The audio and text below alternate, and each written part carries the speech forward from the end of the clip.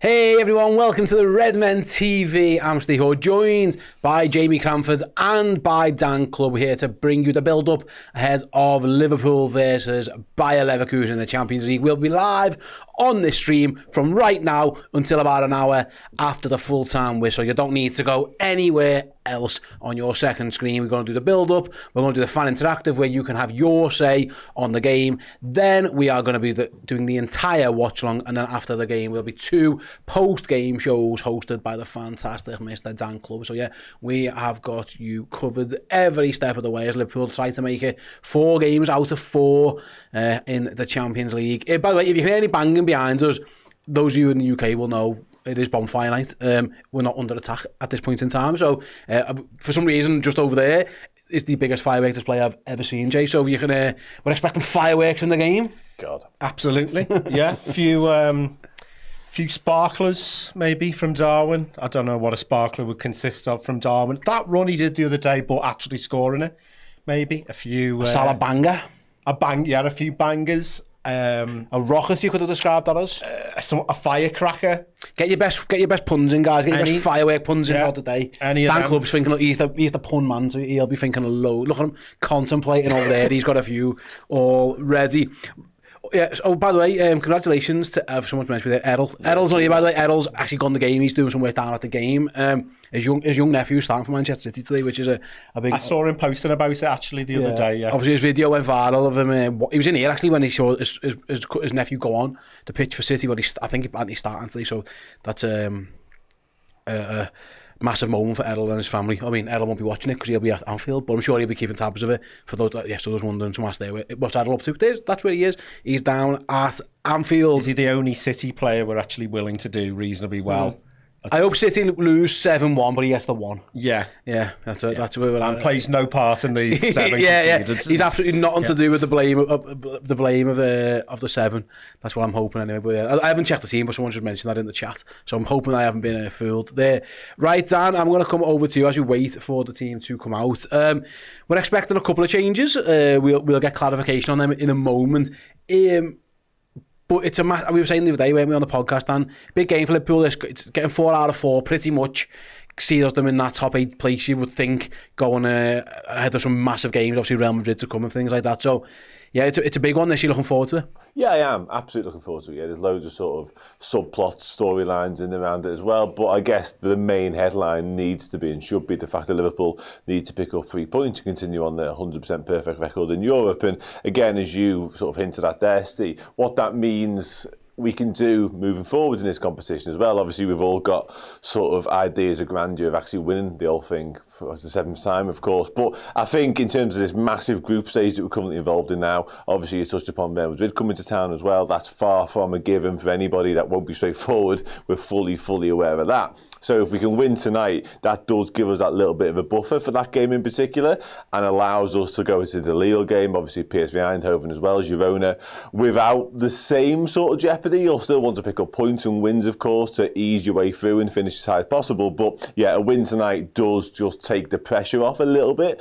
from what's to come further down the line in the Champions League. But yeah, massive night. Obviously, Bundesliga champions coming to town. That means a hell of a lot. They'll be banged up for it. The Xabi Alonso factor as well gets thrown into the mix. So yeah, this is what it's all about. You mentioned obviously it's bombing night here in Liverpool as well, and indeed across the UK. Proper night under the lights at Anfield, European night, special. Absolutely. Before we move on, just a quick thank you to today's sponsor, Dr. Cynic, who always sponsors here every single Redmen Watchalong and actually helps us with all of our free YouTube content. So yeah, emretcynic.com. You check the link in the description, the QR code that'll appear on screen throughout the show. If you're looking for the best hair transplant technique, some people in this room might need one more than others. Definitely me. Or dental treatment, all that kind of stuff. Go to Dr. Cynic over in Istanbul. He's the treatment of choice for all the stars, and Rio Ferdinand as well. I didn't realise Rio had had one. I mean, yeah, he's fair play. Yeah, I noticed. That's a good thing, though, isn't it? I noticed Rivaldo. Rivaldo's in it. Yeah, there he is. We could get an 11, I think, of Dr. Cynic Dr. Cynic customers. Absolutely. And it'd be an half-decent 11 as well. Bakary Sagna, Rivaldo, you'd have Rio Ferdinand, Luis Garcia would be in there as well. Ryan Babel would be in there. So We need a keeper. Well, look, yeah, maybe there might be a goalie in there. I haven't noticed yet. Brad Fried will go and get one. Digital Cisse up front if you need a bit of pace. Some Champions League winners there for Liverpool as well. Some of them actually, like Luis Garcia, who scored against Bayer Leverkusen in the past. So yeah, thank you very much to Emre Cynic. Go to emrecynic.com. He's allowing us to bring you all this content all of the time, which is a massive, massive thank you from us. Go and check him out, go and support it, and go and get yourselves the best. You know, if the stars go there, then why wouldn't you as well? Some offers available as well if you go to the link in the description. Get your boxed off. And thanks once again. Right then, let's move on, Jay, to the game itself then. Obviously, a lot has been mentioned about the Xabi Alonso thing, and it coming back to Anfield, you know, pretty much everyone who spoke to him in English in the press conference was keen to talk to him about it. He's downplayed it. You've got to believe Anfield will give him a nice welcome, and then that's it. Like, hello, Xabi, welcome back. Let's batter your team now, please. Yeah, I think when he comes out of the tunnel, he'll get a nice reception. If he tries any kind of histrionics at the likes of Arteta, etc., or certainly when Suarez came back, we knew Suarez was always a bit of a dark artsy player, so he was always going to try something. So I think, you know, best case scenario is nice, comfortable Liverpool win, no messing about from Xabi on the touchline. Then, you know, he can leave without getting a slagging off from the home support. But, you know, it remains to be seen. I don't think he'll be stupid enough, as Arteta was a couple of years ago, to ignite the crowd by throwing a bottle or kicking off big time or anything like that, because we've needed a few of those, Anfield's needed a few of those little tinderbox moments in the last few seasons. So I think based on his memories of here, I don't think he'd be daft enough to get involved in any histrionics on the touchline, but you never know. Maybe him and Arnold will have a bit of a toe-to-toe and they'll have to be separated. I reckon they'll be all right. I reckon Xabi will get a nice welcome. But yeah, let's hope that Liverpool can then batter his team. Dan, the Liverpool 11, hoping to batter Bayer Leverkusen, has been named. I'm going to hand it over to you to guide our wonderful viewers through the 11. Go for it. Yeah, let's do exactly that, shall we? Obviously, Kevin Kelleher continues in goal, very much Liverpool's number one at the moment. Kostas Tsimikas continues at left-back as well, which is a small conversation piece, not in so much as he's starting a game of football, but I did feel he might be rotated for this one and Robert could come in, but Kostas Tsimikas continues with that particular shirt and berth. Virgil van Dijk is obviously captain,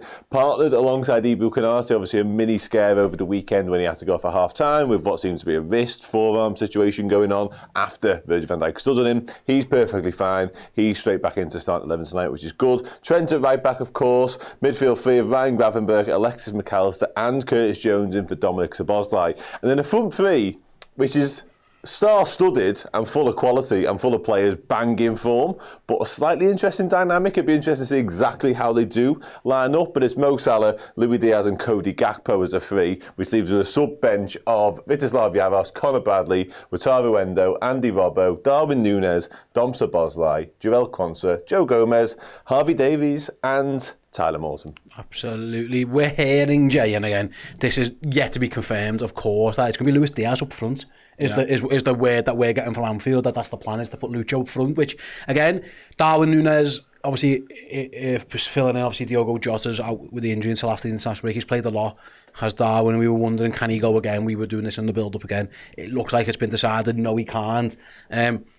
Actually, you would think of all the players, Gakpo's probably got the most pedigree in terms of playing up front. Yeah. But if it is right that Lucho's up front, that's going to be interesting to watch.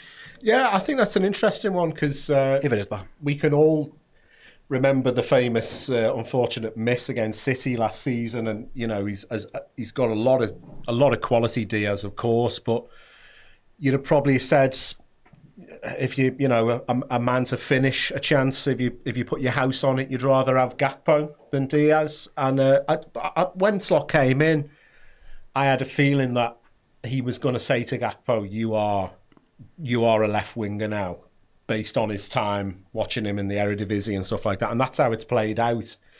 But I always thought it would be one of those two. I didn't think we would see a scenario. I mean, maybe at a push, Diaz on the right. You'd even think, I mean, people have talked about Salah, maybe as he gets older, a bit less mobile, being more of a central striker, as we've seen what happened with Ronaldo. So you'd probably even consider Salah, again, as the man that you'd want in front of goal if you had to put your house on it. But I've got a lot of faith in Diaz. He's, we all know his qualities, his dribbling, his tenacity, his ability to link up, ability to beat a man. So, Darwin needed a rest, fair enough. He's been playing a lot recently. Every chance Diaz gets on the score sheet tonight. One thing that's impressed me about him this season, actually, is getting into the box. Even going back to the friendly match against Sevilla, he's scoring goals from 12 yards out or less, when he's very good at that. And, we saw against Manchester United, the header.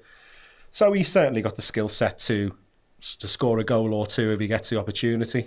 Yeah, we'll find out in due course. Like I say, that's what we're hearing, that it's going to be Diaz up front. But of course, there's every chance it could be Cody Gakpo as well. I suppose, Dan, and sometimes when you make a change and it obviously Nunes is going out, Lucho's in. The rationale perhaps behind him putting him just up front, Dan, would be that don't make 3 changes to make 1 change. I mean, don't move Cody Gakpo, don't move Mo Salah, don't move somebody else. Just go like for like. So that might be the rationale if it is Luis Diaz, I suppose. Yeah, no, I get that sort of train of thought, most definitely, yeah. But I actually sort of equate it more to something we spoke about on the podcast this week, and it's that messaging and sort of simplifying it a little bit. And Jay alluded to it a moment ago there in terms of Cody Gakpo. It feels like you're getting a tune at Cody Gakpo now in the left wing position, and clearly the same could be said for Luis Diaz. Certainly the way he started the season is absolutely exceptional. However, Diaz hasn't been treated and, for want of a better phrase, mishandled in quite the same way as Cody Gakpo. I think it's an easier sell to Arne Slot for Luis Diaz, for him to go to him, listen, not ideal, but without Diogo Jota, obviously there's no one like a Errol and Dan's fit and available right now. Darwin Núñez is getting closer to the red zone. He can't play upwards of 60 minutes in this game. Can you do the central role forwards? He's got loads of reasons why he can in terms of his technical ability as well.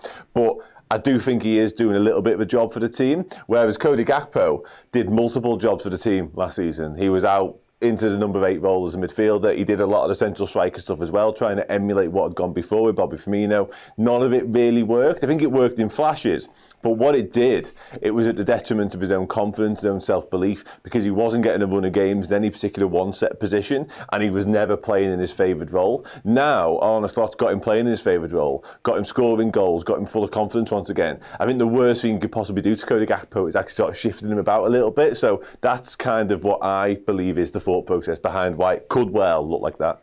And Jay, I'll come back to you on Tsimikas at left back then, because again, logic was, well, Costas played the weekend, Andy Robbo will come back in. Actually, no. Is Costas first choice at the minute, do you think? Is that what we're seeing here? Yeah, I'm a little bit surprised, because I thought, fair enough, give him the game at the weekend. Slot definitely seems to trust him, but he was asked a question. He was asked a question last week. It kind of alluded to who's number one. Was it a difficult decision or whatever? And he basically said, look, he still has faith in Robertson. He didn't use those exact words, but he. I don't think he was kind of playing into the idea that Robertson's fallen down the pecking order, which of course he wouldn't say that in a press conference. But the fact that this is now 3 starts in a row for Tsimikas, I think I certainly expected Robertson to come back in. Maybe there is a question now of, that Tsimikas is Slot's preferred player. I don't know.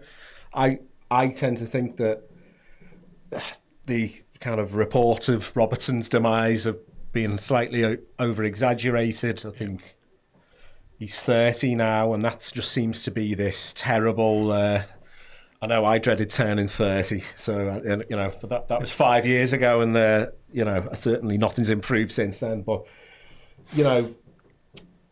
he's still could have 2 or 3 years left in. We don't know. But obviously, players kind of fall off, to use the expression, at different times.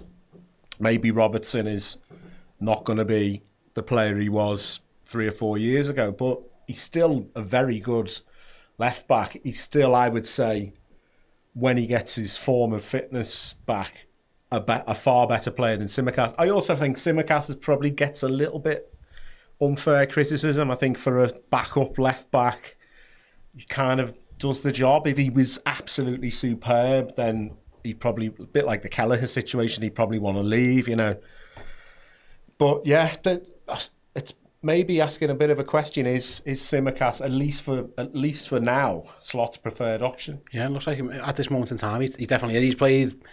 He's played Brighton at the weekend. He's in for the Champions League game, and actually Andy Robbo's played in the League Cups at the moment in time. It's we'll see what tonight brings. We'll see what Aston Villa at the weekend brings, but it's definitely something that is worth talking about. Let's have a little look then at the Bayer Leverkusen 11. They've made 2 changes from their draw against Stuttgart. One enforced, one that looks like is a manager's decision. The goalie's name does me every time. Radecki, he's the Finnish guy in goal.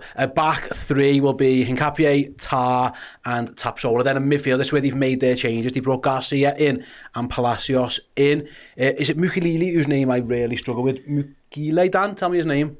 Where are you looking, sorry? Is it the winger for Leverkusen, whose name I can't? We've been laughing at me all week because I can't say his name. Have I? Someone tell me how you say it. Mukiele. I can't even say his name. What's the guy they signed from Feyenoord, who we were linked with? He's got a mad name as well. Anyway, he's in. There's a few of them with mad names. He's out. Palacios is in, Garcia. Anyway, go back through it. Xhaka and Grimaldo both started, and the front 3, which obviously everybody knows about as well. Florian Wirtz is in there, as is Frimpong, of course, and as Jamie Carragher called him, Boniface, Boniface is up front for Leverkusen. So they're sticking down with obviously their 3-4-3 formation. It's kind of 3-4-2-1ish when they do it, and they're really good at it. It can almost become a back 5, of course, with the wing backs. Could be interesting to see how Liverpool do against the back 3. I'm not sure we've come up against it too often this season. Did Nottingham Forest employ it a little bit of time, but Liverpool haven't really come up against the back 3 so far this year. No, it was more of a back 10 at times against Forest, wasn't it? And that's no disrespect to them, because my God, did they do it well, and they've continued to do it well all season long. I think maybe Brighton in midweek last week was that a little bit with Tariq Lamptey, obviously, and Estepinian as wing back somewhat, so it's not a million miles dissimilar.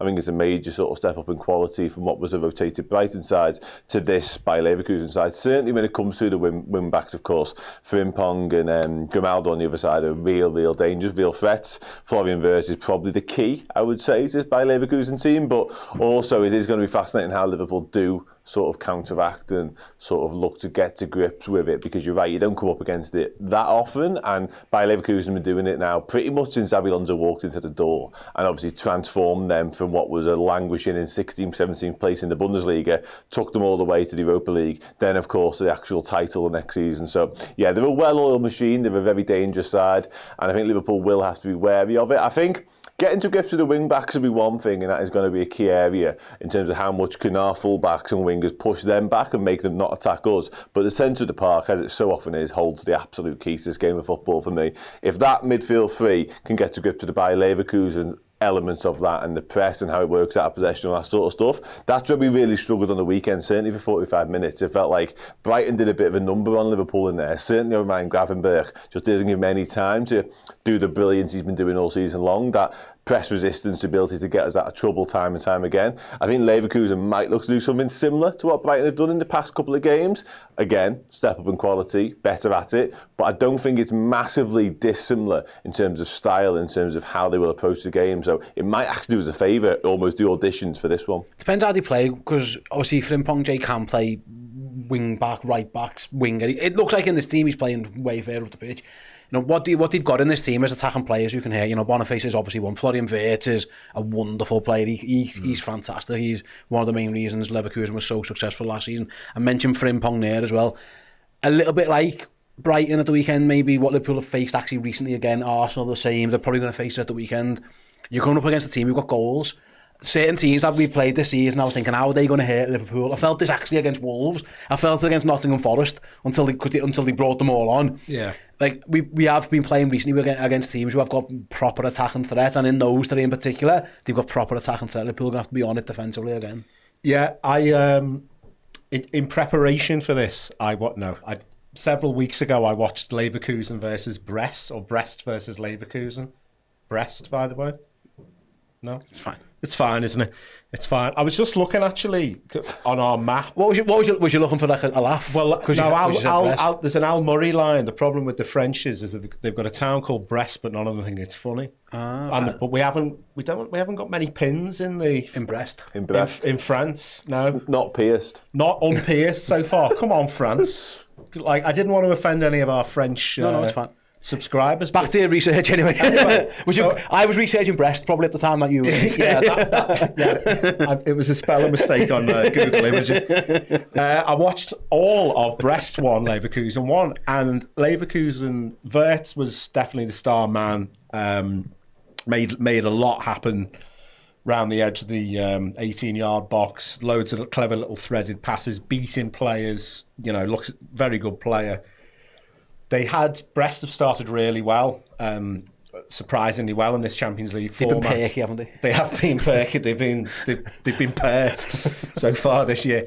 But they went 1-0 up Leverkusen, and they had the opportunities to go 2 or 3 before half time, and they would have killed the game. They drew the game 1-1, and I haven't seen much of the Bundesliga stuff, but they drew 0-0 in their last game. I think missed quite a lot of chances. So I'm hoping, whilst they are dangerous and they are a team, they've got a lot of talent up there. If they are going to continue to be as wasteful as they were in the Brest examination, that Liverpool will be able to deal with them. Absolutely, yeah. Hopefully Liverpool can do better than Brest. Yeah, managed to put up a fight. That'll do now. Absolutely. Yeah. Go to some super chats. Then going back to the Andy Robertson chat, Ollie says, "I think the Saka goal, whether fair or not, has lost Robbo some trust with Slot. He's still got a huge role to play for Robbo this season. Enjoyed the game, chaps. We will, Ollie, and thank you very much for super. I don't think it's that.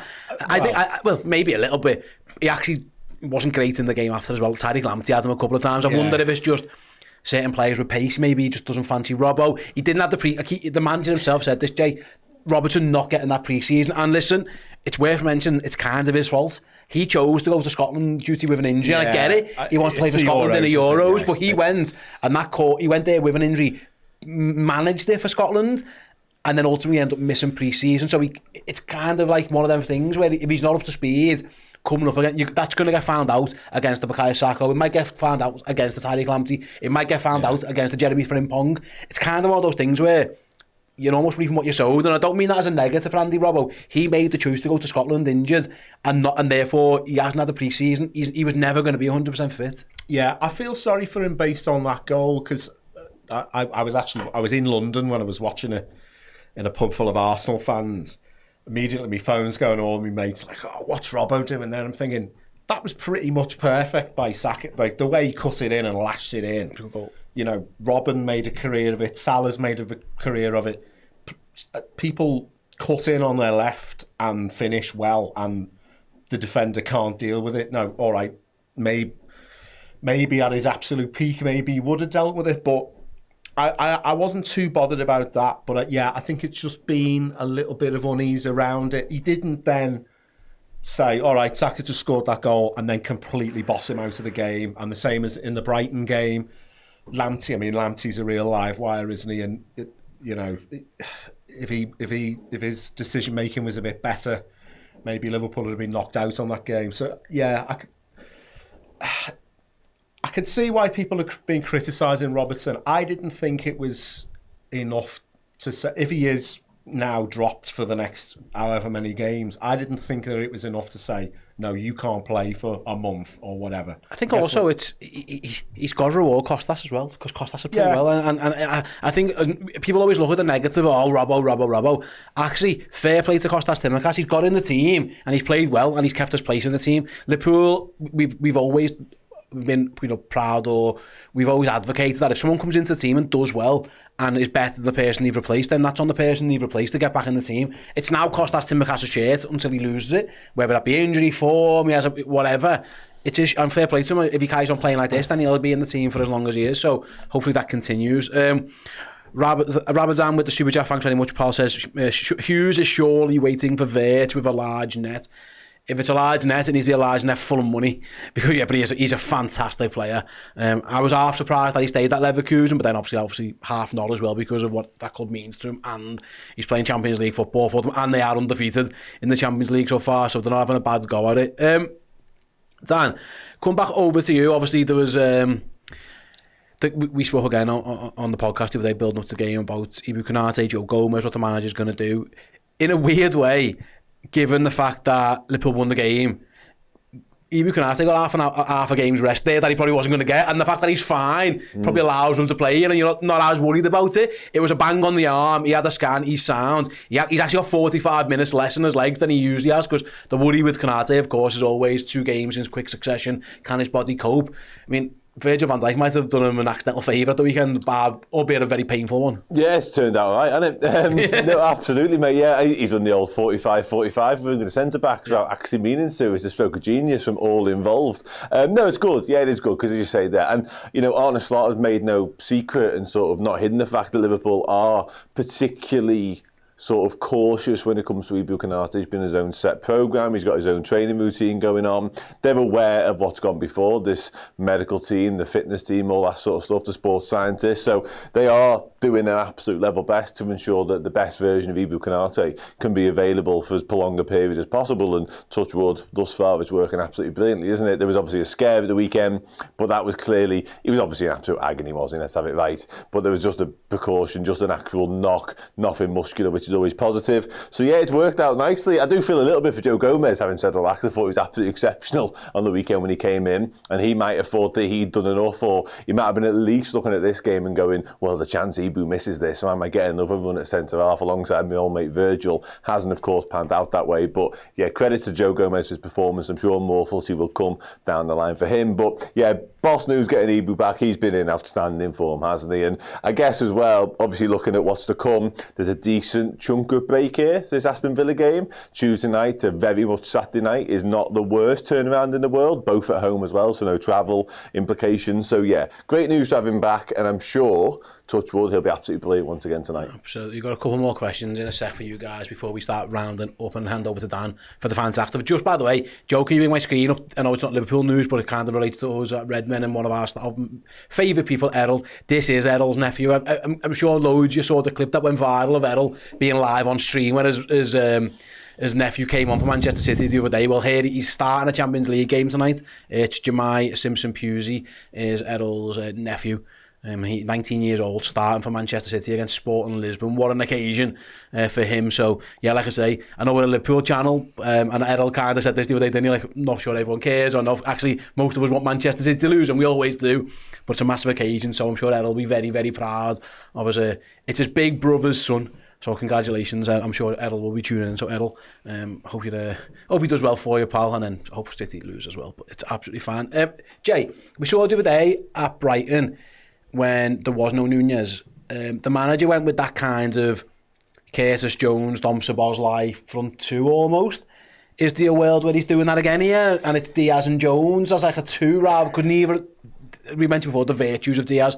And listen, it might just be Cody Gakpo who can do a job up there, we'll find out. But that he did something differently the other day. It's the first time we'd really seen something massively different. He could ask Curtis to go further up again, and it almost becomes that 4-2-4, which might help you against the back five.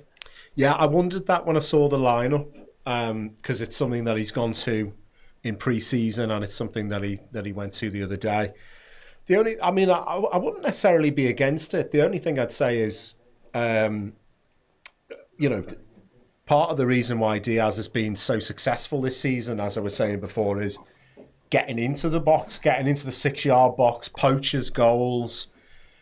I think Jones and Szoboszlai are used to being deeper and arriving from late and things like that. So do we really want Diaz dropping in super deep, or dropping into a central midfield position? I'd prefer him to be getting in on the end of things, getting in around the 6-yard box, doing his little... He's done some great little flicked finishes inside the 6-yard box in his time. So yeah, I wouldn't be surprised if something like that was going on. I mean, Gakpo, as everybody said, Gakpo has had that experience playing in midfield for Klopp, and it was a bit of a failed experiment. So even Gakpo could do that, but I'm not expecting that to be the case. It's very rare we get a Liverpool team. We don't actually know who's playing where. So that's it's interesting. That's an interesting one where we'll find out in about. BT Amazon. So you can never remember who's broadcasting these things these days. Amazon went for Gakpo down the middle in their graphic, and Diaz wide left. But we will have to see. We will have to wait. Have we got spies?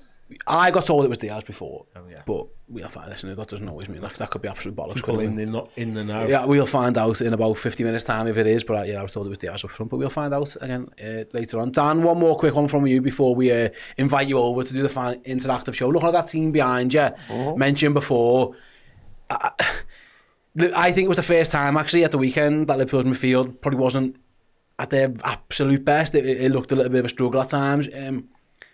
I suppose without Szoboszlai, the energy levels maybe aren't as much. Is that something that maybe we've got half an eye on from a negative, from a concern? Like, no one there in that midfield. They're all fantastic players, and listen, none of them will shake their responsibility, but it always feels like it's Dom's job to do all the running for them, or someone in there is going to have to do a lot of running, because, I'll tell you what, against Xhaka, it's probably going to be Garcia with Frimpong and Wirtz tucking in as well. There's going to be a lot of work to be done in that middle of the park. Yeah, no, absolutely. Yeah, I touched upon it earlier. The key to stopping their wingers, really, and their wing backs in particular, will be sort of controlling the middle of the pitch and not allowing by Leverkusen to get a foothold in there, because that's when they do become particularly dangerous. And you said it there. I think they have got a serious job on their hands, managed to sort of quell that particular tide, and I back them to do it, sort of as individuals and even as a collective unit as well. And they've shown it already, sort of at times this season when that midfield three has been the chosen three, and Szoboszlai's sort of dipped in and out of form, I want to say, a little bit. I don't think he's quite been at it in terms of his quality on the ball full stop this season, but he's had flashes, he's had moments. What has been a constant with Dom Szoboszlai, and what has been almost a prerequisite to him getting in the side, it feels like, has been that unwavering work rate, his desire to cover every single blade of grass from minute 0 till he walks off the pitch normally. So yeah, I think we will miss a little bit of that today, because as much as all three of these players, in terms of their technical ability, in terms of their quality, and in terms of their understanding of their roles, I think they're more than equipped to carry out the jobs tasked of them tonight. However, none of them, in my opinion, can emulate Dominik Szoboszlai's running power, Dominik Szoboszlai's engine, etc., etc., etc. So I think Liverpool will have to be on our A game in terms of in possession and in terms of controlling the actual game of football in order to stop Bayer Leverkusen. Because if it does turn into what it was at the weekend a little bit, where we were sloppy in possession and we weren't quite finding our man with passes and things just weren't clicking, and Brighton were swarming us because of it, and Brighton were actually finding acres of space in and around that midfield department as well, that will become a real problem, because all of a sudden you're not controlling the game in possession and you haven't got Dom Szoboszlai out of possession to do a lot of the hard work for you. So yeah, a bit of a double-edged sword. But again, I'll come back to it. Liverpool were poor for 45 minutes on the weekend. I think if we are on it tonight and much better in terms of our level, I think, by Leverkusen are a damn good side, by the way, but I think we can get the better of them in each and every single department. Fingers crossed that is what happens. Right then, in the chat, in the Discord, let us know now your score predictions for Liverpool versus Bayer Leverkusen, while I give you a little rundown of how things are going to go here on in. Right, in a couple of moments time, like I say, me and Jay will tag out for a little bit. Dan will jump into the host chair for the fan interactive show. Half an hour where you guys can have your say on all things Liverpool. It can be looking ahead to the game tonight, team news, whatever you want to talk about, whatever you want to chat about. Get yourselves in the live chat or on the Discord, and yet Dan can have a little old chinwag with you all, which I'm sure everyone will enjoy. About 1:45, me and Jamie will tag back in for the entirety of the watch along. We'll bring you our full biased commentary of Liverpool versus Bayer Leverkusen at full time. You'll have Dan Club back with our post-game shows here on YouTube. Dan will be doing the fan reaction show again, where you can have your say on hopefully a Liverpool win, and then the player ranking show, where he'll be back over at that board ranking every single Reds who featured in the game on their performance. While that's happening, me and Jamie will be in the other studio with the player rating show that will be available for Redmen Plus subscribers. So get yourselves over to Redmen Plus if you want even more amazing Liverpool content in your lives, both in video and in podcast forms. We've also got people at the stadium, so there'll be videos coming from Anfield as well, from Chloe, from Chris, and from Paul, I think. I haven't confirmed if Paul's better yet, but hopefully he is. Get well soon if you're not Paul. So yes, I think I've blabbed on long enough there, giving you guys all the rundown of how tonight's going to go. Let's get some score predictions. Easy for me to say. Fias D 14 says 2-1 to Liverpool. Jared's gone 3-1 to Liverpool. The inevitable King Mo, nice name, says Liverpool 2-1 Steve. I'm not playing. I'm guessing that means 2-1, Steve. I think he's telling me what he's... I think so, yeah. Unless Steve is his nickname for Liverpool. No offence, but I don't think you'd lose 2-1, just you against 11 Liverpool players. I think you'd struggle. Be a landslide, wouldn't it? Yeah. Let's be honest. No, they're not that bad. I reckon I'd run... Well, we're just stood in the... No, I'm not that... yeah, I think you're right. I think I'll have trouble, actually. What would my strategy be? I think I just have to volley as many of them as I could. But then also, that's my downfall, because then I want them to be past them. Yeah, that wouldn't go my way.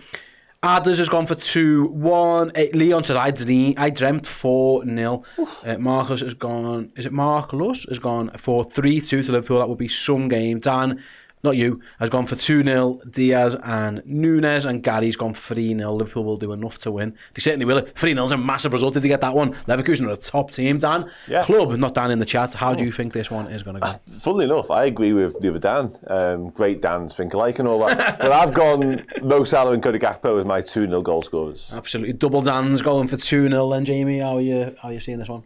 I'm going for 2-1 to Liverpool. Not quite on fire night, on bonfire night. Okay. But like quite on fire, like smouldering.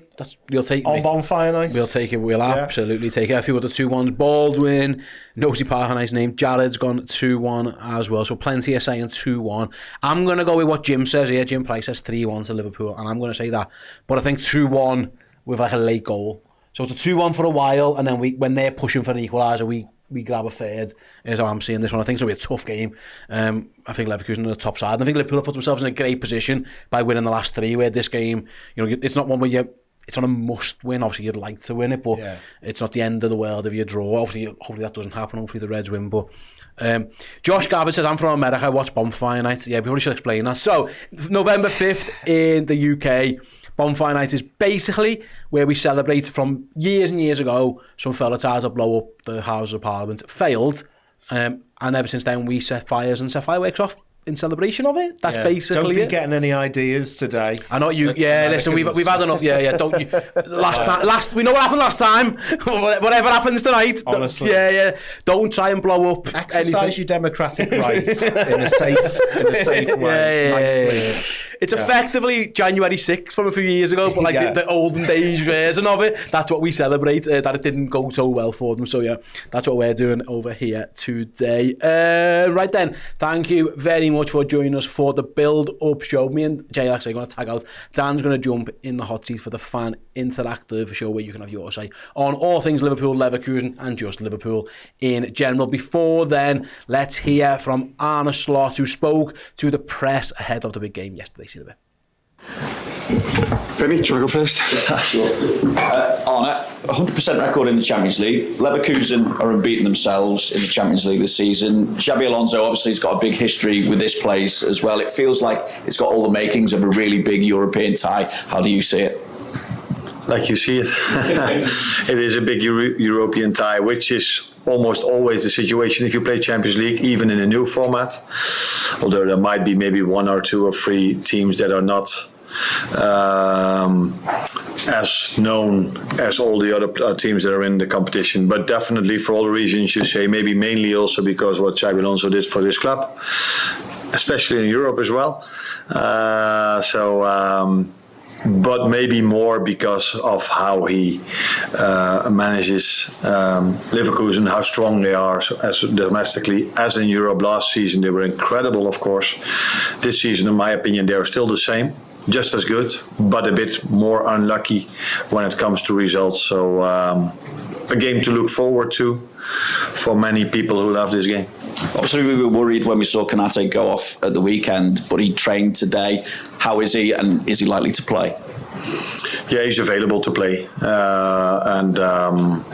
and I think also completely recovered, so there is no issue for him not to play because of what he had.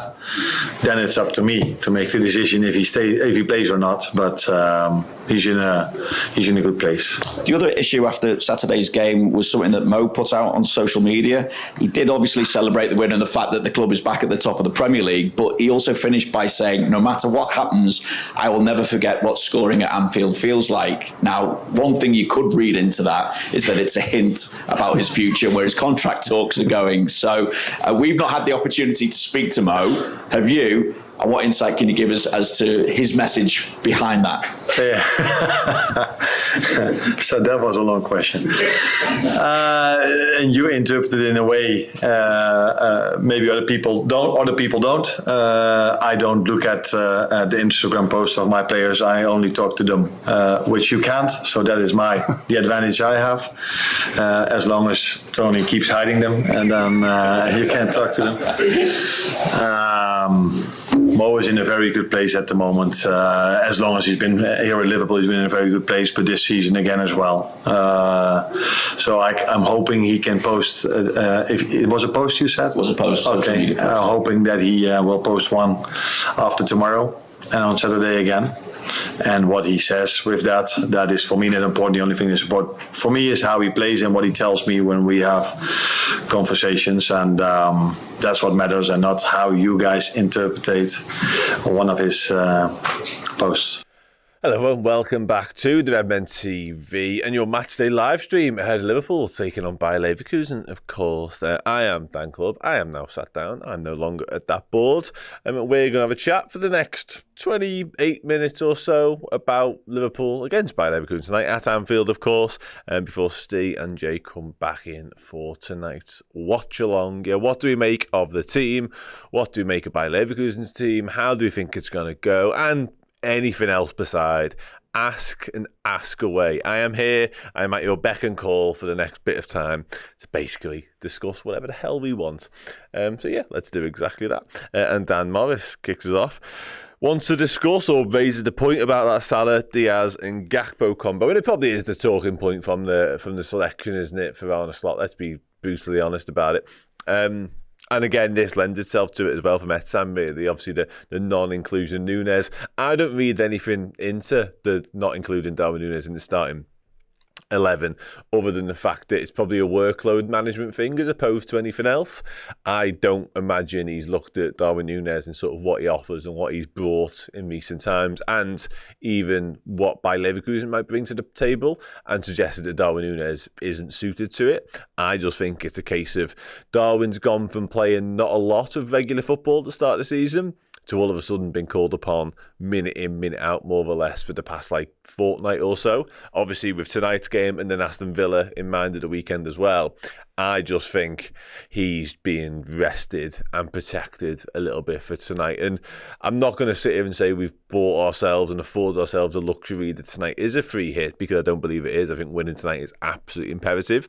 But I don't think I'll just deal with that in a second. I don't think it's so important that you have to push someone like a Darwin Nunes. And also, I don't think sort of bringing Darwin Nunes out of the game and including in Luis Diaz, as much as if it is him leading the line, I don't think he is clearly ideally suited to being the number 9 this side. But Luis Diaz is a wonderful footballer, so I believe we still have enough to sort of get the job done tonight. I'll quickly deal with this, then we'll move on. I was at the academy game early on today when the Reds won 4-1 actually against Bayer Leverkusen. And it's their number 14. I was sat with Ian Doyle watching the game, and their number 14, his surname was Mensah. And I immediately turned to Ian and went, "Oh, he's a very clever player, that lad." That was the joke. It was as bad as that, it really was. So yeah. I think it's slightly harsh, Joe Gomez, for not starting this. Would have liked to see him start. Yeah, I tend to agree somewhat, I think, on that. I think it would have been very easy to sort of talk to Ibu Konate after what happened at the weekend and say, listen, I know you're perfectly fine. And I know, you could go again in this game, feasibly, because you've had a scan, it's all clear, that's boss news. But Joe Gomez was exceptional at the weekend, and we're going to give you an extra couple of days to get better and obviously be ready for what's to come down the line as well. So I think it would have been quite an easy sell, personally, to Konate and, of course, to Joe Gomez. And also, you're rewarding Joe Gomez his performance at the weekend as well. And Arne Slot appears to be quite big on sort of the meritocracy elements of picking his starting 11s. If a player comes in and performs, they tend to get the shirt at some point. Kostas Tsimikas is living proof of that right now. Cody Gakpo could be argued as well, is a little bit. And I think as much as Joe Gomez isn't likely to oust Ibu Konate based on what he did the weekend, even just for tonight would have made some sense. But obviously Arne Slot hasn't saw fit. He saw fit to go what he believes is his strongest 11, more or less, apart from the risk he can't afford to take. to get the job done, which, listen, I'm also here for. Freedom Journey says, do they play 3-4-3? Yeah, in essence. But it changes, obviously, with their wing-backs. Their wing-backs are a thing. There's something to behold, actually, the way they do it. Certainly for Impong on the right-hand side, he's so attack-minded. But also, he does have a defensive responsibility to get back and help out there as well. So they do sort of changing that possession and all that sort of stuff. So it's going to be a good watch. It's going to be two very front-footed sides going at each other tonight. That's what I'm kind of anticipating. I love Liverpool to control the entirety of the game and just dominate possession and almost keep Bayer Leverkusen at arm's length. But that feels very, very difficult to do because they are a good side. And they're a good side that are playing well in Europe. They're fourth in the Bundesliga right now, so maybe not quite hitting the heights of last season, but still. Good. Danny Hudson asks, if Diaz is a blind at number 9 position, could you see the front three forcing Slot into picking him as his first choice forward line for the rest of the season? Yeah, I mean, ultimately, why not? Because, again, I alluded to it a minute ago, like if players come in and perform to a certain level, you probably have to do it more than once, if truth be told. However, if you do come in and perform to a certain level, Arne Slot will reward that and he'll go with that again. It's going to be fascinating to see exactly what the front three dynamic is tonight, because there's an argument to be made for all three of them being the central one of that. You could easily do Diaz on the right, Salah through the middle, Gakpo on the left. Likewise, you could do Gakpo through the middle. Gakpo's almost been that hybrid utility man since he arrived at Liverpool. I actually believe he will be the left winger tonight because I spoke about it earlier on. He's been so good there. And he's exclusively played out there under Arne Slot as well. It's almost like Arne Slot is so reluctant to move Cody Gakpo, given what's gone before in Cody Gakpo's Liverpool career. He's been shifted from pillar to post a little bit. And I think Arne Slot is going to avoid doing that at all costs. And tonight could be evidence of that. If tonight we see Luis Diaz through the middle and Gakpo out wide, that's it for me. Like, we may never see Gakpo play anywhere else other than left wing ever again. Because if he's willing to not sacrifice, but move what Luis Diaz's favoured role is to allow Cody Gakpo to continue in his, that speaks volumes, by the way. Not so much in terms of who he prefers, but in so much as like who he believes needs that confidence and needs that morale boost in that role. And I would argue that's Cody Gakpo as well, personally. Yeah, do start telling me where you are, because I know Steve does this a lot, but I also quite enjoy it. A lot of people asking about Xabi Alonso and sort of what reception he'll get. He's actually on the telly right now with Frank Lampard, Louis Garcia and Clarence Seedorf. Excuse me. I think he'll get a decent reception from Anfield, but I don't think it will extend to sort of like any renditions of his song or anything like that. I just think it'll be a decent round of applause pre-kick-off and then down to business, and then dependent on how the night and the match goes, you might get a decent sort of ovation post-game as well. But I don't think it'll be anything over the top, extraordinary for Xabi, because again, there's business to attend to. This is the Champions League night. Like, if we were both safely through and qualified, and this was a bit of a dead rubber, it might be a different story altogether, and you might get a little bit more of a loving for Xabi. But no, that isn't the case. So business as usual, get the job done. You can afford yourself a little bit of admiration for Xabi if it suits later on. If it suits. Diaz has all the attributes to be a great false nine. He just needs practice, says Nosy Parker. See, I have a real... It could be this. It could be this. I'll discuss that in a minute. I have a real sort of... What's the word? A hang-up on the false nine. That's the way of putting it. Because I was such a Bobby Firmino fan. We were all Bobby Firmino fans. Like, I don't need to tell you how brilliant that man was at footy.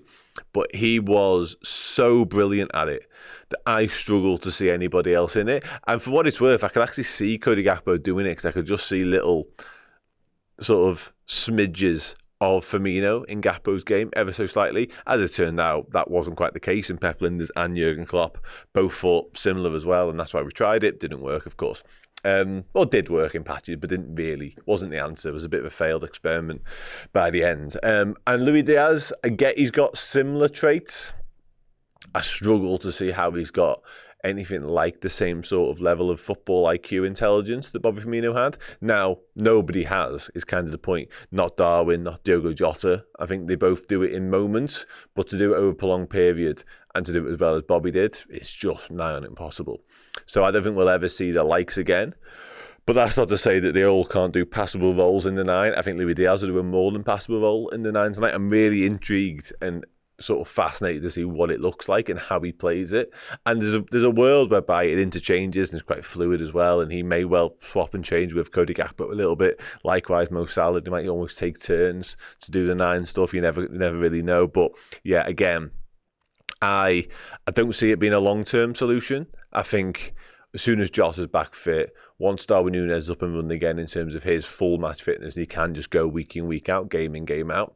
I don't think we'll see much of Luis Diaz as a 9, personally. And also, Jadon Dan's factored into this as well. Like, we don't know what Arne Slot thinks of Jadon Dan yet, because he just hasn't had him available, whether it be for training sessions or he hasn't been banging goals in left, right and centre for the 21s. There may come a time, March sort of period when Jadon Dan is fit and firing again, and Arne Slot might want to take a closer look at him, because let's be honest about it, like the glimpses we seen of Jadon last season, whether it be in the academy or indeed the first team, really exciting and a lot to like there. He's further on in terms of his physical development, but he's almost been halted in terms of his technical development and his football development a little bit. So, yeah. Interesting. I miss Bobby. We all miss Bobby. Is this Xabi's first return to Anfield in the football capacity? Well, he played the Legends game 2 years ago now, I want to say. So probably, well, no, I guess. Matthew, my predictions, I'm saying 2-0 to the Reds, to be honest, mate. I'm saying Cody Gakpo and Mo Salah to get on the score sheet. League, I hope you are well as well. Got a 1:30 kickoff time from Sonic. Bobby was no, I'm quite bad on with you, mate. And listen, again, I'm not going to get sort of into diatribes about how much I adore Bobby Firmino. He's one of, if not the greatest footballer I've seen in sort of the past 10 years at Liverpool. And I'm aware of how ludicrous a statement that was when we owned Mohamed Salah, Virgil van Dijk, etc. But he was just a genius, wasn't he? Like, he didn't score the goals for Mo Salah. He might not have had sort of the career of Van Dijk that's going to end up having at Liverpool, but my word, just what a joy. What an absolute joy. Quadbot also says they could do a 4-2-4 with rotational front line. Somebody else mentioned this earlier on, and I think it's an option, and clearly it's an option that Arne Slot likes, because he's went to it in pre-season, again, when he didn't really have a centre forward at his disposal, which was quite telling, and it's a similar situation to tonight, so who knows. And he did it in midweek last week against Brighton as well, obviously with Jones and Szoboszlai. And I actually think the likelihood is, if it is to be that 4-2-4, I would imagine it is more likely to be Diaz on the left wing and Gakpo and Jones doing the sort of 8, 9, 10 situation, 10.5, 9, whatever you want to call it, and being the two that are the focal points, if you like, in the more central, with Salah and Diaz either side.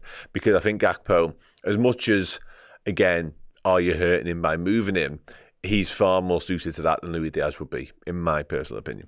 But anyway, Rav D, you need to box that, because it's Bobby Firmino. Like, come on. Johan Bakayoko just scored the interest. And do keep me... I do like Jadon Dan's a lot. It's true. He's just a bit of a throwback in terms of the type of striker he is. And that's not to say he hasn't got loads and loads of quality, because I think he has. But what he has got is just that knack of scoring goals. And you don't see, Erling Haaland aside a little bit. I guess Ivan Toney has got this as well. But you don't see many sort of strikers now who just have that instinct and just that ability to find ways of scoring. There was a goal he scored last year at Old Trafford for the 21s, that back heel, and just a sense of what was around him and just that knowing where the goal was. He's just, there's something special there, and I'm determined and hopeful that we'll see it between now and the end of the season, because I think he's nearly back to fitness, which is good news. Lee Guy says 2 times to shed tears when Bobby left and when Jurgen announced he was leaving. Yeah, it's not good. Yeah, do that, Rav. Do that. I mean, again, it's Bobby Firmino. Carlos biography. Leverkusen are strong, says MK. They absolutely are. Probably played their best game this season so far last Friday. Crazy result. Should have won 4 or 5-0. Yeah, that was the Stuttgart game wasn't it? The 0-0 draw. It's still got a good side as well. Like, it's not like they drew 0-0 with some like a Heidenheim down the bottom of the Bundesliga, anything like that. So yeah, nothing to be sort of. They're not going to be pushovers, and Stuttgart aren't pushovers either. So yeah, it's going to be tricky. Really, really tricky tonight. And I think they will pose a threat. What I will say is they're not going to come and just sit back and park the bus and look to soak up pressure. There might be elements of that at times during the game. They might have to suffer a little bit, certainly at Anfield. But they will come to play, and they will come believing they can lay more than one glove on Liverpool.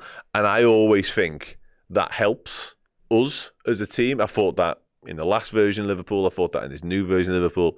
I think we are at our best when teams want to play against us. Now, a lot of things have to go right for that actually to be true. Liverpool have to be at it and play well.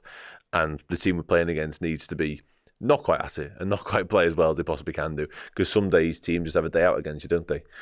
Insert Nottingham Forest here. Freedom Journey after I think Dan's resembles Fowler. I mean, resembles into much as what I was saying a minute ago in terms of his different types of finishes, yes, because I do believe he has that.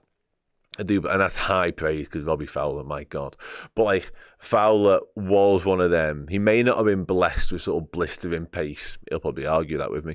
But just give him a ball sort of anywhere within the vicinity of the goal and seemingly at any body position, any body shape, and he will find a way of hitting the target and 9 times out of 10 finding the back of the net as well. And I think Dan's is similar in that sense. Somebody mentioned Peter Crouch. Here we go. Very much like Crouchy. I mean, not as tall. Like, it's impossible to look at any comparison to Peter Crouch and instantly go, is he 6'7"? No, he's a big lad, but he's not. He ain't that tall. I'm sorry, Scotty. Like, we're about to start winding down now and head up towards the actual game, but I can't have that. That is absolute blasphemy, slander in this. Can everybody else deal with him, please? I mean, I'm sure you're a perfectly reasonable human being, and I don't mean to set the entirety of the chat onto you, but come on now. That's outrageous. Sounds. Well, I've seen a comment I wanted to look at then. Here we go, League. Yeah, I've already addressed this. Yeah, I do think he will get a decent round of applause, to be honest. He might well have already had it. I've just seen he's been out on the pitch, obviously during the warm-ups and that sort of stuff. I think he will get a good round of applause. I think the Anfield crowd will welcome him back. But again, I think that stops prior to kick-off and probably doesn't continue until maybe full-time, provided Liverpool have won the game. After that, we may talk, we may even sing a song. You never know. You never know. No one is as tall. It's a good point. Yeah. He might be. I just want to get him playing again. I think, obviously, everyone knows. It's no, like, I'm not telling anybody any new information here, but I spend a lot of time watching the academy and speaking to the managers like I did literally 2 hours ago. And there's no real update on Jayden Dance in terms of where he's at. I don't think he's a million miles away. But ultimately, he just needs to get back playing for under-21s, and then we'll deal with what comes next after that. He just needs to start playing footy again, and then we can have a look. Jay Cranford is doing the watch-along alongside Steve Hoare, which would be fun, won't it? It's always fun, especially about Liverpool win. And on that note, what do we think, ladies and gentlemen? Now, anybody new to this situation, with me doing this particular part of the show, I've just got to tell you that score predictions are fine. Absolutely sound with score predictions. I will bring them up on the screen. I will read them out as much as I possibly can. However, please give me goal scorers as well. I like a little bit more meat on the bone when it comes to my score predictions. So if we could give me a prediction and who will score the goals, whether it be, Leverkusen goals or Liverpool goals, then that's absolutely fine. Not to say I'm going to go put a bet on them. Please gamble responsibly. But I'm just intrigued. I just want that sort of stuff. Sam, I'm thinking Luis Diaz, but this is, again, I said it earlier on, the first sort of 5 minutes of this game, maybe even sooner than that, depending on what happens in the opening exchanges, will be a really intriguing watch, because so much of it is going to be focused and the eyes are going to be immediately drawn to our front line and just exactly how it lines up. But yeah, I do believe it will be Diaz, personally. Russell Isaac did not get the memo about goal scorers. And there's loads of them. Maybe just, it's a lot. It's 5 scorers potentially need to line up there. So we've got a league guy saying 2-1 to us with Diaz. We've got a 3-1 with Trent Alexander-Arnold. Okay. 3-0, Gakpo and Joe. You've got to do a back post tapping because even describing the goal to us, that's proper meat on the bone. I like that. We've got a 2-0 Canate and Gakpo. Canate as well. Canate has got a bit of a history, a bit of a track record of scoring in Europe. So, yeah, you never know. Matt asks, what's the team for tonight? I will tell you that right now. It's Kevin Kelleher in goal. It's Trent Alexander-Arnold at right back. Ibu Konate back in the side, having missed the second 45, you know what I mean. Virgil van Dijk, Kostas Tsimikas stays at left back. A midfield three of Alexis McAllister, Ryan Gravenberch and Curtis Jones. In the front three, interesting one this, of Mohamed Salah, Luis Diaz and Cody Gakpo. Make of that what you will, in terms of where they actually play. Nunes rested or Diaz better form for central striker? Nunes rested for me, I'll be honest. I haven't seen anything in the past fortnight to suggest Darwin shouldn't have started this game. The only thing I have seen is him play a lot of footy. Like, a lot of footy on the back of hardly any footy is kind of the point. He's gone from, again, little cameos here and there, and maybe even not getting off the bench in certain games, to being right, I need you to play 90, 90, 70, 90, and then we've got by Leverkusen, Aston Villa. Was he just getting a little bit touch and go with Darwin and his fitness? That's the question I'd be asking. 3-1, a couple for Mo and a Jones curl at 4-2 or 5-2. Are we underestimating by Leverkusen ever so slightly?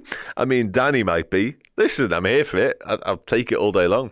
But yeah, 4-0, hoping Gakpo's on form tonight. Gakpo's been on it, I think, let's be honest. He's been absolutely superb, both in Champions League and Carabao Cup action in particular. Obviously got a goal in the Premier League at the weekend, albeit definitely across.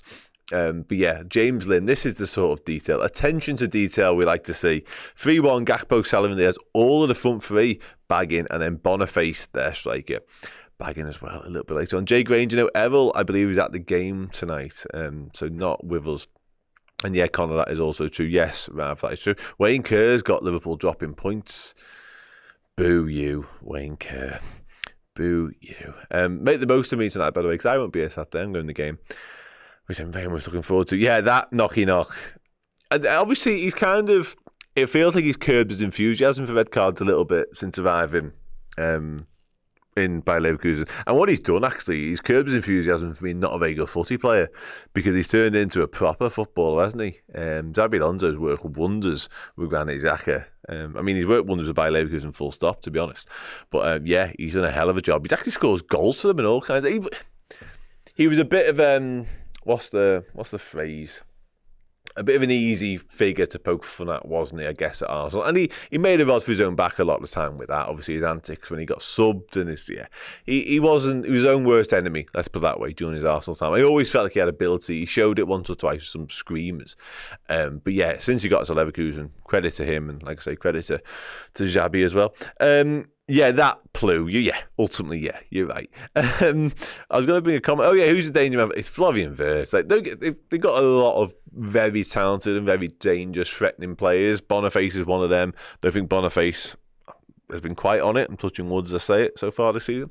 But I think Florian Wirtz would be the main. If you were building your tactics for Arne Slot, from a defensive standpoint, in terms of who you do want to particularly keep quiet, if you could offer Arne Slot any one of Bayer Leverkusen's players tonight not to have a tangible impact on the game, it would probably be Florian Wirtz. If you've kept him quiet, you've gone a long way to sort of stopping Bayer Leverkusen, I think it's fair to say. So let's see.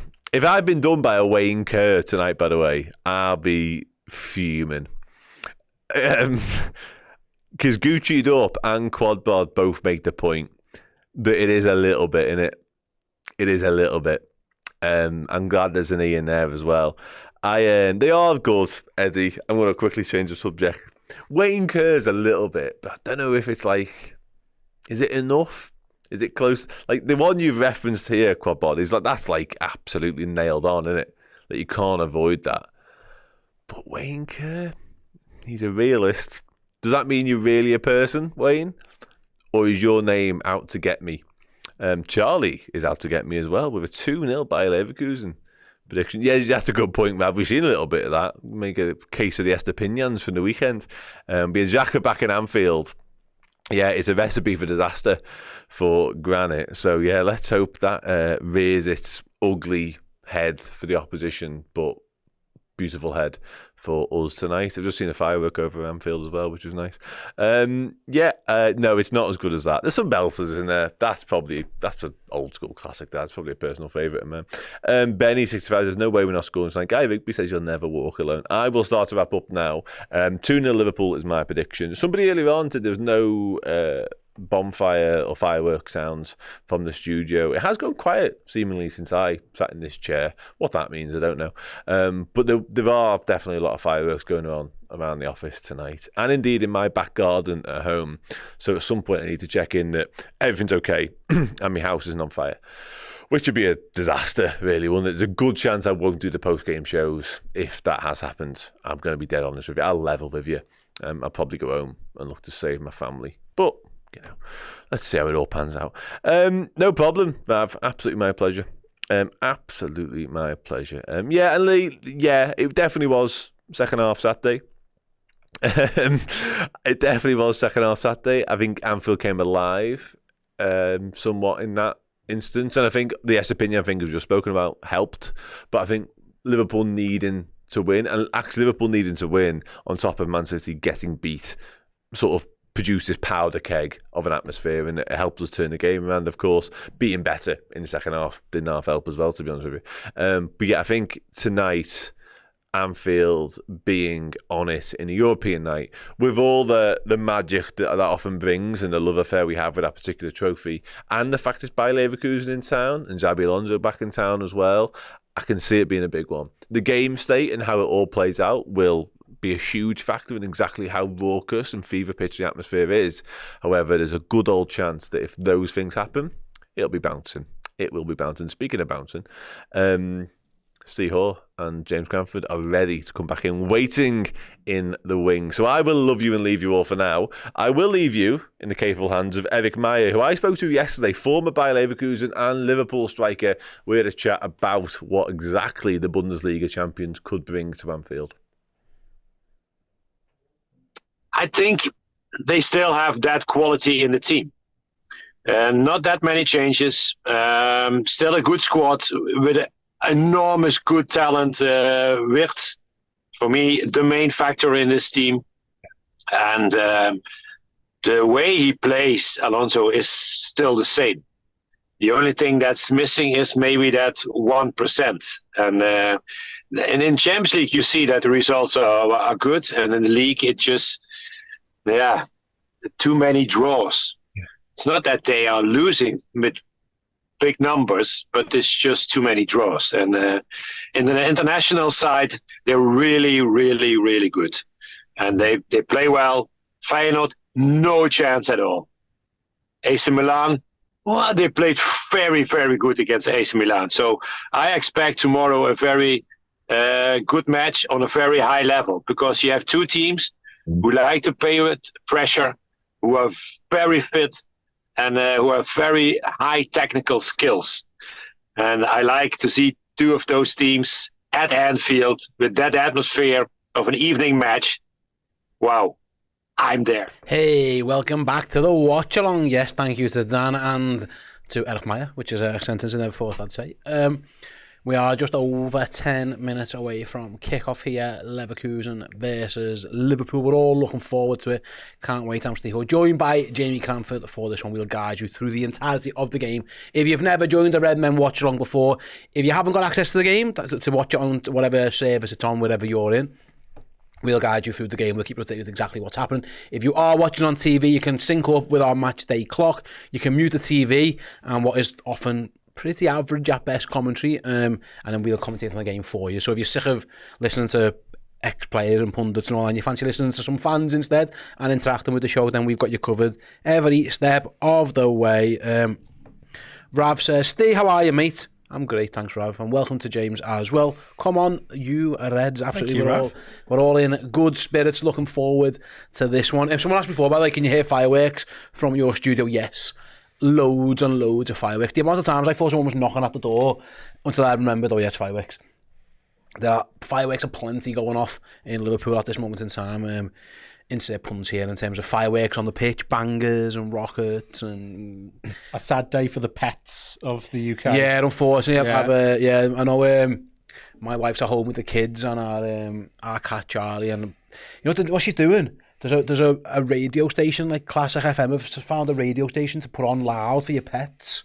It's like soothing music for them, so she's done that. My mum's got a dog playlist that gets left on when she leaves the house.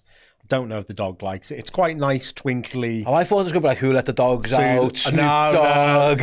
Well, like, Pitbull. No, it's not. It's what if the dog's into, like, you know, heavy Belgian trance or something like that? Or and you're just force feeding the class. Yeah. We don't know. I haven't asked her. No, but yeah, there is a lot. Yeah, it's very noisy. James says, "Is this your first watch? No, you've done a few of these, Jay. We did Burnley, didn't we? We've Burnley, Boxing Day last year. I did. Me and Errol did Las Palmas 0, Liverpool 0. Fantastic. I forgive any of you if you didn't watch. The second friendly of the day. So yeah, it's not my first rodeo, so to speak, but it's my first time in the studio for a while. Yeah, I've been to Barley. I'm sporting a Barley United, the only United wearing red that I will back. I tell you, you'd like stay over there. A Seaman Padang. Yeah, that sounds like a fine outfit. Is that a food? I think Seaman is Indonesian for cement. Okay, but it's spelled Semen. Seaman Padang. Sounds like a bit of me. That. So if you want to get a funny shirt for a relative, for a football fan near you, I'd recommend a Seaman Padang. Absolutely, I'm looking forward to heading over there and trying out the Seaman Padang. Right then, let's move on. Kieran says, Steve, remember Amazon offer only let's do it again.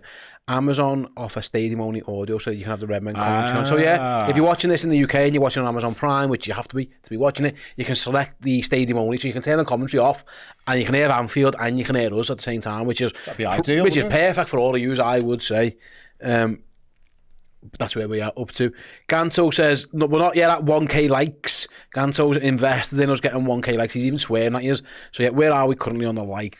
We are up to 450 likes with the nearly 2,000, 1,500 or so watching at this moment in time. So yeah, click the like button, guys, if you don't mind. Get involved in the stream. Just because Errol's not here, I know Errol's big on encouraging the likes. Well, Errol threatens them. Yeah. Yeah. Well, are you going to do that? You can be the muscle if you want. Yeah. Which camera am I on, Joe? There. This one. No, or just there. Or this one. We go this one. Yeah. Hit that like button now. There you go. I'll be good cop. Jay can be bad cop for this one as we head over to Anfield. This is a massive game for Liverpool. You can never walk alone. Belting out at Anfield, of course. Xabi Alonso will be returning in a few moments to hear that. It's been a while since he's probably heard it in person, especially on such a big occasion as this. I think I might say the last time we played Leverkusen in a big Champions League game, was it 05? Have we played them since? I can't remember. Garcia scored against them in 05, didn't he? That was away at home. We beat them 3-1 at home. Haman and Risa with free kicks. Yeah, I remember. We let a goal in right at the end, and everyone was fuming, thinking away goal, and then we went over to their place. I think it is because we had a little stat on a window saying we've only lost once, and the time we did lose was an infamous game. Our younger fans probably won't 2002, Yari Lippmann thought he'd done it for us, and then he knocked us out. We were more or less through to the Champions League, would have been semi-final, wasn't it? And 2002. Then Houllier made the famous decision to bring Didi Hamann off for Vladimir Smicer, and then our Michael Ballack ran through us. Yeah, they scored 3, didn't they? They scored 3 in like half an hour. They then went on to get to the final, yeah. They knocked Man United out in the semi-final, which was... and then got Zidane in the final. The famous Zidane goal. So yeah... the last game against them was March 05. It set the return leg in the Bay Arena. I went to both. We beat them 3-1 in both games. I went to both of those. The Bay Arena, what a game that was. That was when they scored and status quo played, and then we made the save and all our fans booed because they wanted to hear status quo again. By that point, it was like 6-1. In live in the stadium? No, that was their goal music. Their goal music. Right. But bear in mind, they were getting beat like 6-1 on aggregate or something at this time. And they played the goal music. Yeah, it's a bit sad, that, isn't it? Yeah. Right, who have we got in the chat then? Diane's in, says, good evening, Reds. How are we? Well, good evening to you, Diane. Hope you are doing well as the Leverkusen fans joining with You'll Never Walk Alone as tell you what, sings You'll Never Walk Alone. Barley United. Yeah. And they do, and they sing Allay, Allay, Allay as well. They've got, I don't know exactly what the version. I'll stop going on about Barley United. No, it's fine, mate. Yeah, I mean, you've had a good trip. What do you think about talking about the atmosphere There's been a bit of atmosphere chat. I feel like it was like an organ that you only needed certain time, Yeah, that's it. Anfield comes alive for big. It's like a shot of adrenaline. Isn't Anyone it? who thinks Anfield is going to be rocking for 3 p.m. on a Saturday in the 4th game of the season just has never been here. Yeah. Anfield comes alive and it needs to, and I actually think there'll be times tonight when Anfield's needed because the Bayer Leverkusen are a proper team. That's what I was. This is like. I understand this group phase is a little bit different, but like this is almost like your pot 1 team or your pot 2 team in old style group games. So yeah, Anfield, I'm sure will be alive tonight. There'll be fireworks going off in and around the city anyway, so I'm sure you'll probably be able to hear a bit of those. Daniel asks again, can you hear fireworks? Yes, absolutely. And in fact, you might even be able to hear them at some point throughout the course of the stream as well. One super chat. Thanks, Dave, very much to David for the €10 super chat. Says, hey lads, go for a 2-0 win tonight and staying perfect in the Champions League. Excuse me, up the red. Yeah, listen, I was saying this. The maths nerds, because no one really knows, but they don't like the supercomputers, and they all think 16 guarantees your top 8, 15 probably get you. Loads of people who play Championship Manager or Footy Manager have found that out themselves as well. It's around 15 points. So if Liverpool can get to 12 here with Madrid, Girona and PSV to come, you'd like to think Liverpool can get one more win in those 3 fixtures. So yeah, it could be a massive win if Liverpool can get it. Both sets of players are making their way out onto the Anfield pitch now. Anna Slott's got a nice flag there. That's a nice one for him to see. Leverkusen fans with flags and in full voice. Anfield Cop is rocking with the flags as well. We are going to be back with the entire watch-along of Liverpool versus Leverkusen after our break. Before we get to that break, I need some stuff for you right now. As mentioned before, press that like button. Every single one of you who are watching now, 1800s or so, and I'm sure more are on their way. Do press the like button, press that thumbs up, give us a like, get us to 1,000 as quick as possible. Steve gets it. And I'm gonna tell your mates to tell a mate as well as Xabi Alonso walks out onto the pitch. Let us know where you're watching in the world, what time is it, and your score prediction. Xabi Alonso and Arne Slot embrace. Xabi gets a nice round of applause. Of course he does. He's very, very well thought of here at Liverpool. Gives a wave to the fans as well. He is absolutely brilliant as a guy. He's very, very nice cool. hair, nice beard. Got a lot going for him. Nice little coat he's got on, little sporty coat. He's fantastic. Right, let us know all those things. Score prediction, where you're watching, what time is it? We'll be back with the full watch along after this quick break. See you in a minute. Hey everybody, how would you like to get your hands on this stunning retro Liverpool shirt signed by Jan Molby, no less? All you have to do is sign up as a legend subscriber at redmenplus.com and you will be in the prize draw to win this beauty, as well as getting access to our Discord, free merch, money off merch and a whole lot more.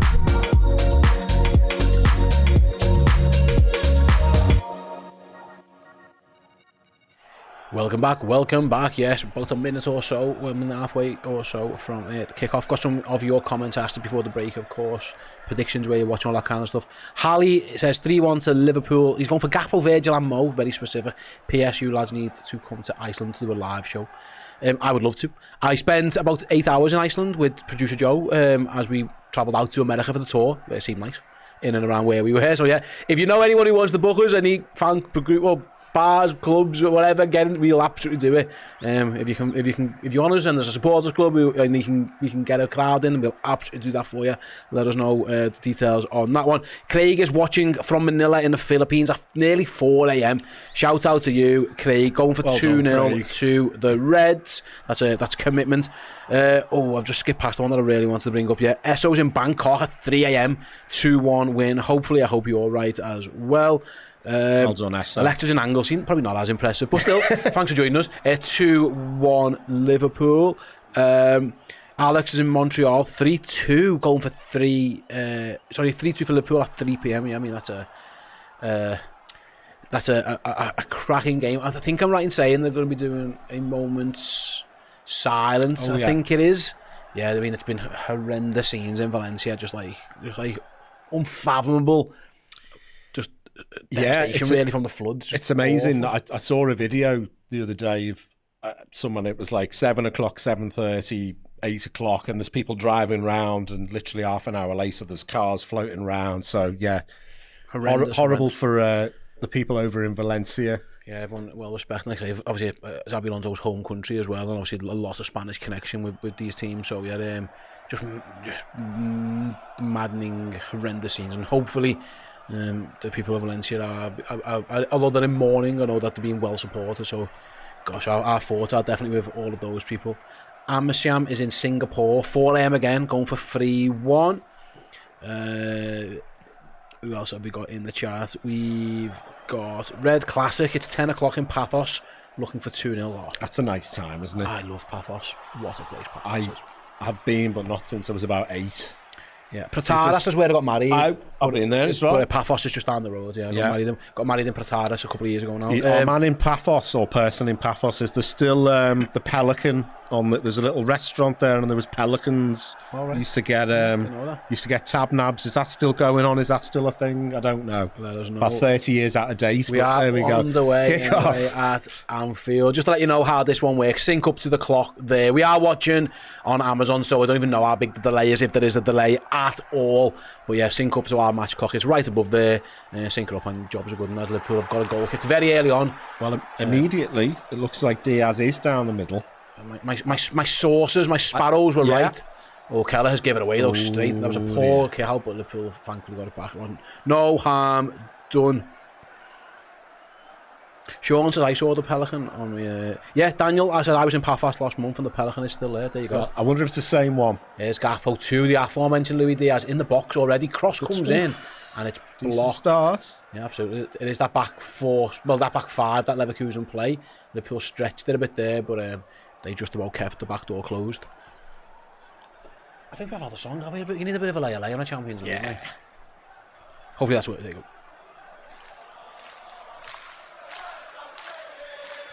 Leverkusen on their first soiree down the left, but Ryan Gravenberch steps across. I don't know if I was reading too much into it, but Slot said in one of his press conferences about the first 20 minutes, he said that's when the opposition is freshest. They try and hit you.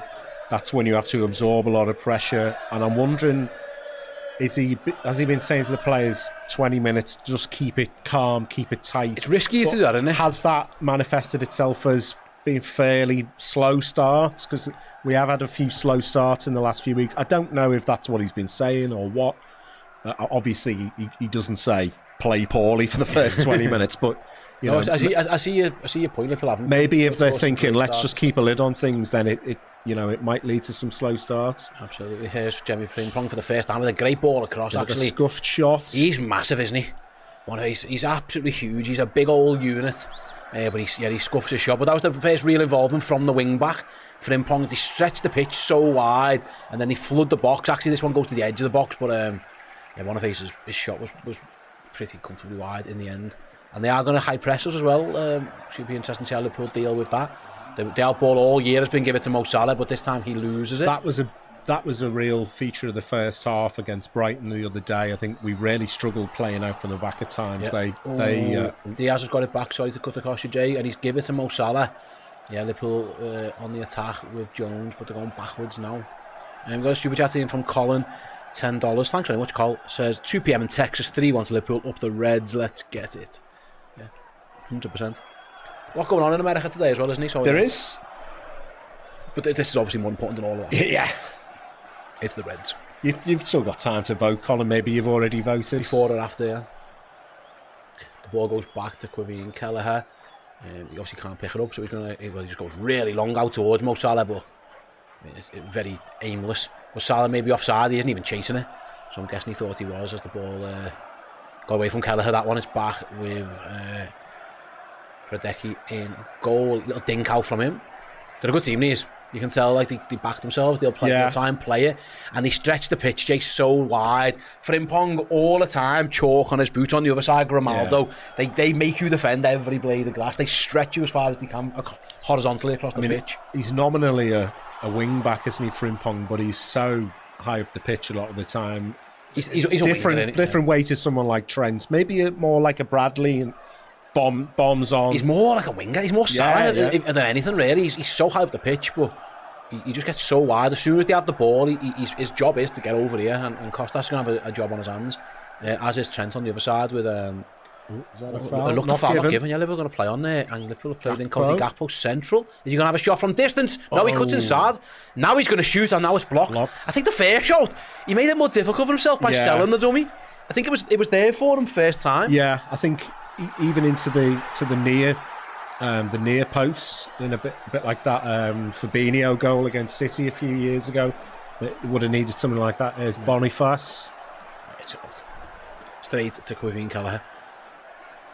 Yeah, that was interesting because I thought it opens up and then Gakpo sold the defender the dummy, cut inside, and by then actually the space had kind of closed. I think he could have potentially took that area, and he can strike from distance. We know that. Yeah. He's done it before. I remember West Ham from that type of finish, but didn't do it this time. Similar finish to that would have done. This time Kelleher. Nigeria have got a decent strike force, then, haven't they? With Osimhen as well. Yeah, they've got two good ones. They got stuck, didn't they, recently? They had issues with the flight and stuff, and he was one of the main protagonists. They're like, what the hell is going on? Right then, 5 minutes gone. Not much in terms of goal action either end, really. Currently, Leverkusen have a throw in front of Xabi Alonso's technical area. He's up on his feet, he's waving his instructions as Liverpool try and press Frimpong. Van Dijk wins it just about. Then McAllister uses his body nicely there. Mo Salah's got a lot of men around him now. He's going to have to do some work from there. He's more than capable, of course. He plays it into Diaz. Just didn't get there, yeah. It was good defending in the end. I think it was Jonathan Tah in the middle of the defence. Got it clear, and now here come Leverkusen trying to break, and Ryan Gravenberch just stops that. Yeah, nice. A late play. I think it was on Grant. Was it Grant Xhaka? No, it wasn't. Tell that was Garcia. He took the ball off.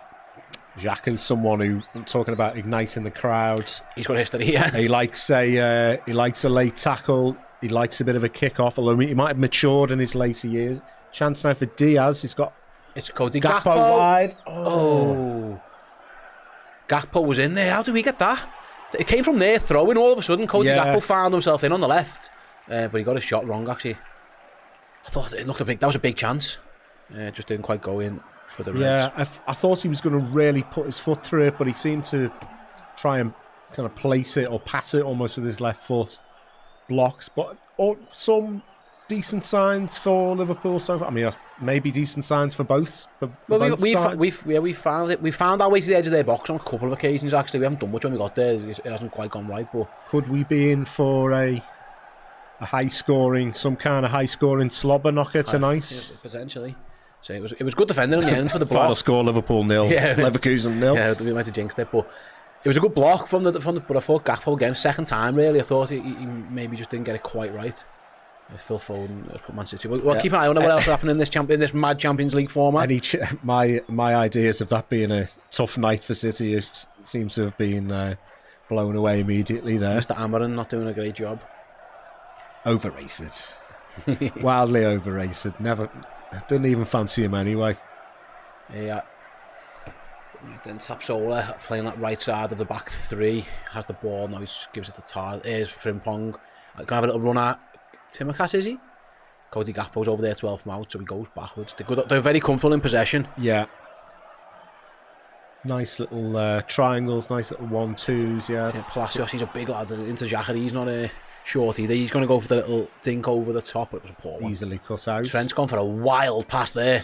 Left-footed half volley. It was poor, really poor. It was onto Salah really, but Trent got it all wrong. I mean, his left isn't as good. Anyway, his right footed passing wasn't amazing at the weekend, and that wasn't much cop there either. As Costas does really well there. Wins the header and smashes into Frimpong for good measure. And Liverpool got the ball back. That was a poor ball. A little bit end to end now. Can Salah use his strength? He has. He's done brilliantly. It's in Cafe up against him. Salah twists and turns. Done well. He's found Curtis. Liverpool need support. Salah and Curtis have isolated a bit there, and Leverkusen won it back. They are so energetic. Liverpool had two there, and Leverkusen swarmed them.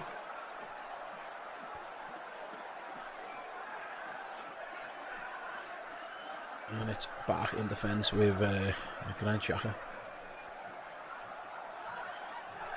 Yeah, I have to say, after he left Arsenal, I was surprised that he seems to be very much the linchpin of this team, and he's the captain, isn't he? Yeah. No, he's the goalie. He's the captain today. Right. Here's Frimpong, right hand side. Oh, good. Oh. Ball in with a lot of pace. I was going to say, it's knocked Ibu Konate down. Has the ref noticed? Yeah. Oh. Oh, right. Right on the top of Ibu Konate's head, and he's going in the wars again. He's got a little cast on. Little black thing on his hand there. Oh, he's up now, and he's fine. Little wrist bandagey protector. type thing. It was whipped in right off the top of Ibu's head. He was brave putting his head in there, but he felt it. I think he's all right. And yeah, Leverkusen, they had the ball in the halfway line anyway, so I think the ref will just drop it there. Yes, he will. Feel a bit sorry for Joe after Joe Gomez after his good performance the other day, but given that Konate is fit and available, I think it's nice to carry on that. His first choice, mate, until he's not. Yeah, I mean, as good as Gomez was, Konate hasn't done much wrong this year. Colin says, remember the 5th of November. Hopefully the game will be put to bed by a Mo Salah bend. Oh, hello, little curler. Nicely done. Nice little rhyme. But be careful. Curtis Jones puts it into Alexis. Liverpool. They struggled to play through Brighton at times. I don't think they've actually struggled too much to play through Leverkusen today. They haven't just done too much with it on the edge of the box. As Salah gets into a foot race down the right-hand side, is he going to win it? Up against, he's quick as in cap. It's not a foul. Given as a foul. Yeah. Salah he isn't happy with that one. Get up, lad. When Liverpool were linked with him, it was like, he is quite quick. Yeah. Salah gives him to be fair, he gives him a little push, doesn't he? Yeah. To be honest, you might as well give the free kick away there. Rather than have a goal kick, let them have a free kick on the touchline. Yeah, I think Liverpool, they really struggled first half, as I was saying, like playing it out from the back. Brighton were pressing really well. A lot of the time, the criticism of Slots has maybe been moving away from that Klopp style, and is the build-up a bit too pedestrian and things like that. But they could barely get a foot on the ball in the first half on Saturday. That's not been happening so far. They've already been able to string a few decent little moves together. So positive signs. Yeah. Leverkusen do look. They're not parking the bus. They're waiting to strike they like a cobra. They're definitely pressing. They're not pressing the goalie, but they press when it comes out the box. There goes Vert. Here they come again to try and close down Costas and nearly win it back. They might have won the throw-in. No, it was our ball. They waited to and Xabi Alonso tell them to do that compact. As the throwing goes all the way back to Van Dijk to Kelleher on his goal line pretty much. So now the press is going to come. And Konate, did they just kick that out or did they touch it? Oh, I thought Konate did that one out off Boniface, but he's given Liverpool throw-in. A couple of times there, the press got home. They're giving our defenders something to think about, aren't they? By they're not letting them kind of roll it around in the 6-yard box or anything. They're pressing them quite hard. They're so energetic. They're a good team. Like, the German champions didn't lose a game in the league last year. I think that's one game all year, and it was the cup final, the Europa Cup final. As Curtis Jones wins a throw-in on the halfway line. Garcia wasn't best pleased. He thought it was his ball, but I think that was right. Well, that's a good pass. Yeah. That's not. Oh, nearly. Yeah. Salah and McAllister not on the same wavelength. I think it was the right idea from McAllister. Salah just didn't read it. Of our usual midfield three, I would have, if I'd arrested any of them, I'd have just said maybe McAllister ahead of Szoboszlai. I agree. I feel like he's not been quite at his best. He's got to do the long travel to South America, and we've got another one coming up, haven't we, soon? And he plays all the time for club and country. Yeah, might be one of those 45 jobbies, isn't it? Could actually get the press on. And Leverkusen got a bit fortunate really, because it could have went anywhere. It bounced up to Tar, who was able to nod it back to his keeper, but Liverpool with the press, and now Cody Gakpo he's giving it up against the Tapsoba. I thought Gakpo, it looked like a foul, so the ref gave it. The ref's got a similar name to the guy that you were... Makeley? Danny Makeley? Oh, right, okay. Who, if I remember rightly, was... I don't know if it was the Champions League final, but you know how they have like their assistant teams? He jibbed one of his assistants ahead of a big final last year. See you later. Yeah. Not good enough for me. As Curtis Jones, like Gary Barlow and Robbie Williams. See you later. Back in the 90s, one of them had to go. Yeah, but it's not this time big enough for the both of us. As Diaz does well to be Frimpong for Liverpool. Oh no, it's Tassobri's passed, and Diaz is running free. He goes centrally. He plays it wide to Mo Salah. Salah's in the box, wide to Jones. It was a nice move. Great Liverpool move, and Curtis just didn't catch it. And now Leverkusen are going to try and break. Liverpool need to get back. AC Milan are beating Real Madrid in the Bernabeu, by the way, 1-0. That was a good Liverpool move, wasn't it? Yeah. Couple of good pieces of play there. Curtis just kind of rolled it into the goalkeeper, I wondered if Diaz had held on too long there, but actually... It worked out.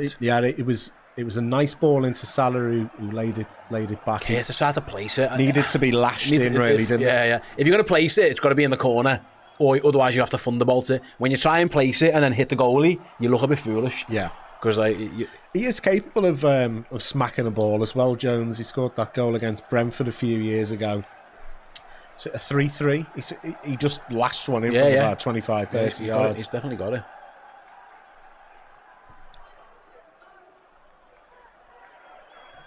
Solid start from Tsimikas, I think, so far. He made one or two interceptions. He got closed down by a Leverkusen player and the ball went out for a Liverpool throw. But I've been encouraged with our start so far. Yeah. Their goalie just kicked it straight up in the air. He's had a few dodgy kicks out. Yeah, he has, yeah. What's his... Hradecki, is it? Hradecki. Hradecki. It's with it's HR. That's not an English finger. Yeah, it's a very Scandinavian thing, and it can throw us up sometimes. Hradecki. Just say Hradecki. As a nice bit of skill by Boniface. Wide to the left, and he's played it inside, and Leverkusen on the attack. He's fell over. Liverpool got a bit of luck there because Palacios fell over, but it comes out wide. I mean, if their centre half's going to strike from there all day, Liverpool won't be that unpleased. He'd have to be an absolute world. It was a low XG opportunity. It really was. Someone else says, I've just joined. There's Errol at the game today. He is. Yeah, there you go. Josh says, if Madrid can't get Jude, Vinicius and Mbappe to work, who's getting sold? Absolutely none of them. They'll get someone to make it work. Probably Xabi Alonso. Yeah. I was doing a bit of transfery stuff last week, and I was scouring the Spanish online newspapers, as you do, and there was a story saying Ancelotti's 95% certain to go or something like that. It's going to be Xabi Alonso, isn't it? Well, this paper reckoned they were going to try and push the boat out to get Guardiola, which seemed like a mad... Don't see that. No, I couldn't see it either, but there you go. Here's Lucho for Liverpool. Out wide to Mo Salah, cuts inside, back to Diaz. He strikes and gone up in the air off the block. I think it was a Granit Xhaka who was filling in. I couldn't quite see. Liverpool have kept hold of the ball for now, though, and now they've lost it. Good skill as well, to be fair. I think was that Palacios. He found a lovely pass out as well. And here comes the counter. And Liverpool needs to be careful. As here comes the... it's moved quickly forward. Frimpong outright. Got up against Kostas Tsimikas into the box. Edge of the box for the shot. Well blocked. Virgil takes one in the face. It was a Granit Xhaka thunderbolt. And Liverpool's captain took it right in the mush. Brave defending. I mean, I don't know how much he knew about it. Oh no, to be fair, he ducks his head into it. Fair play to Virgil. That's brave. Yeah. Oh, right in the side of the head. He'll live. He'll be all right. That's both Liverpool centre halves have been taking a blow to the head. Yeah. Talk about Granit Xhaka. Our captain's made of granite. Yes, how about that? Dutch granite. Moses says, why did the ref stop the game? Because Virgil van Dijk was on the floor. Head injuries, mate. You've got to stop the game for a head injury. I might have Liverpool a favour because I thought Leverkusen were on a decent roll there. Yeah. But Liverpool got the ball back and they're going to try and press us. Liverpool are going to try and play out. Go long. Salah's the out ball again, and this time his touch is fantastic. And ball! Surely. Yeah, and ball given against Granit Xhaka. It was a promising looking move by Liverpool, some one-touch passing. Was it handball? It looked handball. Yeah.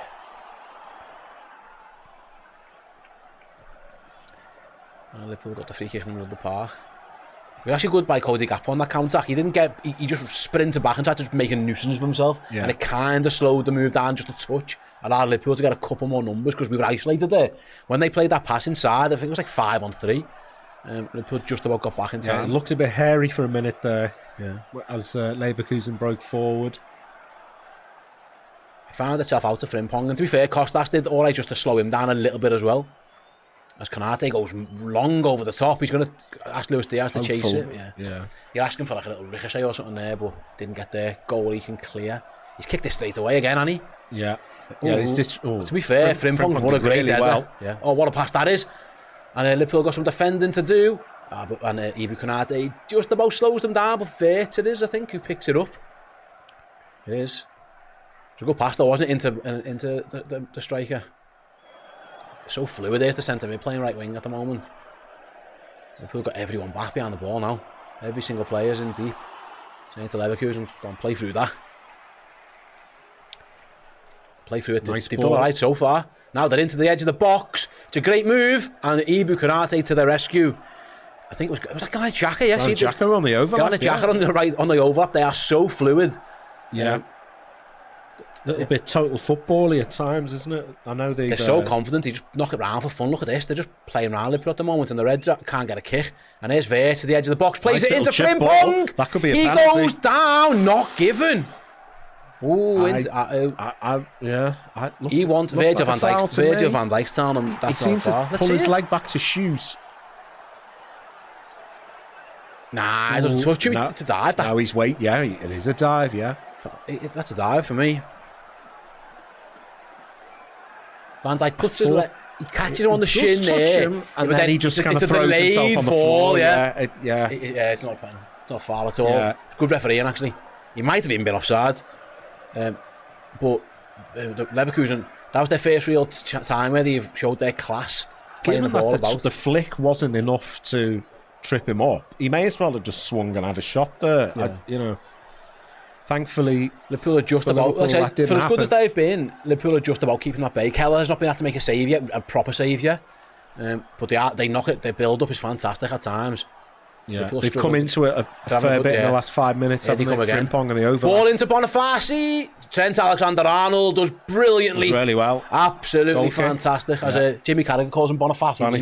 And he's fallen down the little crevice next to the advertising hoardings. He doesn't look too well at the moment, I have to say. He's been sent straight into the advertising hoardings. It was a good play again. Frimpong with an excellent ball into the big striker. Trent just follows him across the pitch. He's fine. He doesn't even touch that board. Yeah, he's a big, strong man. And Alexander-Arnold does so well just to lean into him. Yeah. Makes him effective. Doesn't concede the corner. No, it's a goal kick as well. And then he slides down. Oh. He has a little crash into the boards, doesn't he? Brilliant by Alexander-Arnold. He's thinking at this point, Oh, no. Oh, dear. He'll be fine. He'll be all right. Is he not on the pitch at the moment? Was it Xabi Bonlahor? There's that clip of... He went over the top, didn't he? And someone took a photo of him, yeah. Is he on the pitch? Actually, no, he's still getting seated behind the goal. He's not in a great shape, actually. So unfortunate for Leverkusen, but this could be a bit of fortune if he has to go off. They're down to 10 for a moment. Can Liverpool maybe smell blood and take advantage? Because their shape's going to be all over the place now while Liverpool have the ball. Diaz goes down. No foul. No foul given. I thought it was a foul.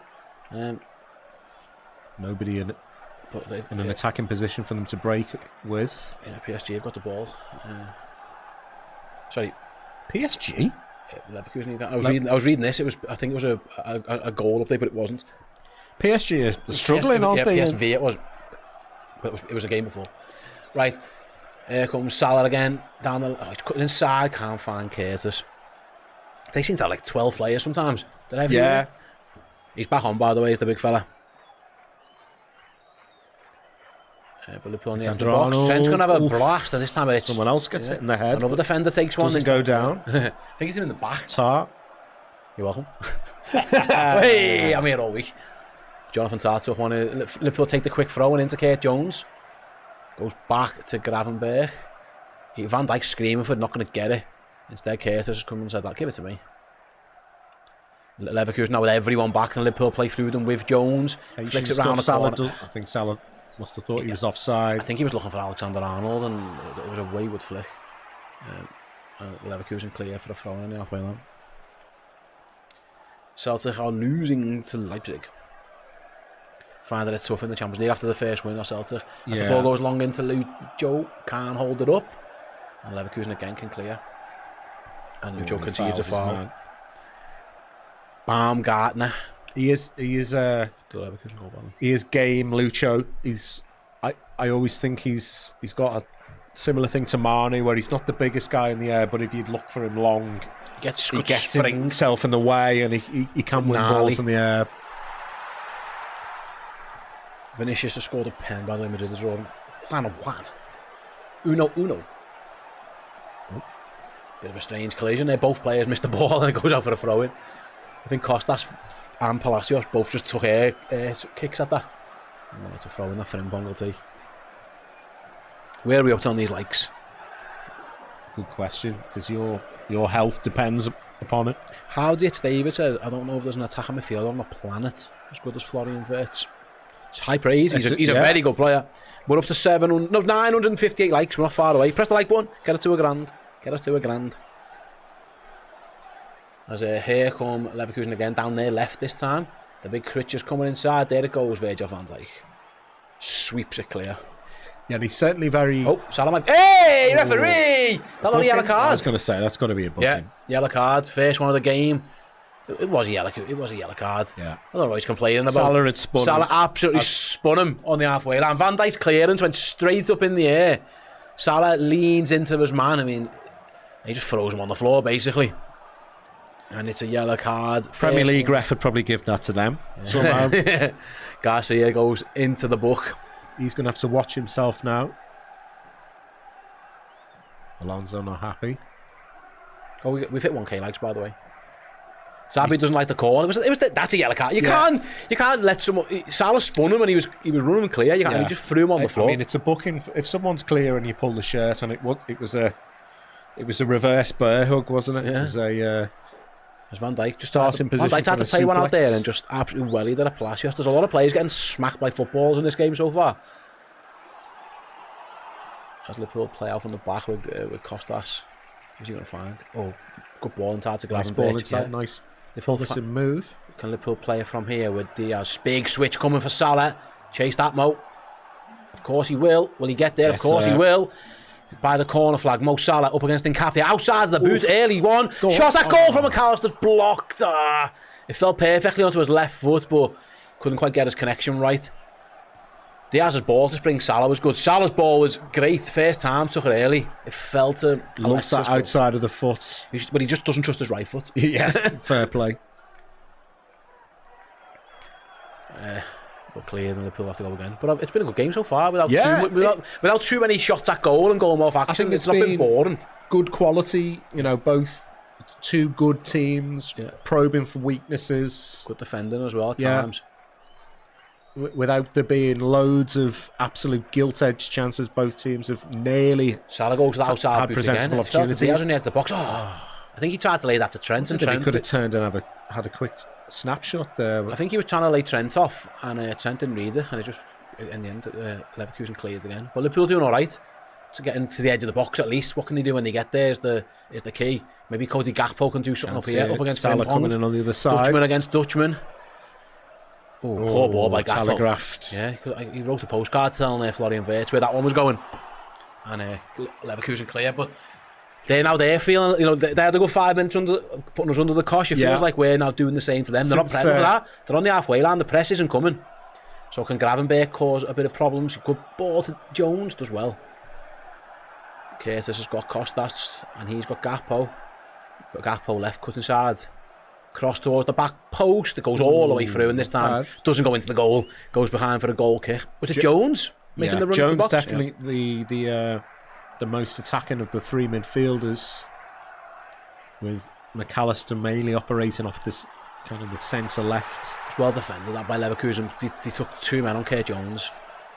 Nice to see him. He's not making the runs to the box though. It was Curtis. I've got a score update. Let's have a look. Jonathan David has put Lille in front against Juventus.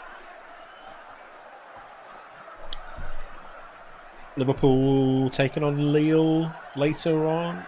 Yeah, 7th game, is it? Yeah, they've got Madrid, then Girona, just back-to-back Spanish. Yeah. And then it's Lille, and then it's PSV. Yes, PSV the last game.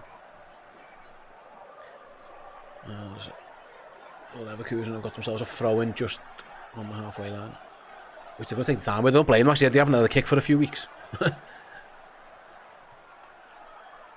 And Curtis Jones, as he kept it in, oh, so unlucky. Jones snuck in there and tried to poach it, but it just trickled over the line, throwing.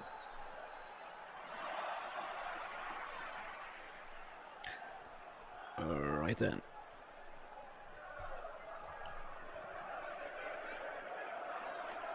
Here you go, Leverkusen down their left, just kicked it straight out of play. Ronaldo. He's a good player as well. Yeah. Do you got good players?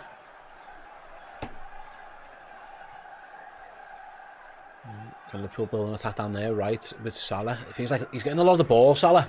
Because when you are playing against a team like this, that's where the space is. When they flood the midfield with centre-backs and midfielders, ooh. Bit of Costas, hospital pass by Costas there, but he got away with it. Yeah, Alexis just about gets enough on it. There comes the press. That's a foul, surely. Yeah, it was.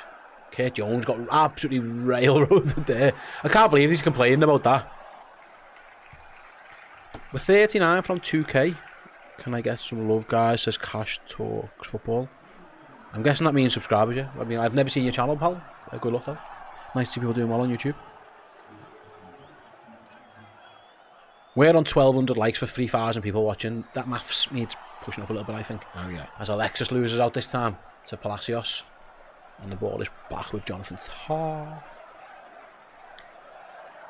Mo Salah's going to have a little go at Nkapie, see if he can press him. And Trent's going to go. Liverpool are pressing high now. Can they win it back? They're stuck in their own corner flag at Leverkusen and they just kicked it up in the sky. And Liverpool have got it back with Gravenberg. That was a good press. Alexander-Arnold smelt blood, put them under a bit of pressure, and Liverpool got the ball back. Panicked a bit there. I think that's maybe that little moment is the difference between Slot and Klopp. The Klopp team would probably try and make something happen there, but Liverpool just thought, no, recycle the ball. Go again. There wasn't really anything on. With Virgil at the back, gives it to Tsimikas. Goes down his line to Gakpo, makes himself available for the overlap, but it was well marked actually, and Gakpo's had to go all the way back to his centre half. And he's had to go all the way back to his goalie. Keller let it go under his foot there, he's lucky.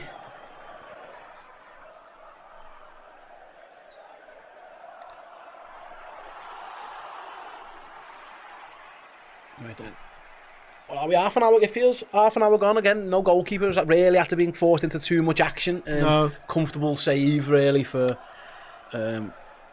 It's been Curtis Jones just shot aside. Like there's been moments for both teams, but actually they found creating that major opportunity hard to find. Curtis Jones probably had the best option with the shot from distance. Liverpool's press again now, and they forced Leverkusen into a bit of a mistake. They've given a throw away. Yeah. In terms of the, I think Liverpool would have liked that to stay in because Costas was running clear, but it just went out. The press was working though. Yes. Last 5 minutes. Yeah, definitely. Their goalkeepers put a few out of play, or you know, centre backs just kicking it up in the sky a little bit. Yeah. Here's Jones. It looked a bit more open, I thought, in the first 5 or 10 minutes. I thought there might be my prediction of goals for either side. It doesn't look like it's coming true. Both got sides of long ball by Virgil looking for Gakpo. Gakpo against Frimpong. Frimpong, that'll be a foul. Is it? Yeah. High five to his teammate, international teammate, and they get on with it. There's a little nudge by Gakpo on Frimpong. A little push in the back here. Don't think he needed to do that either. No. Make him do something, or let it go. You know, let him try and do something from there. Radecki asking for an option. They're going to kick it long. They've had enough of that. Yeah, Xabi's telling them as well. Kick it. The big fella is going to come over to stand by Virgil van Dijk. Two Goliaths are going to battle for this one. Virgil wins it. Wins it massively as well. Onto Salah. Onto Diaz. Diaz wins it. Oh, good turn, referee! Free kick to Liverpool in the D. Yeah. Oh, left footer though. That's a weird. It's left hand side of their defence, right hand side of our attack. Salah from there. I think Trent can still. It's definitely a foul. I don't know what Granit Xhaka is complaining for. He's wiped Lucho out. Costas could take a free kick. Yeah, I'd rather have Costas. Xabi Alonso said it's not a foul. It's definitely a foul, Xabi. He's absolutely wiped him out. Trent could still whip it round the wall from there. It's just, it feels more like a left footer's kind of angle, but Trent's definitely going to have the shots. Yeah, Trent. Yeah. Salah's there. It does suit the left footer, but you've got to think Alexander-Arnold will be doing this.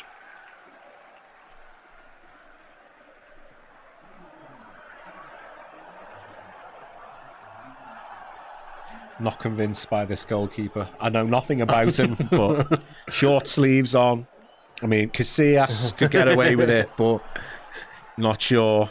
Not sure. They've got Frimpong as the old draft excluder. Yeah, I feel like, this is Trent territory. Radecki's at the moment. It looks like a left he's foot. covering the left-hand side. It looks like a left footer should take it, but you've got to just think Trent will take it because he takes everything. Maybe Salah's just there just to confuse them. It's a left footer shot all day from that angle, but listen, if anyone I feel like Trent will hit it. Yeah, but top right hand corner. Trent will go for it. This is his sort of territory. It's such a hard angle for Alexander. He's certainly good enough. We know how good he is. It feels like a left footer all day, but it's going to be Trent. Can he wrap his foot around it? Can he find that top corner? Let's find out. Here he comes, Alexander-Arnold for goal. Takes the wall deflection over the bar. That was always going to be so tough for a right footer. I just didn't. The angle's not there for that, really. A few tall fellas at the end of the wall. That's just so tough. Yeah.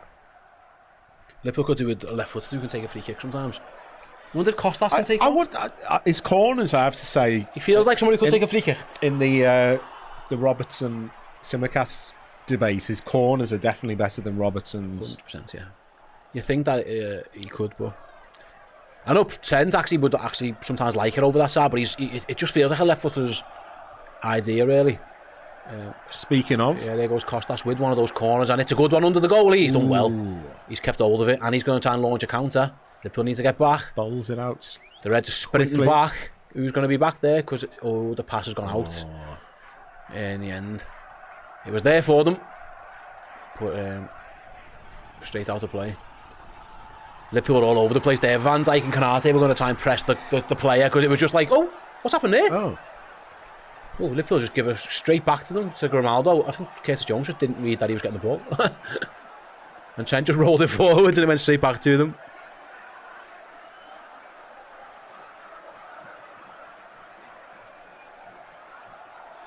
It's the box. Grimaldo goes for distance. Kelleher sees that. Nice neat feet by Vert. I didn't see loads of him last year. Kieran asked me, what do you make of Harry Wilson's goal last night? Goal of the season. It might have been until he said he didn't mean it. I didn't see it. The cross comes in and he goes he says he's trying to flick it on and it ends up in the back corner. Like it looks amazing. Yeah. But when he says he said like, I was just flicking it on, hopefully someone get on the end of it, or it goes in, which makes you think he doesn't mean it. So I'm going to say not as good as his free kick for Derby against Man United. Not as good. He scored the winner as well with a shoulder. He was trying to edit it and miscued it and went in, but it was a good goal. But yeah, he loses style points for that. It's a good one now. Here goes Diaz up against Tapsu. He's going to give a free kick against Diaz. I'm not sure how. Oof. Diaz not happy. I thought he was fouling Diaz. Look at that. That's a foul.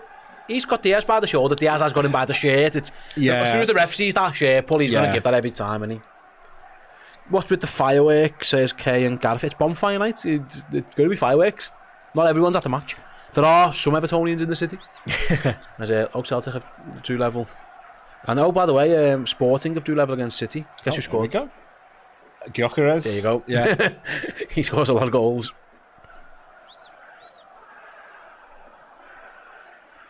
We can hear fireworks outside our studio, but I can still hear them. It's loud. Yeah, and if anyone did want to break in and rob us or kidnap us, tonight would be the night to do it, because you just hear the fireworks. We would just assume that there was fireworks going on. Don't do that. Don't get any ideas, please. Oh, that's a bit of a crunching challenge. Collision between Gakpo and was it Xhaka? Yeah, they've both gone down. The ref's just going to say crack on. It was an accidental collision. And Leverkusen have got the ball left-hand side with Grimaldo. Yeah, Xhaka and Gakpo just belted each other accidentally, and the ref just says, well, you're both on the floor, we'll just play on the game. Costas has got an aerial duel to win. He's got somebody's shoes falling off, though. Costas' shoes. He must have been fouled because his boot fell off. Yeah. That must be a clear-cut sign that something's happened. He was up against Wirtz. Wirtz, to be fair, he didn't mean it. Yeah, it did. Costas had to clear that with his sock. Yeah, fair play to him. Left footer with no short. Is that some kind of infringement? Like, say your boot just fell off and you were ready to tap the ball in from 2 yards. Is that allowed? Yeah, or I think you're fine. You think you're all right? Yeah. Yeah, that's that collision. I mean, it was probably a foul by Xhaka. He seems like he's all right now, so we're going to carry on. What about if you take your boot off and throw it and it hits the ball and goes in? I reckon you get booked for that. You are the ref. Yeah. It sounds unsportsmanlike. It is. It does sound a bit unsportsmanlike. Let's have a look. I thought it was Jonathan Tah, it is, yeah. They've gone backwards to Sapsoba. Right hand side there, back free. Liverpool have forced Leverkusen back, but they're comfortable with the ball, and they always are. They always have been. Like anyone who saw any of them last year knows they're more than happy with this one. As Alexis wins it back, can he find Diaz? He can, and he loses it. And gives a free kick away in the process as well. Get up, lad. Palacios has gone down.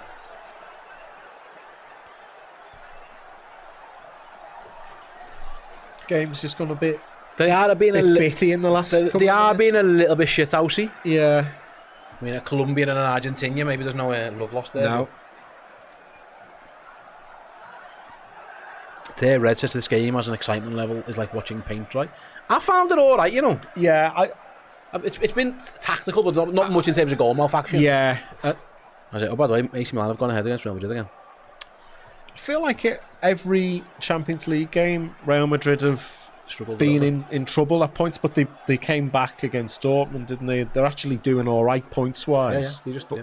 I feel like they haven't battered anybody. But they did eventually against Dortmund. Well, It took a while. As Ibu Konate plays an audacious chip out to Trent, and Trent misses it. And it's a throw in to Leverkusen. Like I say, these are two top teams at the moment, Jay. There is a little bit of cancelling each other out. Yeah. As Trent concedes a bit of foul there. It's going to be a set piece for Leverkusen from a dangerous area. This is dangerous times. Look, can Liverpool need to be careful here. Grimaldo just, to be fair, he sends Trent, and Trent just went after. We were giving away fouls in this kind of area against Arsenal the other week. Obviously, Arsenal ended up capitalising with their excellent delivery from Rice, and was it Marino, wasn't it? Got the goal. Need to be on their guard here, Liverpool. They've got Tar in there as a big lad. Liverpool are quite deep here as well. Very deep, in fact. Maybe there's something they've learned. I mean, they couldn't. To be fair, actually, given where the free kick was, they had to be that deep. Yeah, just outside the 6 yard box. They're like a yard outside the 6 yard box. Leverkusen. I would say 7. Look a bigger team, potentially. I would say 7 yards away would be my maths, as the cross is going to be the outswinger from Grimaldo. Deep cross. Kelleher comes and claims Nicely it. claimed. Liverpool launch a counter. He's asking. Yeah, Van Dijk tells him to roll it to Diaz. Diaz loses it. And then McAllister wins it back. Brilliant. Won it back really well. Could have given a foul I don't think away. Kelleher wanted to give Diaz that. And then Van Dijk told him to. And then Diaz ran straight into trouble. But Liverpool are going to break now. Salah. Brilliant ball by Trent. He kept it in. Salah left. Go on, Mo. Right hand side. Into the box. Cuts inside. Goes to the near post. Ooh. Spilled by the goalie. But no one was there. Tight angle. It was tricky. There wasn't much on really an obvious ball other than maybe just play it into a dangerous area, but maybe you get an own goal or something. All of our men in attack went to the back post. Yeah. So Salah had to shoot. The little deflection might have annoyed the goalie, but he got enough behind it. He didn't catch it though. But Liverpool had no one there. Yet the angle was tight against him. As Simicast got some defending to do, he's lost out. Oh, and Frimpong's one-on-one with the goalie and scores. Liverpool won a foul. Oh, something's given now. What's he given now? Did he say it was handball, but he wanted us to VAR check it?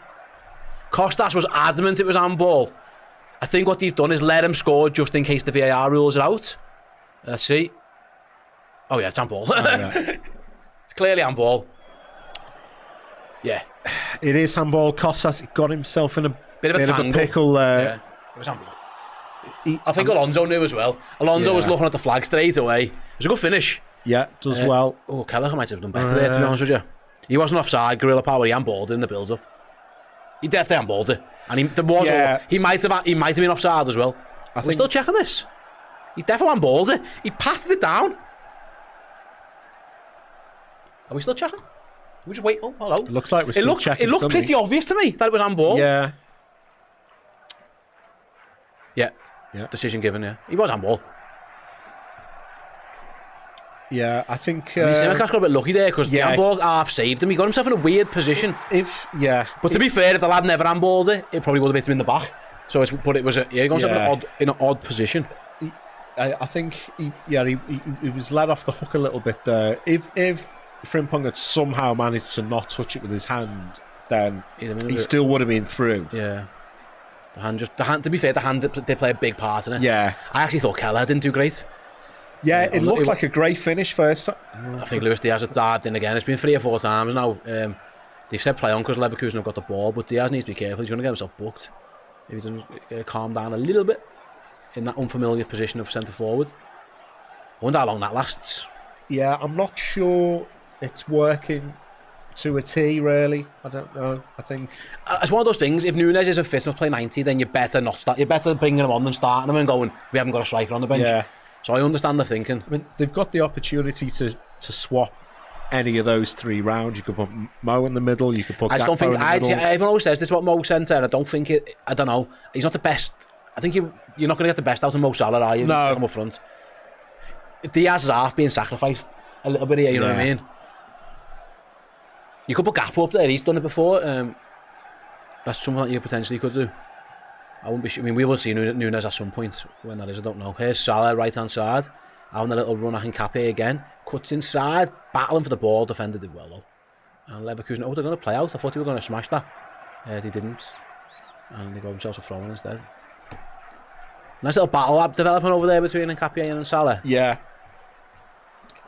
Mo using his strength again, as we've seen. Yeah, he definitely just showing the replay of that.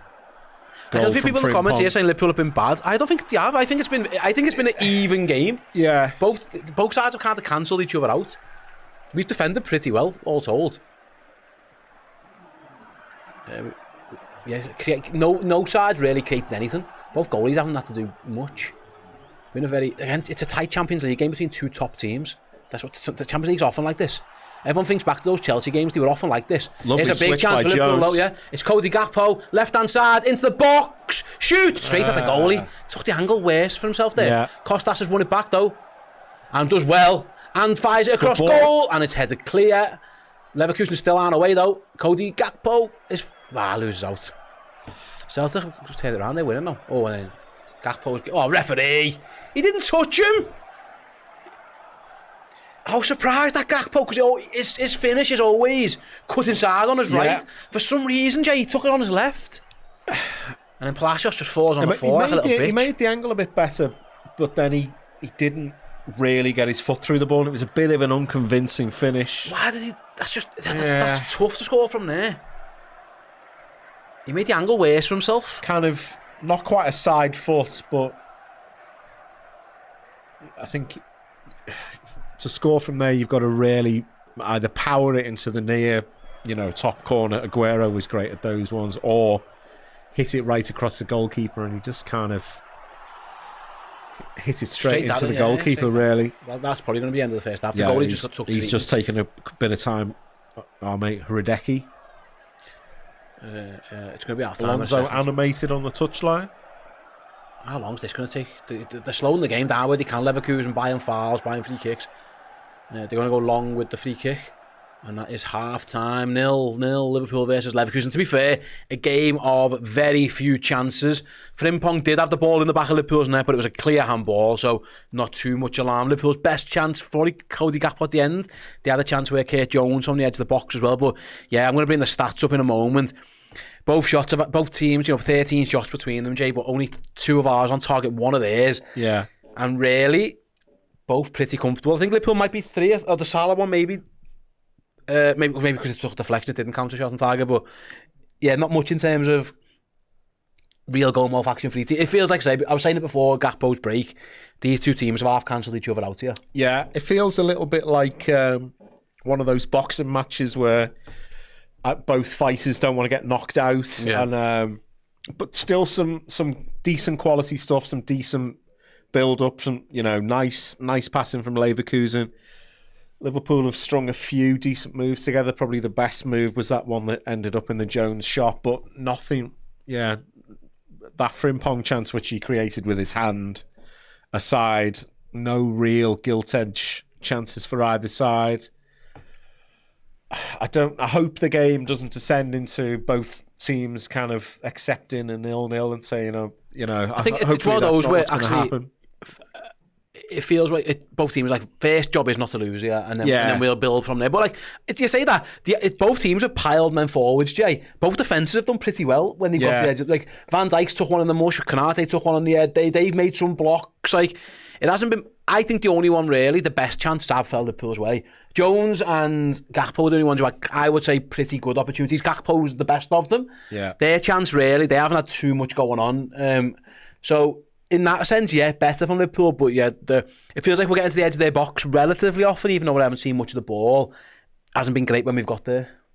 Yeah, it feels like it's not parking the bus stuff from Leverkusen, but they're happy to defend and then win the ball and then spring. And when they do spring, they're piling men forward. They had a few opportunities where with a better final pass or a better bit of control or whatever, they could have had a 4-on-2 or something like that. We've maybe been lucky in a sense for some of those. Hoping for a bit more maybe clear-cut stuff in the second half. I mean, I think Liverpool I don't think they've been poor. I think I just think you're playing a Champions League game against the champions of Germany, who didn't lose a game pretty much all the last. They're a good team, and they're allowed to be good. And they've played all right defensively, and we've played all right defensively. I think we've shaded the attacking bit just about. They've played some nice stuff at times, and actually they've kept hold of the ball a bit. But we've looked like we can hurt them at this moment more than they can hurt us. It's just that they're a good team, and they've got a back three that turned into a back five. And all three of their centre-halves have defended pretty well so far. And we haven't got a striker, and that could be something that changes. Yeah, I think that, maybe things would be different if you had a really fully fit and firing Nunez up there or something like that. I think there's probably a lot of respect for each other from the two teams. I'm not saying that either of them are going to settle for a draw, but maybe there is that thought with, I don't know who Leverkusen have got in the later games, but maybe there will be a little bit of that creeping in. Well, Xabi did say this is his hardest game away at Liverpool. Right. I know they've got tough games at home, but they'll bite your hand off for a point here. Yeah, of course, yeah.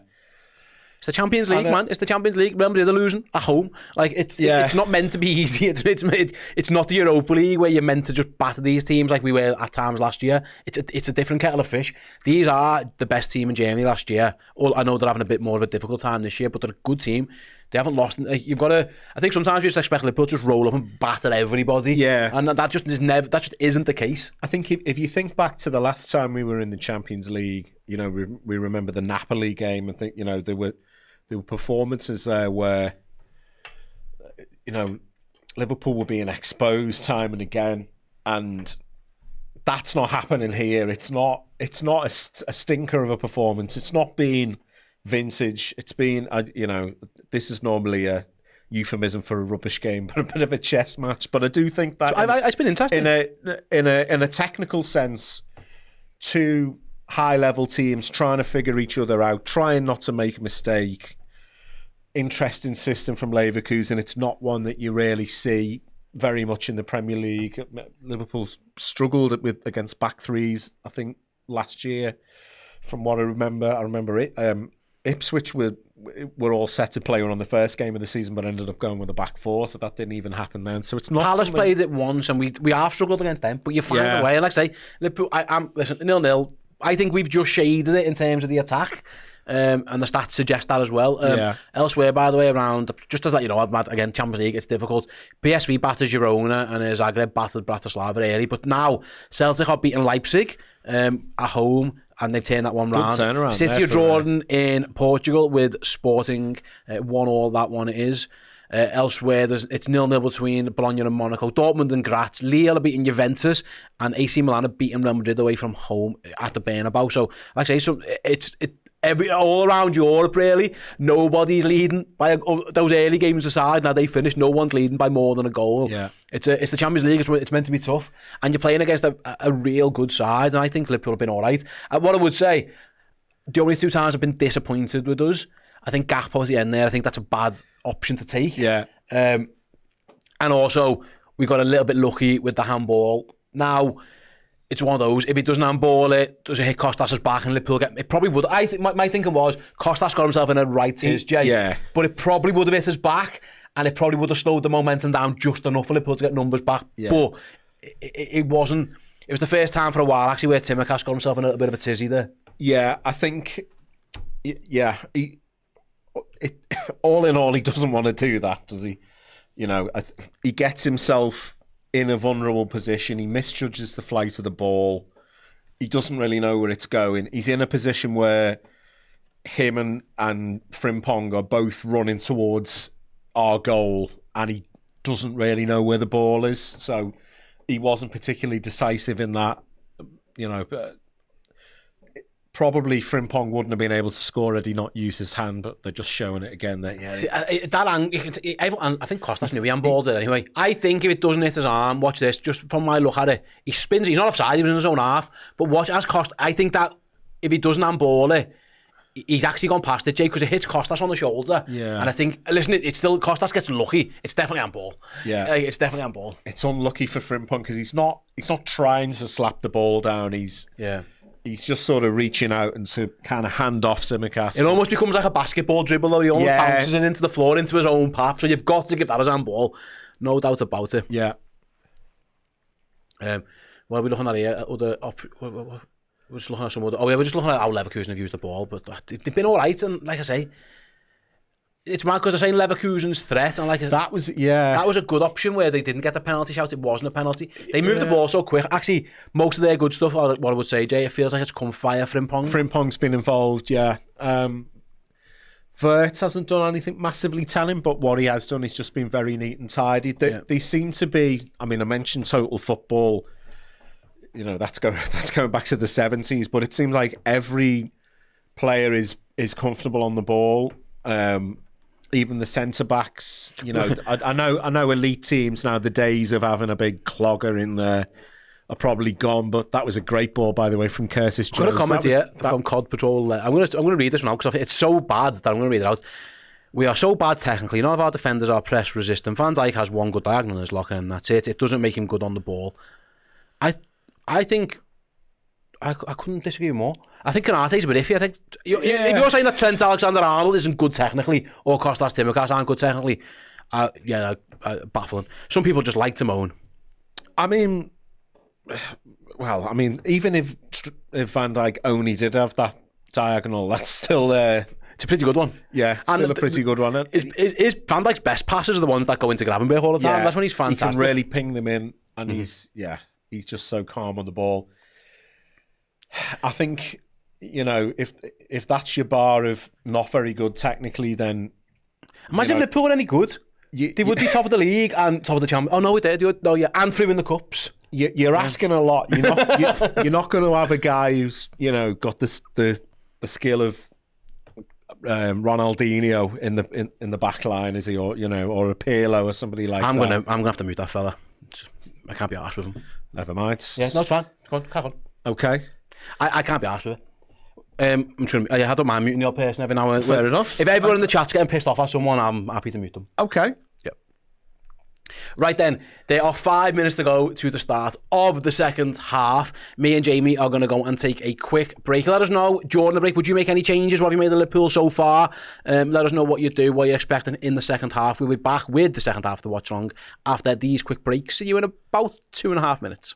Hey everybody, how would you like to get your hands on this stunning retro Liverpool shirt signed by Jan Molby, no less?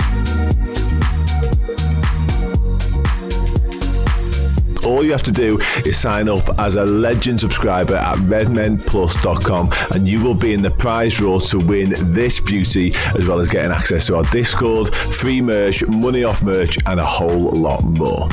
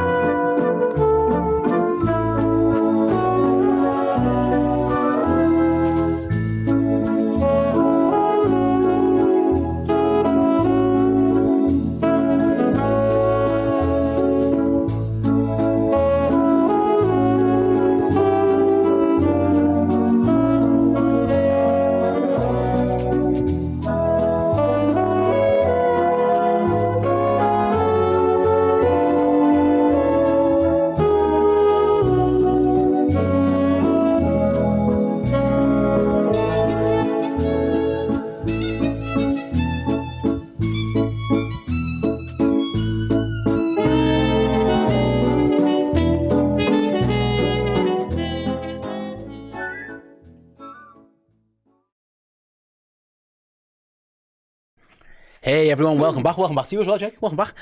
Hope Just you're in all, time. Hope you're all doing well. Yeah, absolutely right in time. Thanks, Bobby, for counting us back in. Hope everyone's doing well. We've got about 3 minutes or so until the start of the second half.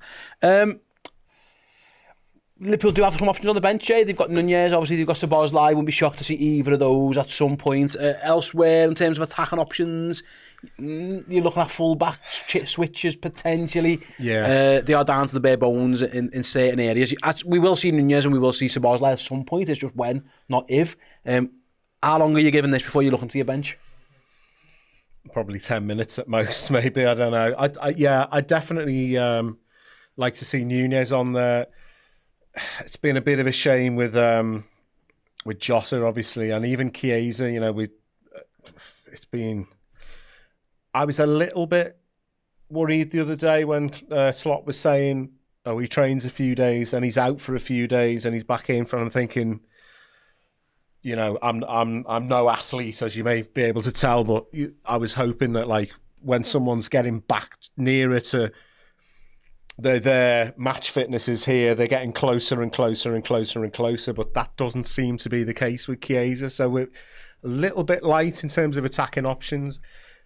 I mean, even if we had a Dan's or, you know, just an option, like when he came on in the League Cup final, just put himself about, you know. So, Diaz, I think Diaz, it's been a bit of a thankless task for him. Doesn't look like there's going to be any switch up of him and Gakpo. We'll see how they come out in the second half. I've quite liked Jones. I think Jones has been pretty good. I would maybe Szoboszlai for McAllister if it was going to be one of the midfielders.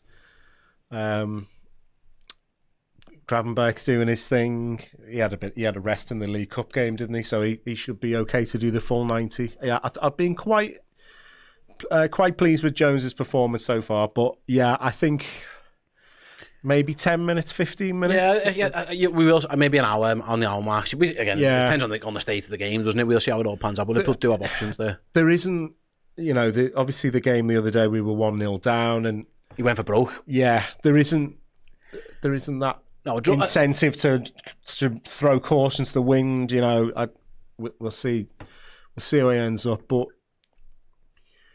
Slot has proved so far he can change things on the bench, can't he? Yeah, he's done that all. He's done that quite often this season. Whether it be off his bench or actually his half-time tweaks.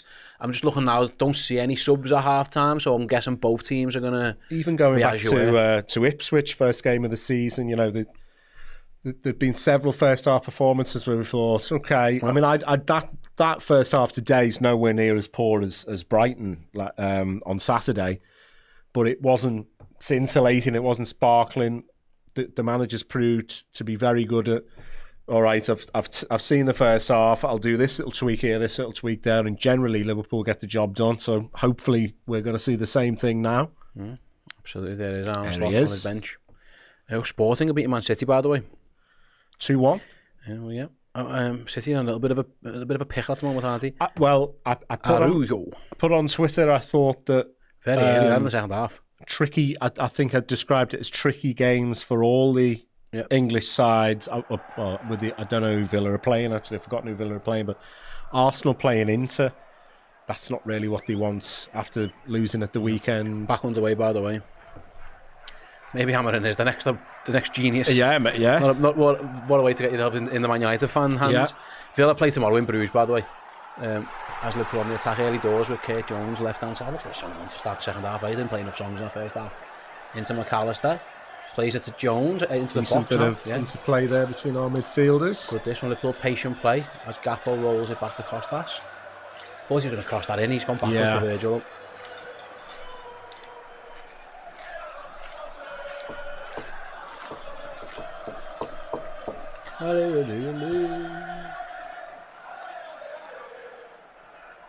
Liverpool going, poor ball. Poor ball. Was that Van Dijk looking for Salah? Got nowhere near it. Unmute that fella in the chat. And it's going to go all the way back to the goalkeeper. That Luis Diaz is going to put him under a bit of pressure, just see how he deals with it. He deals with it by kicking it straight back to Liverpool, so maybe that's something that we can keep an eye on. Yeah, he's had a few of them for Hideki where he's looked wide. His kicking hasn't been great, has it? For Frimpong. One of them, I thought it was too high for him, but Frimpong just managed to get his head on it. That one was over his head. Yeah. One or two of them have gone out of play. Trent back to Canate. Trent's not really being able to dictate much. He hasn't seen too much of him, has he? His defending has been good. I think there's been a feature of him this season. His defending is definitely the one thing he had to deal with Boniface. He did really well. Mo! Dear me. Very Mo Salah. Like Kurt Jones rolls in Mo Salah and he just let the ball go under his foot. I think he took his eye off it, looking what he was going to do next before he had it under control.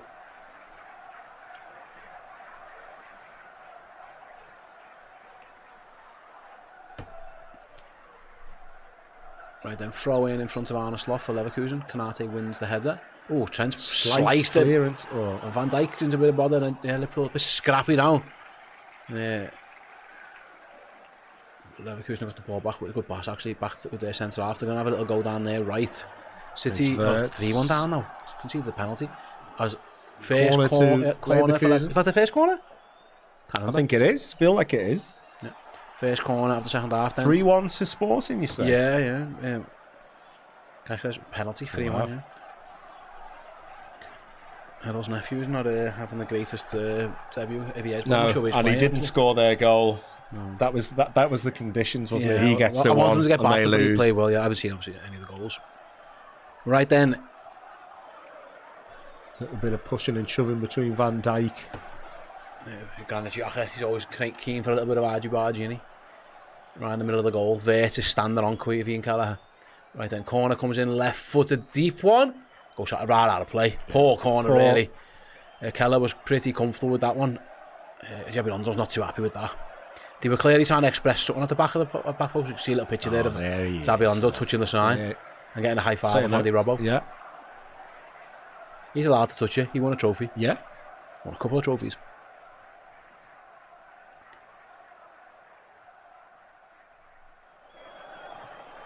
Do you reckon there'll be any Leverkusen ultras going, no, should have blanked the sign? I reckon he'll be fine. Yeah, I think. Good turn by Curtis Jones, and he's away from his man, and he can't foul him. And Curtis Jones is running away, and they still got it. Just got doubled up on in the end. There's just no pass for him. But Trent's won it back, and he's what a ball to Salah. Salah just loses out. Good defending again.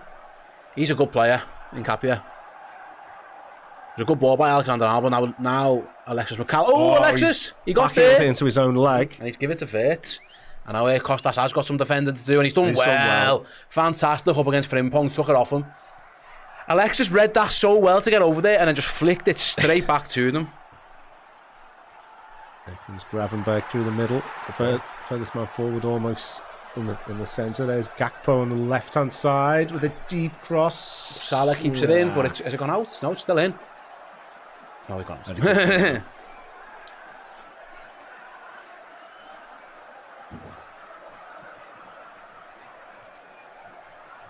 Yeah, I never really get the chipped cross to the back post because Mo, as good as he is with his strength up against, that's not what you'd say is Mo Salah's.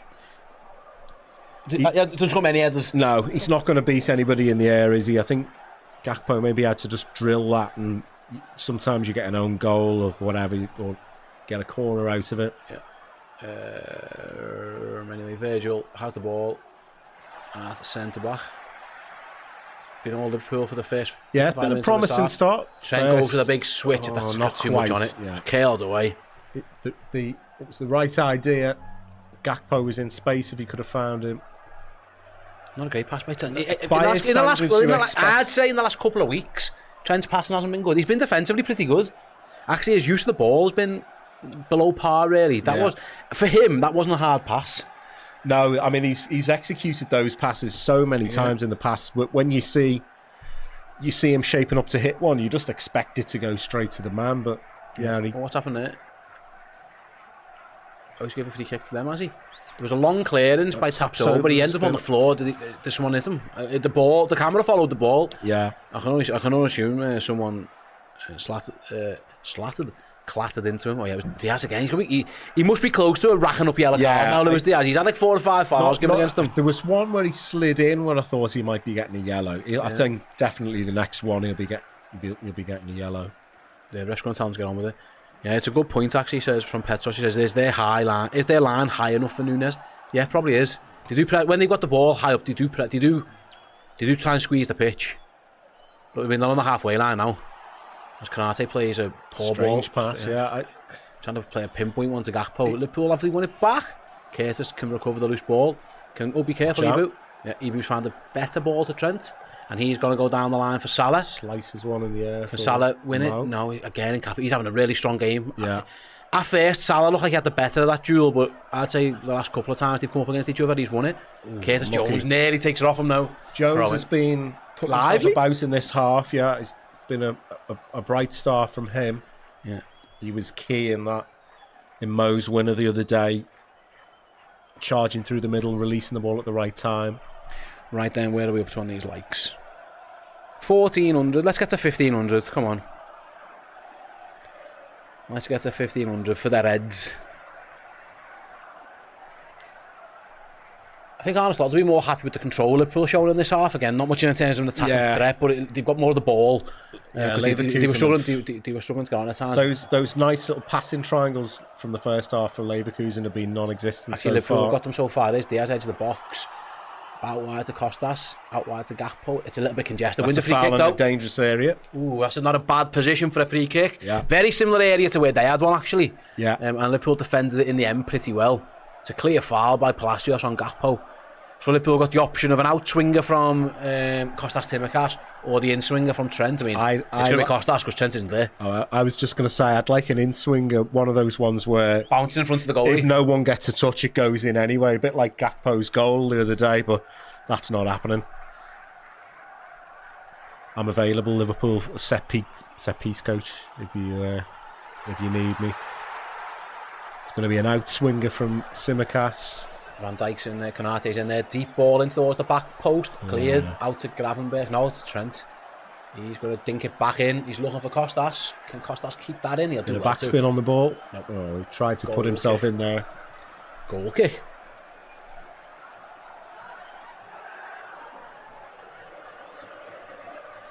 Alright then, 53 minutes gone. Leverkusen have the ball on the halfway line. Ibu Konate wins it just. Looked like he'd left the ball behind himself. Both players there. Actually. Salah finds Jones, right hand side, cross low, looking for Gakpo. Done it as well.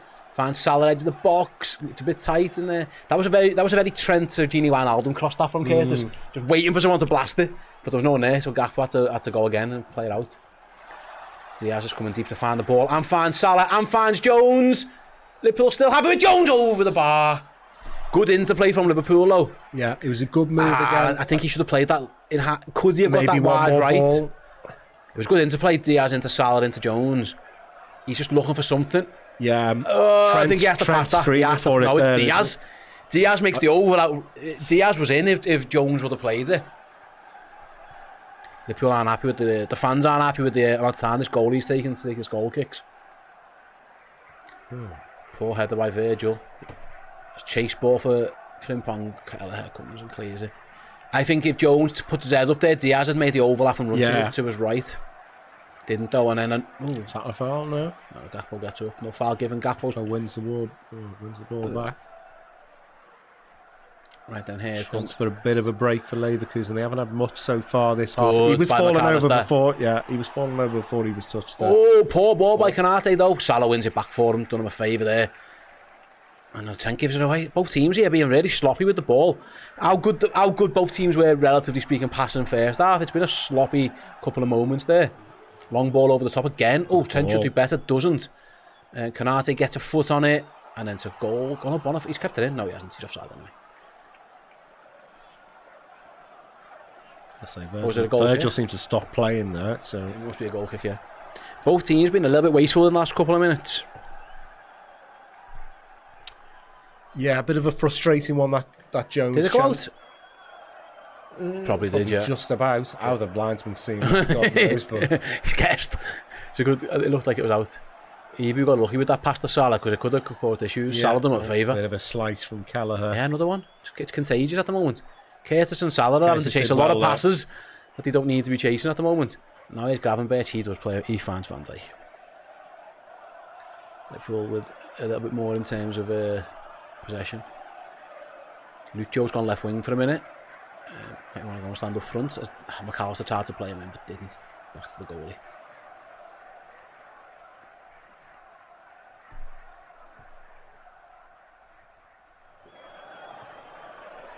Better-ish from Liverpool, just not I'm not sure why Diaz. I don't think he needs to come that deep all the time. No. We haven't got a striker.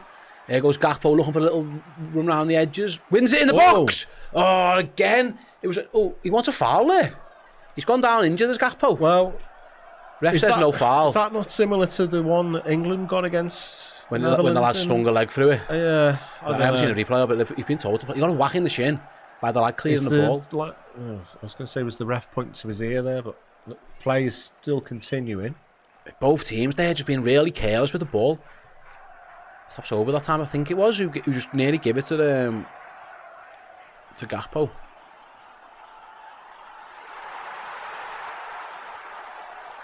I feel like if it was a penalty, they'd probably stop play by now. I was thinking, like, what happens if Liverpool keep the ball for 7 minutes here? You just never get given the decision. Lovely turn by Gravenberch. Edge of the box, still going. Finds it out wide to Salah. Oh, no! Oh, went with his right foot. I just got it all wrong. It's right, doesn't use it as often. It was brilliant by Gravenberch. Dances to the edge of the box. Beats one. Finds Salah. He's onside. He tries to play. Gets it all wrong. I was going to say, I feel like he had time to get it onto his left, but he probably didn't. I think the right-footed effort had to be right-footed because Nkapie was closing him down. So poor. You just don't usually see that. You don't usually see that from Salah getting it that wrong. No. That's probably why he doesn't use his right foot too much. He tries to strike through it. I mean, could he even just pass that into the far corner? I don't know. He's run the ball back now, though. Chance to redeem himself. Bit of a break on, and he's turned back into trouble. Yeah, lost it. Gravenberch has won it back. It's a bit of a battle, and Liverpool are going to get a throw in.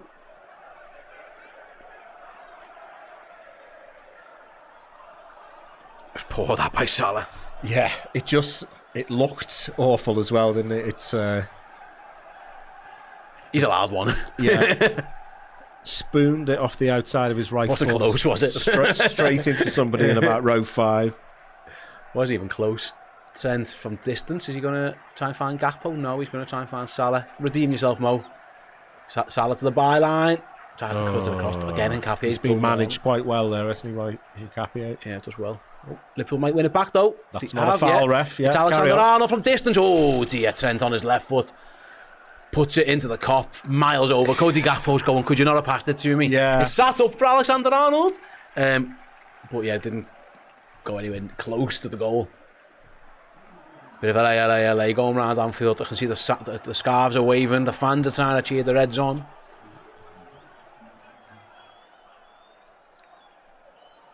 Miles in the Discord says, wasteful. Yeah, a little bit. Yeah. Two big chances there Liverpool have kind of wasted. As Konate and Boniface get into a physical battle. Foul given against Konate. Brilliant play by Gravenberch for that Salah chance, which is something that I was. I think me and Dan were the same. I was against him playing as a 6 because I thought he won't have an opportunity to do that. But he's managing to throw one or two of them in a game, and he doesn't. So far, he hasn't been defensively suspect either. So he's definitely up there for probably player of the season so far. Yeah. Leverkusen out again, contagious. He gives it away. Yeah. As Sen takes the ball off Xabi Alonso. Anfield are trying to do their part. Can Liverpool do theirs? He's got Szoboszlai and Nunez seem the obvious options at some point. Maybe for McAllister again. He's not quite at it, Alexis, is he? Yeah, I don't think he's had a stinker, but he's... Oh, what a ball by Jones! It's Luis Diaz! What a finish! What a goal from Liverpool! What an absolute wonderful goal from Liverpool! It's all Curtis Jones's pass. It's an absolute glorious pass. And Luis Diaz playing centre forward with a delightful dinked finish. That is some goal. Probably not really in fitting with the game in terms of how well the quality of the final third, because both teams have been lacking a little bit in the final third. It's some pass, and the finish is delightful. It's a little R2 dink from Luis Diaz. That's some goal, Jay. Yeah, it's in a game there's been some decent passing in the first half, but both teams seem to be incapable of finding a man. Liverpool have just turned it on brilliantly there. Trent into Let's check the offside. He's always onside. Perfectly weighted What ball. a pass! What a Beautiful run, what a finish. finish. Oh, wow, Liverpool. Brilliant That's goal. some goal, that. Absolutely fantastic. Diaz doesn't panic, takes a touch. Just have a bit of that, son. Oh, it's glorious. Goalie goes down, Diaz goes down. I'll just pop it over your head, son. Oh, look at that. Calm as you like from Lucho. What a pass by Curtis Jones. There's been some positive, some decent signs in... Arne Slot was like, oh, yeah, have a bit of I that. couldn't believe it. Some decent signs, some good play from Jones. There's been some good little bits here and there, but there's been some poor quality passing from both sides. So it was a bit of a surprise that Liverpool just turned it on. They just got into gear there. That's the thing with this Liverpool team, right? If they're going to be defensively solid, which they usually are, they've got so many attacking options that you just need one or two fellas to do something. And they're just two lads, just genius things, really. And all of a sudden he scored. Now our Leverkusen going to respond. The onus is on them to come out now and then potentially the pass leave was gaps outrageous. at the back. Oh, they have. Got a bit of a chance here. Oh, and Alexis does Dealt well. with And he nicely was by offside anyway. We'll play on. McAllister. Let us play on. We'll play on. Yeah, Liverpool are going to play on from the offside. They've Break got a on counter now. going. Oh, it's a poor ball. Not great by Diaz, but Salah's going to get there. You've got Trent ahead of him. No, Salah's going to keep hold of it and find Lucho. Luis Diaz. He's got Salah to his left, to his right rather. Salah across goal. Gakpo! Oh, hello, Liverpool! I think he's offside. Oh, Darwin Núñez is saying no to the Núñez line doesn't over. like it. I don't know. Darwin, I'll be honest, of all the people I trust judging offsides, you're not me one, Darwin. him and Filippo Inzaghi probably up there as Where's the offside then? Let's have a look. great football again from Liverpool. Where's this come from? I don't know, I think he's onside. Oh, hello. Can we draw a few lines? Automated offsides and all that. Say semi-automated, aren't they? Oh, we could be getting semis if this is given. That is close. That looked onside to me. Very, very close. It looks more onside than it first did because the defender left his leg trailing back. Let's have a little gander at this. It was Gakpo who headed it in at the back post. It's tight. Let's put it that way. He's asking the bench, do you think it's a goal? It's very tight. The draw of the lines. There we go. There's two offsides they're checking. They're checking if Right, Salah was I see. offside at I see. first, and they're checking if Gakpo was offside second. Good bit of lip reading by Steve there. So this could take a while. Let's find out. I thought the momentum of the move had gone because There's two offside situations. He's Right. telling them. there was a ball out to Salah that was a bit behind him, and I thought... I think Gakpo's on. It's whether Salah was on, but we haven't seen the Right. replay, so we're not going to know. Oh, for that initial pass? Yeah, the first pass to Right. Salah. Yeah, that's what they're checking. Two offsides. He's getting confirmation. Let's have a little look from his mates. This could be a goal. Goal given! And Cody Gakpo's header has put Liverpool 2-0 up. It took a while to get there. What a move. This game has lacked quality, and a little bit like Brighton at the weekend, Liverpool have gone bang bang. Two moments of real quality, and it's Cody Gakpo's header after Liverpool's counter-attack. Jay, talk us through. It's been ages since I saw it. Yeah, it was played out. First time ball by Salah, perfect on his right foot after he hit a woeful shot with his right foot not very long ago. Yeah, he did, yeah. Gakpo lost his man, headed it into the empty net. I said it was a bit like a boxing match of two fighters who respect each other, but Liverpool have just landed two possibly knockout blows there. Yeah, Two second brilliant half. bits of football in the space of 2 minutes. After there was some decent signs, but bits of lack of quality here or there, either the finish or the pass or a flick or something going wrong. But Liverpool have managed to put together two unstoppable moves in the space of 2 minutes there, and Xabi Alonso doesn't know what's hit him.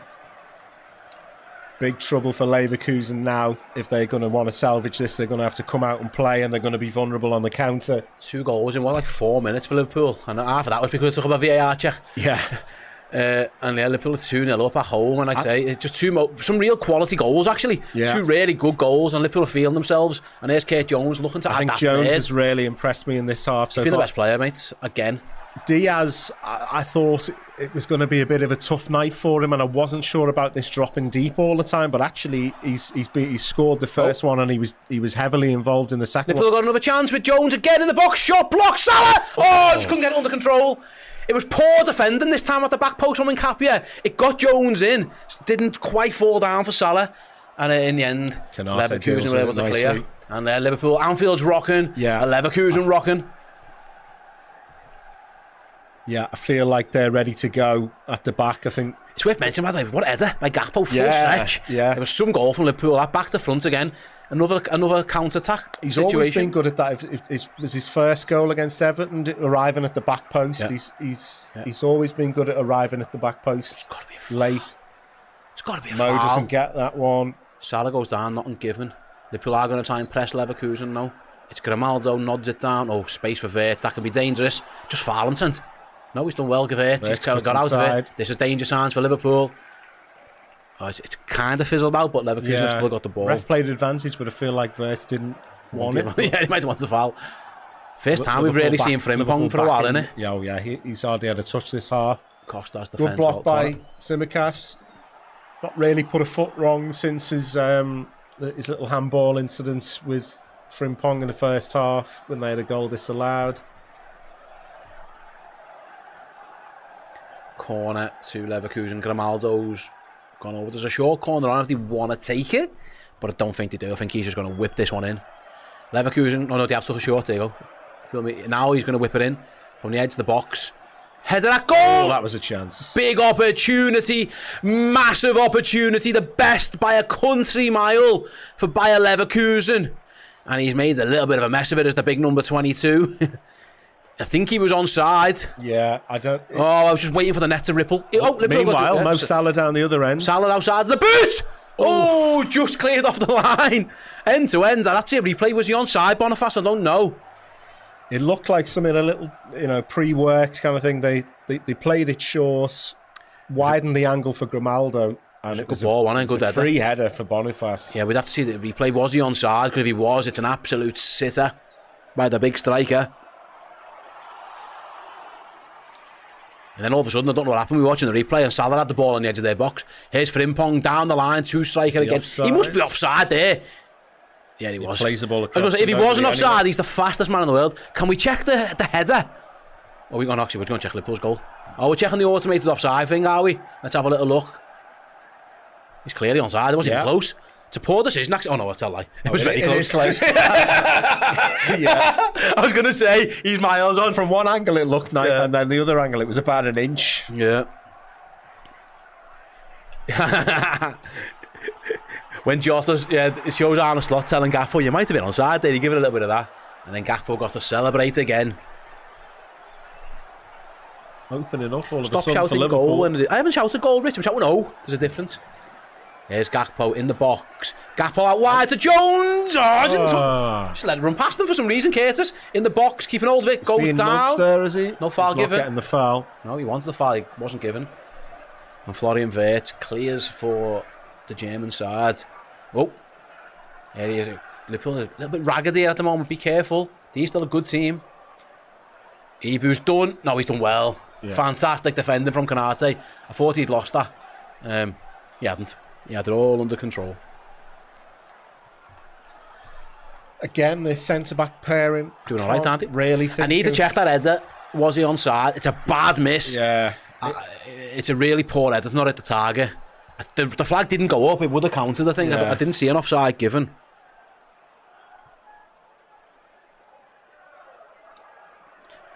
I think Curtis Jones has been fantastic again. Yeah.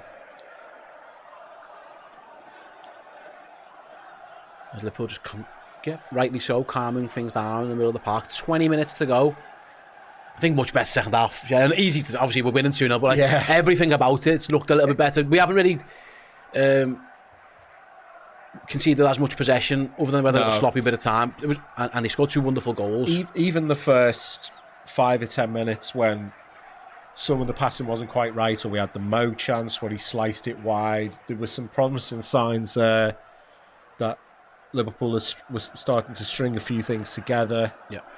Leverkusen couldn't really get their foot on the ball. We didn't look in any danger, and then the two moments for the goal have been superb quality. Yeah. Like I say, though, if anyone knows, like, late goals by Leverkusen are the king of late goals. Well, so they certainly were last season. Yeah. Liverpool need to just be a bit careful. A little bit of hargy-bargy between Nkapie and Mo Salah off the ball. Salah didn't like that challenge on him, did he?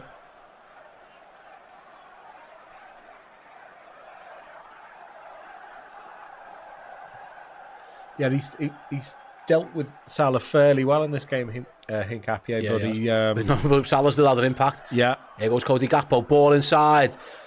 Back to Gakpo.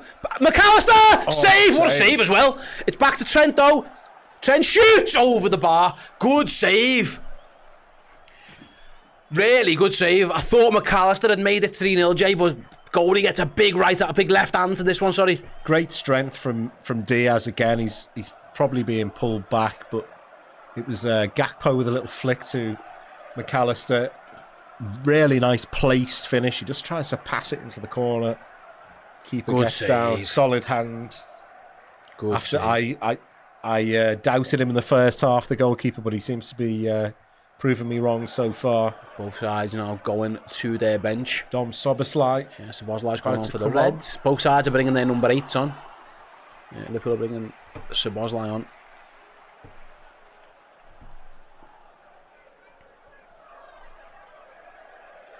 Andrich is coming on for them. Oh, he's changed his mind. It's, Garcia and Palacios are going off. I definitely saw Andrich, number 8. I didn't see who it was. Hoffman, number 7. There you go. That's easy enough. Coming on for Leverkusen. Thanks for the super chat. So from its crossroads says a Salah goal would mark a beautiful win. Yeah, it would. Celtic have got a third against Leipzig. Well done. Curtis Jones goes off. Fantastic. Saving him for Villa. Wonderful display from Curtis Jones. Gets high five of Arne Slot.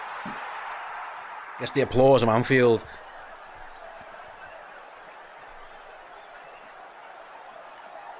And with 17 minutes left, Liverpool bring Dominic Szoboszlai on for Curtis Jones. A bit more energy. Have we got a live Champions League table that we can have a little look at? Yeah, sure, yeah. I think so. Liverpool must be fairly near the top of it, I would wager. Second, I mean, they are. There we go. But at the moment, they're the only side. Obviously, not many of them have played. Liverpool are top sport and are now second because they're beating Man City. As Liverpool are in again, it's Szoboszlai's first touch is not a great one, and it allows the defender to come across him. Yeah, as it stands, obviously Liverpool are the only team. Liverpool will be top of the league times 2. Yeah. Can anybody overtake us tomorrow? Depends how Aston Villa can. Aston Villa, wow. On the old goal difference, you have to win by 2 maybe, or what? No, in fact by 1. Depends on the scores. Here come Leverkusen down there right. It's Frimpong back inside across goal. Brilliant. Who's that? You know what? I know McAllister's got a bit of stick for us today, but defensively he's been pretty good. Yeah. With the ball he hasn't been at his best actually, but defensively he's cut out a few of those. He's give Costas a hand over there. Yeah. But Frimpong isn't the easiest to defend against.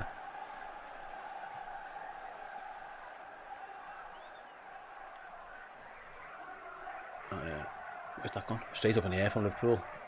Someone come Gakpo. Surely he's fouled. Yeah.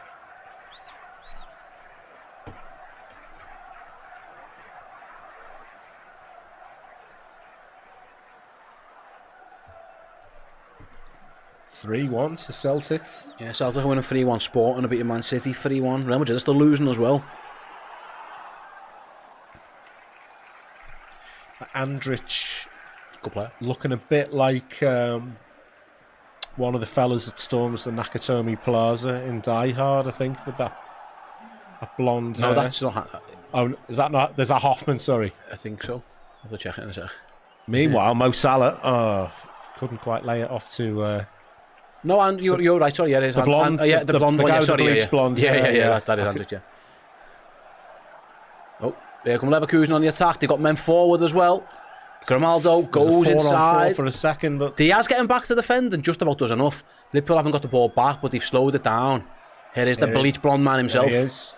There's the centre half getting involved in the build-up play because Leverkusen. Look how high the centre halves are. They're all in our half. Ball on the edge of the box. Be careful, shot blocked. Brilliant. Hasn't got a clear yet, though. Danger signs for Liverpool. Oh, my God. Terrible cross. See you later. Watch that. See that then when Leverkusen got on the front foot, all their team were in our final third. Everybody pushed right in. They put that with it, though. Yeah. No, it's been a hallmark of the slot regime so far. A lot more defensive solidity than we've been used to. Everything as brilliant as it was. Chance for can Salah get on the end of that? Or the goalie's going to come get it? Good. Yeah, you're right, mate. You're right. By the way, Madrid are losing 3-1 now. Ooh. Klopp was always a gambler in terms of everything was a high wire act, and I think that was brilliant in terms of beating that City side that got 100 points, knocking them out in the Champions League. Like, you've got to be bold, you've got to be brave to do great things. But sometimes it does come with risk, and there's a bit less risk from this Liverpool team. A few murmurs at half-time, not much going on. Champions League, man. they just seem to find a way of sorting things out. I mean, they weren't great against Brighton. They won the game. They weren't great against Arsenal. They drew, which is a very creditable result away. I thought they were decent. I don't think they were poor against Chelsea. I thought they were decent against Chelsea. You wouldn't say that there's been many games where you'd say, 5-star Liverpool, like, absolutely knocked your socks off. But he's only lost one and drawn one, and he's won every other game. So. I think if only we'd played someone good to test us. Yeah. Here come Leverkusen again, though. They're not going to give up. They never do. They fight till the end, and they've got the ball out wide in the box now. Konate does brilliantly, and Gravenberch mops up. Throw in to Leverkusen. Yeah, Liverpool have been... Have we still not played anyone good? Is that a thing? And then if the win at AC Milan's looking better now. They're 3-1 up at the Bernabeu. Absolutely, yeah. Well, that was another thing. Some of the I remember some of the punditry a few weeks ago.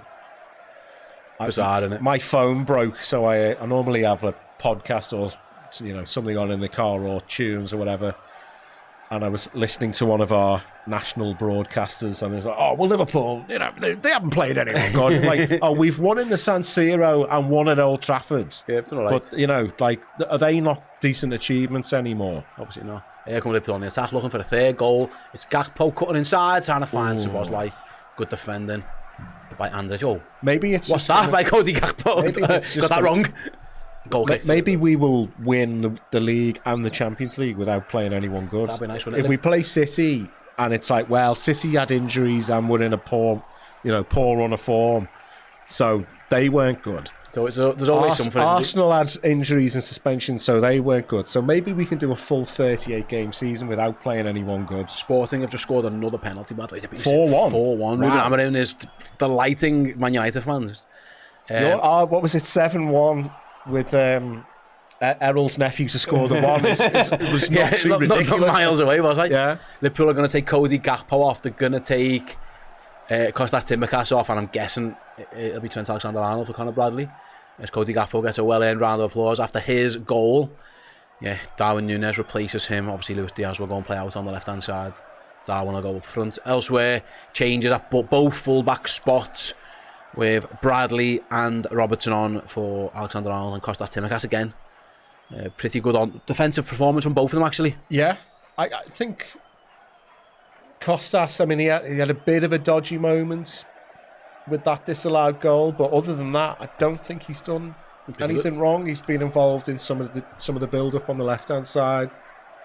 I know he's not everybody's favourite player by any means, but yeah, I don't want to spoil our match ratings. I need to get my head on for. Don't worry about it. So basically, I will tell. There's Jamie, by the way. Our mate Jamie there in the background. Yeah, there he is. How's he got that job? He's done well there. I thought he was the scoreboard guy. He's sub sent off. I think he's made the sub. Yeah, by the way, so 10 minutes to go. By the way, Nathan Teller comes on for Leverkusen as well, so they make their change. He in the I don't want to bring up Brest again, but in the Brest game, he came on late and he definitely offered an option down the right-hand side for them. Yeah, that's some upgrade, that, isn't it? Is it Southampton? Southampton he was at, wasn't he? Yeah. Both sides then have made 4 subs. Mo and Cappy. That's a little bit of argy-bargy going on there. Salah's developing a bit here, isn't it? Yeah. Salah has just basically thought, you buy your own corner flag, have this. I don't mind giving a free kick away. That's something you don't really associate with Mo. No, I'd associate, like, if it were Nunez, then yeah. And now he's tried to take the free kick from too far up, so Salah's trying to push him back. Yeah, the lino, I think, smells something's brewing over there. Yeah, Salah's trying to get a little something there. Don't know what's been said or what's been done over there, but you don't really see Mo Salah that animated. He usually brushes these things off. He gets a lot of harsh treatments off a lot of left backs, but he's usually all right with it. But yeah, this lad's pissed him off somewhere. There you go. He's actually the one sprinting forward now. Here. Well, Leverkusen are going for broke, aren't they? They're pushing everyone forward again on this attack as Florian Wirtz goes central, goes for a strike from distance. Wasn't the option, was it? It was poor, really. Yeah. Blocked by McAllister into Keller's hands. Hello. The Reds are looking for a counter attack here. Might as well give it to Andy Robbo. He finds the fresh Nunez. McAllister's got overlap from Bradley if he wants him. Liverpool using their fresh players to full advantage. Bradley's going to stood up front. Sound. So Mo Salah goes wide. Ball across. Can Diaz get there? He can! Luis Diaz makes it 3-0. And Liverpool again devastating on the counter-attack. You know, for all this style of play football and controlling games, Liverpool can still kill you on the break. And from Florian Wirtz's shot deflecting up into the arms of Kevin Kelleher, moments later it's 3-0 with Luis Diaz taking a touch and finish at the back post, Jay. From one end to the other, Liverpool tore Leverkusen apart there, really. Yeah, another a lightning break. I think this has been one of the best things about Slot taking over was this is a lightning break that we associate as Klopp-style football, but he's still kept that in the locker. I was just wondered if he was going to get pulled back for a foul there, but no, nothing in it. Get up, lads. No, nothing in it. Great control, instant finish from Diaz.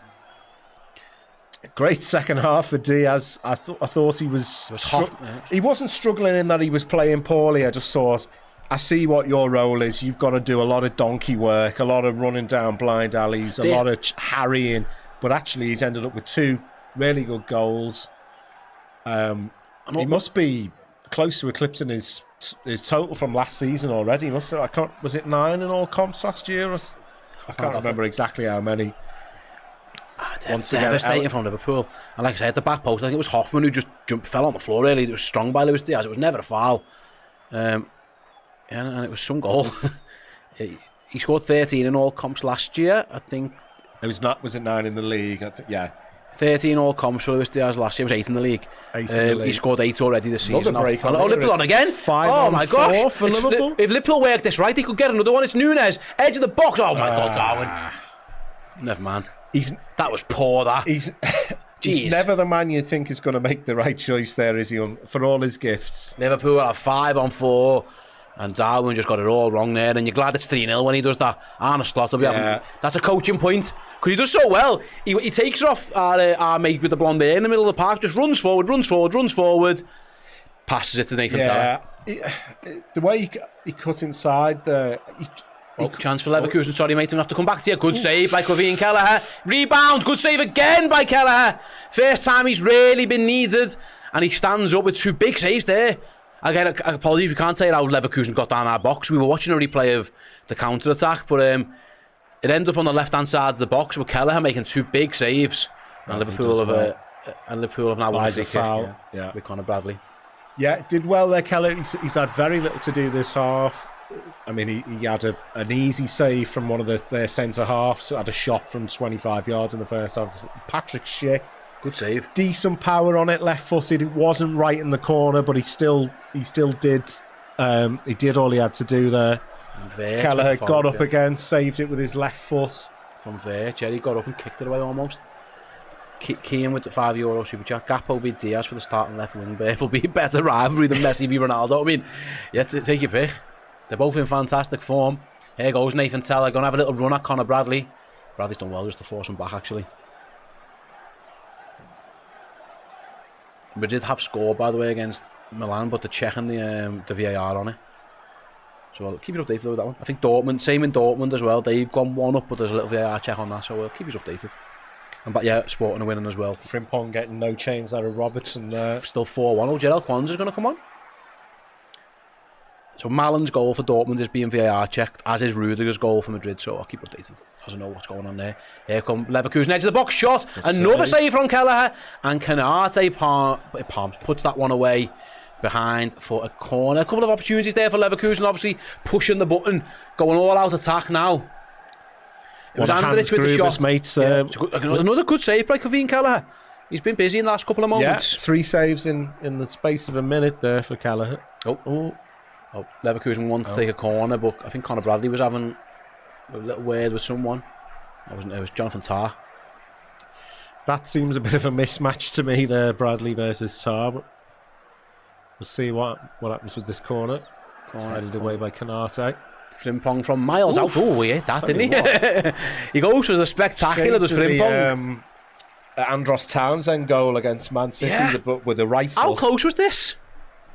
Nah, it's comfortable over the ball. It looked closer at first viewing. He tries to go from distance. Yeah, Kelleher just lets that go. He ducked under it. Yeah, he's all right then, isn't he? Yeah, Madrid's goal has been disallowed. Dortmund's was able to stand. Yeah, Ibu's going off. Errol Kwanzaa coming on. Do you reckon that's just to give Errol Kwanzaa a bit of a confidence boost, maybe? Yeah, I know Ibu at the end, and he looks fine coming off. He doesn't look like he's got any problems coming off. Yeah. All smiles. It's not like he's and he high-fived with a sore hand, so he must be sound. Yeah, it's not hand-related. That could be a little bit of game management from Arne Slot, couldn't it? Yeah, because he brought him off. It was the opposite of this last week in the League Cup. I mean, he was unlucky with that second one, Kwanzaa, where deflected off him. Yeah. Maybe just to say, look, you're still part of my plans. I'm still thinking about you. You know, I know it's not exactly what he wants. 3 minutes at the end of a game, you're winning 3-0, but it's a bit of nice first team action for him. Maybe Slotley wants to keep him busy if social media is anything to go by. He's been chatting girls, hasn't he? Apparently so, yeah. Good for him. I mean, yeah. 20-odd-year-old lads. Yeah. Yeah. Right, Liverpool. Oh, lovely flick by Szoboszlai. It's McAllister into Salah. Can Liverpool make it 4? No, good block again. Hincapié just does enough to stop Mo Salah. It's another good Liverpool move. And then Nathan Teller's going to try and bring it out. And Dominic Szoboszlai says, no way, Mr. Teller.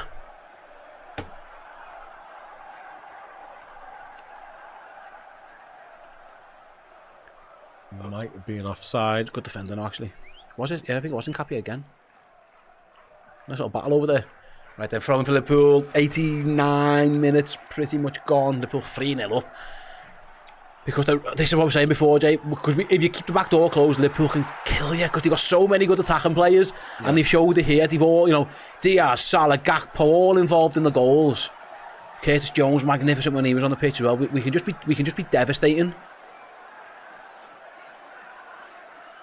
Yeah, I mean, even if we just managed to string one really good passing move together and it was 1-0, you'd bank on them seeing it out the way that they've been playing this season. But as it happens, Liverpool have gone on to get a second and a third. And they're looking for a fourth here with Szoboszlai.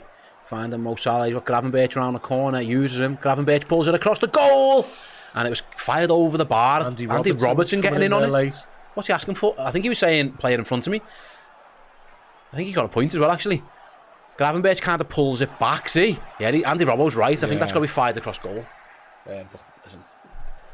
All's well then. Xabi Alonso, no stranger to Liverpool, scoring 3 goals in the second half. He's been on the wrong end of it today. Yeah, absolutely.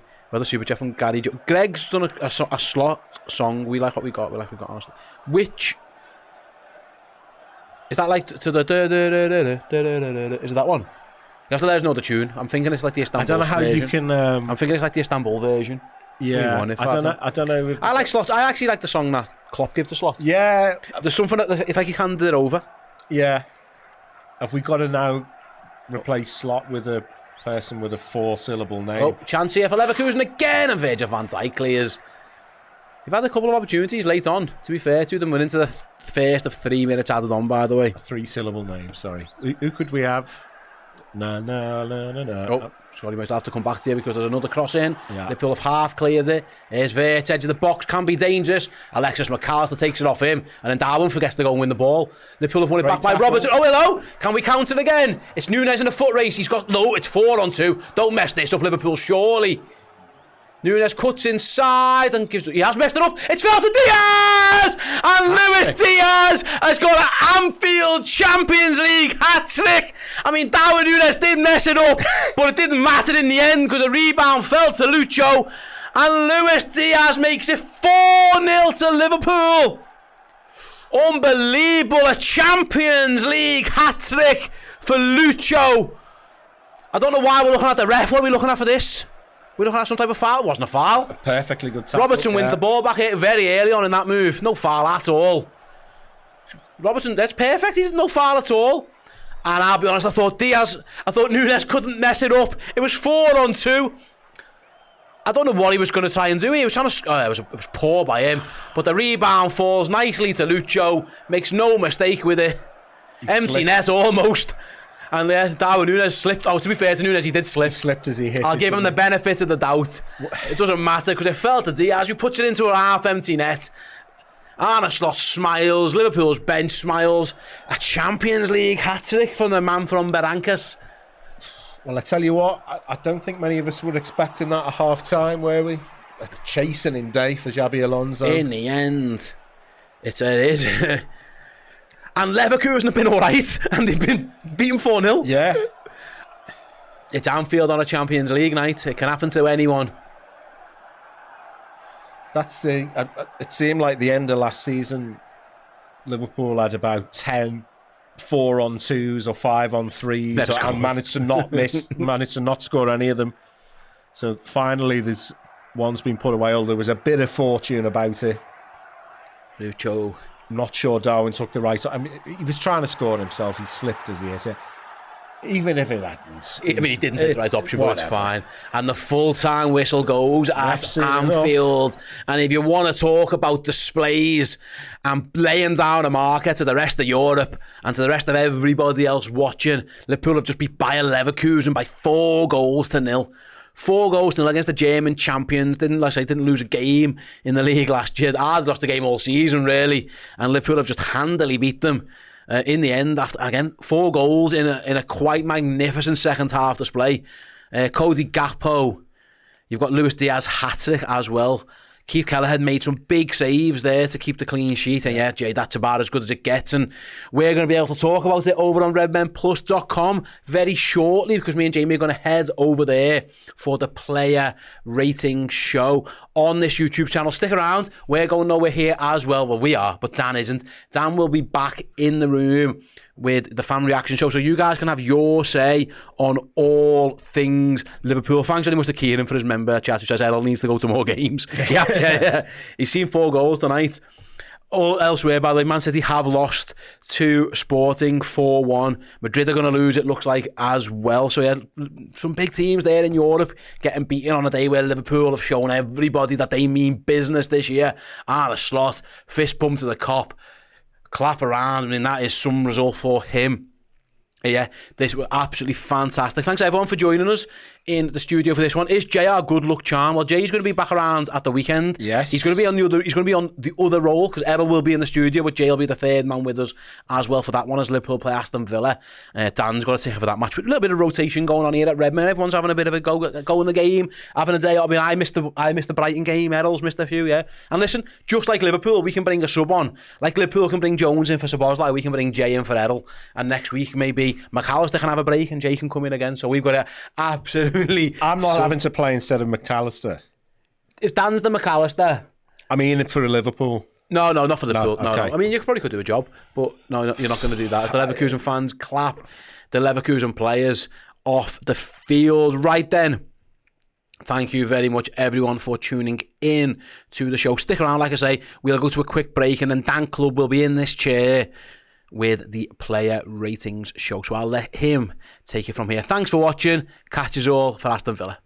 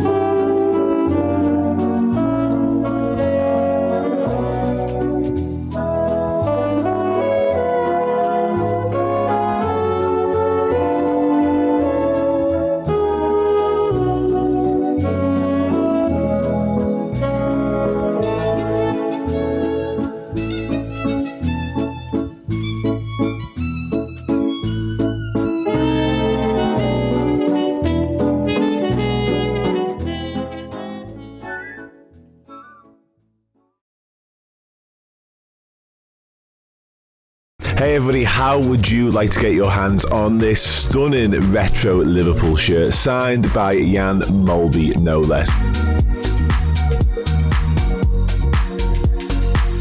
All you have to do is sign up as a legend subscriber at redmenplus.com and you will be in the prize draw to win this beauty, as well as getting access to our Discord, free merch, money off merch, and a whole lot more.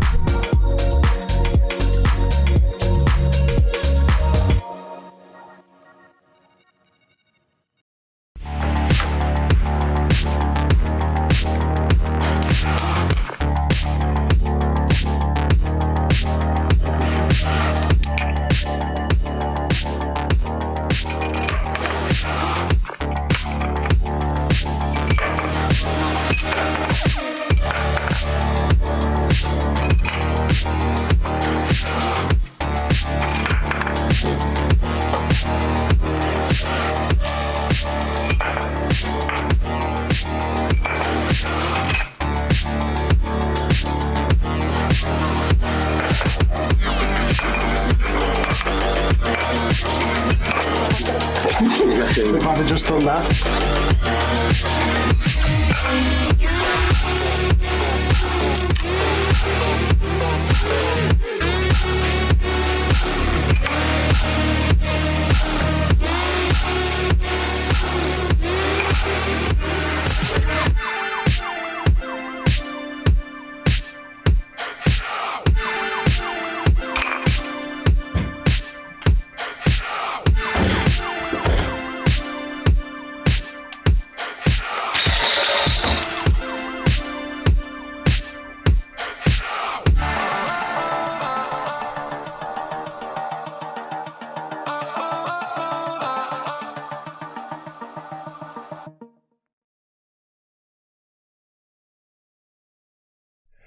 Hey everyone, welcome back to the Redmen TV and your fan interactive show where you have your say on what we've just witnessed at Anfield. And my word, what have we just witnessed at Anfield? Liverpool 4, Bayer Leverkusen 0. The almost all-conquering Bayer Leverkusen from last season turn up on Merseyside. Xabi Alonso back inside Anfield and absolutely dismissed in the second half by Arne Slot's Reds. Scintillating performance, statement victory actually for Liverpool, if truth be told. Yeah, unbelievable. Perfect night's work in the end, and we go marching on in Europe. That perfect record continues. The Reds, like, oh my God, like, let's cut to the chase. Like, this is where you have your say. Bombard the chat, keep talking to me in there. What do we think? Man the match out, all that good stuff. We'll do the player ranking show in a little bit of time later on as well. But like, that first half was bad, and it wasn't bad in that Liverpool were poor. I think that was an element, but the whole first half we could just skip over, bypass the entirety of it and never speak of it again, because it was just two teams cancel each other out. There was glimpses of moments for both, little bits of quality here and there, but nowhere near enough. And then the second half was a different level entirely. If you told that, we were miles better. The intensity, the speed, the tempo, everything that we did went up 2 or 3 notches, 2 or 3 gears. Anfield included as well, by the way. It was boss. Luis Diaz. My word. Like, oh, look, I won't go into too much detail. I'll let you do that. I'll let you direct me for the next 20 minutes. And Hawks does exactly that. Thank you so much, Hawks, for the super chat. We're more choosy with our attacking movements, but we don't let the opposition choose when they cut through us. With the talent we have, it all makes so much sense. No insult to Xabi, but I think we went with the right man. And it's hard to disagree, not just based on the evidence we've just seen, based on what we've seen so far this season. And that's not to say that Xabi Alonso isn't already an incredible football manager, coach, like he clearly is. What he's done with that Bayer Leverkusen team in the 24-month period, whatever it is, since taking over there is nothing short of remarkable. But for what Liverpool were, for what Jurgen Klopp left us as, and for what we needed moving forwards, it can't be argued that Arne Slot was the right man. And we can all sit here with the benefit of hindsight, and it's always 2020, of course. But clearly, the data and the structure and the ethos team behind Liverpool. Xabi Alonso was the romantic pick. And listen, I'll name me calls to the mass. Like, I wanted Xabi Alonso for so many reasons. The job he was doing and the fact that it was Xabi Alonso. But the numbers and sort of the proper pick, if you like, was obviously on a slot, and clearly look at it. Just look at it, like just a fantastic job he's doing. And yeah, unbelievable night. To do that to Bayer Leverkusen, who I think for the first 45 minutes, we were all probably sat there at half-time saying, yeah, Liverpool aren't very good at the minute. We're not playing well. But this Bayer Leverkusen team are no pushovers. They're a proper side. Like, they were clearly a well-drilled, well-oiled machine. It was never going to be easy. And yet still, the next 45 minutes proved we actually made it look quite easy. So yeah, just boss, made up. I'll dive back into that. And do you know what? Results elsewhere tonight. It's hard. You're hard pressed to say they've gone our way. But on any night, any given night, when Liverpool win 4-0, City get dismantled and Real Madrid get beat, I assume they got beaten in the end, by the way. 3-2 it was on the last scene. I'm here for that sort of shit. That's my kind of set of results, to be honest with you. Regardless of the implications to Liverpool, I just love that. Another super chat here from Damage Hurdle says, just imagine when we play first as well, second. Yeah, and there was a lot of me at half-time thinking like second half FC, here we go again. But almost like, well, we can't just keep doing that. But clearly we can. And this was that and then some. Like, this was Leverkusen lost their way a little bit, looked a little bit shell shocked by what had happened to us. They all got a little bit dizzy, and we capitalised on that brilliantly. But we just steamrolled them second half. And like I say, I tweeted out actually from our account, Anfield is at it, because you could just hear the noise start to sort of resonate ever so slightly more, and it started coming through a bit more. And it's almost like the crowd sensed the players needed us, needed the fan base, and rose to that occasion, suffocated by Leverkusen, and the rest is quite literally history now. Unbelievable. Canate has got to be the most booed player. A boss. Do you mean boss? Anyway, he was boss again. I thought Canate was superb. I think sort of the unsung heroes from tonight will be, I thought Kelleher actually was really good when called upon. Kostas Tsimikas, yet again, unbelievable display. Brilliant. Absolutely brilliant. I thought Gravenberch was very good in midfield as well. I thought Canate was exceptional, as he so often is right now. He truly was. Cody Gakpo gets his goal, made up for him as well. But Curtis Jones's pass for that Luis Diaz goal. Oh my God. First ever no-look hat-trick, says Bobby Hoskins as well. Yeah, he was at it, only Luis Diaz. And by the time the third one fell at his feet with the goal literally at his mercy, yeah, he just knew. He knew what was happening there. And do you know what? I was uncertain about him in the 9. And I was even more uncertain at half-time, to be honest with you. I was just like, we're not making it stick up there. He's not holding the ball up well enough. It doesn't seem to be working, etc. Fucking shut me up, didn't he? Because he's finished the game with a hat-trick and, man of the match, in my opinion. So, yeah, Luis Diaz. I was like, and a lot of people were discussing Luis Diaz's future over the summer, and with good grounds, I would say, because as much as he's been brilliant for us in so many ways, he has often lacked that killer instinct, that end bit of quality that we needed, that we missed when Sadio Mane left the club, of course. And he's proven every single one of us wildly inaccurate so far this season, not just from left wing, but now also from a number 9 role. Unbelievable. Yeah, I was with you on this, to be honest. His name is Lucho. He came from Porto. And LFC says Diaz should be on number 9. I guess it's easy. It's hard to argue against that, again, based on what we've just watched, but I don't know. Yeah, why not? I'm not going to argue. Whatever. Let's just do it. Let's just put him at number 9. Who cares? Crack on from there. It's all good. When do you guys think Liverpool play? I don't know what that means. Lucho reminded me of Bobby tonight. That's a stretch. Different, just so different. A little bit. I don't know. He played it in such a different way, though. That's the thing. He didn't need to be anything like him. He wasn't exactly drawing the wingers into play and stuff like that. He was just, the first finish is right out the top drawer. That goal, actually, in a game devoid of quality for large parts, the Jones ball into Diaz and then Diaz's finish is something, you dream 4-0. Yeah, I remember you saying that before. That's unbelievable. unbelievable. The calmness with which he just dinked the keeper.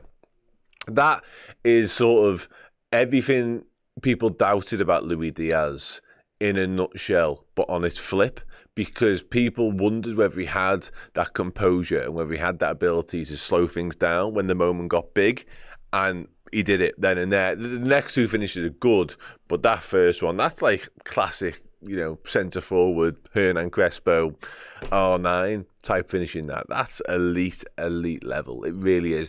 At the elite level as well, like, with all due respect to anybody we've played before in any competition ever, this isn't some random Carabao Cup game where Diaz and Gakpo come to the fore for us. This is Champions League night, Bayer Leverkusen, Bundesliga champions coming to town. Like, this is it. Like, there's one or two games this season, one in a couple of weeks' time, that sort of come close and potentially override the sort of heights we're talking about here.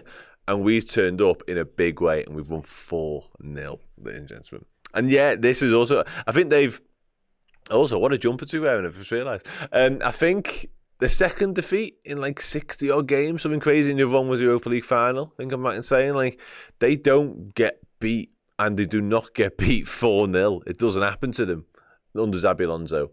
So yeah, stunning. Yeah, Gravenberch was better, I thought. I was a bit, not disappointed, but a bit underwhelmed by Gravenberch at the weekend, only because he set his standards so high this season.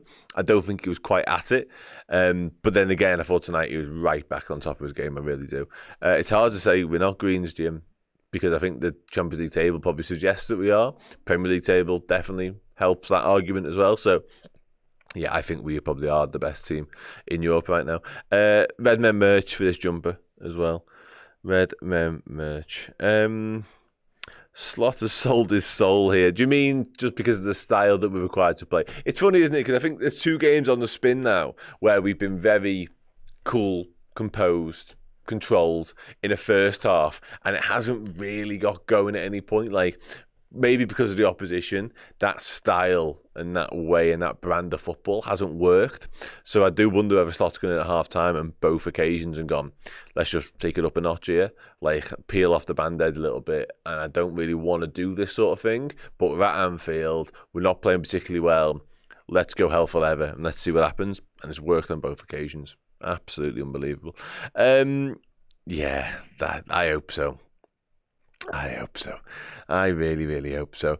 Let's dive back into the... Real Madrid, I mean, they did get beat tonight. Can someone confirm that for me? But we owe them a few, don't we? Let's be honest. And I would rather it was like a semi or a final, something like that. But beating them at any point is always a win. And I'll take knocking them down a peg or two more happily. Happily. 3-1 it finished it. Okay, wow. Finn Redmond said the fans were fuss. Yeah, I made a point a minute ago. I think that the Anfield crowd definitely played its part with the game still 0-0. It felt like it was just starting to ramp up, and then we scored, and then it went, and then the goals just kept coming. And as I said a minute ago, Bayer Leverkusen's heads were in bins all over the gaff by the time it went to 3-0. Made it 4. Unbelievable stuff. Yeah, and that's the other point. We're definitely not the finished article. I don't think we will be for a little while yet. And we've got players missing. Alisson Becker, Diogo Jota, of course. Harvey Ellis still to come back into the fray as well when he's back fit and available. It's good. It is good, ladies and gentlemen. Quickly deal with this super chat before I move on into the Twitter. To be honest, their centre-backs were surprisingly kind of weak. Louis might struggle in the 9 in the Premier League. It's just a thought. Also, Keller, his calmness personified. Yeah, absolutely, completely agree on that last point. I thought Hincapié had a decent first half. Tapsoba was a little bit underwhelmed with, to be fair. I take your point on him. Jonathan Tah, yeah, likewise a little bit of it. I thought Hincapié had a good battle with Mo Salah most of the night, didn't he? Yeah, they did do the best in the midfield of the world song in the end. And I had a feeling if the game went a certain direction, we'd start to sort of sing Xabi Alonso's praises a little bit more, to be honest.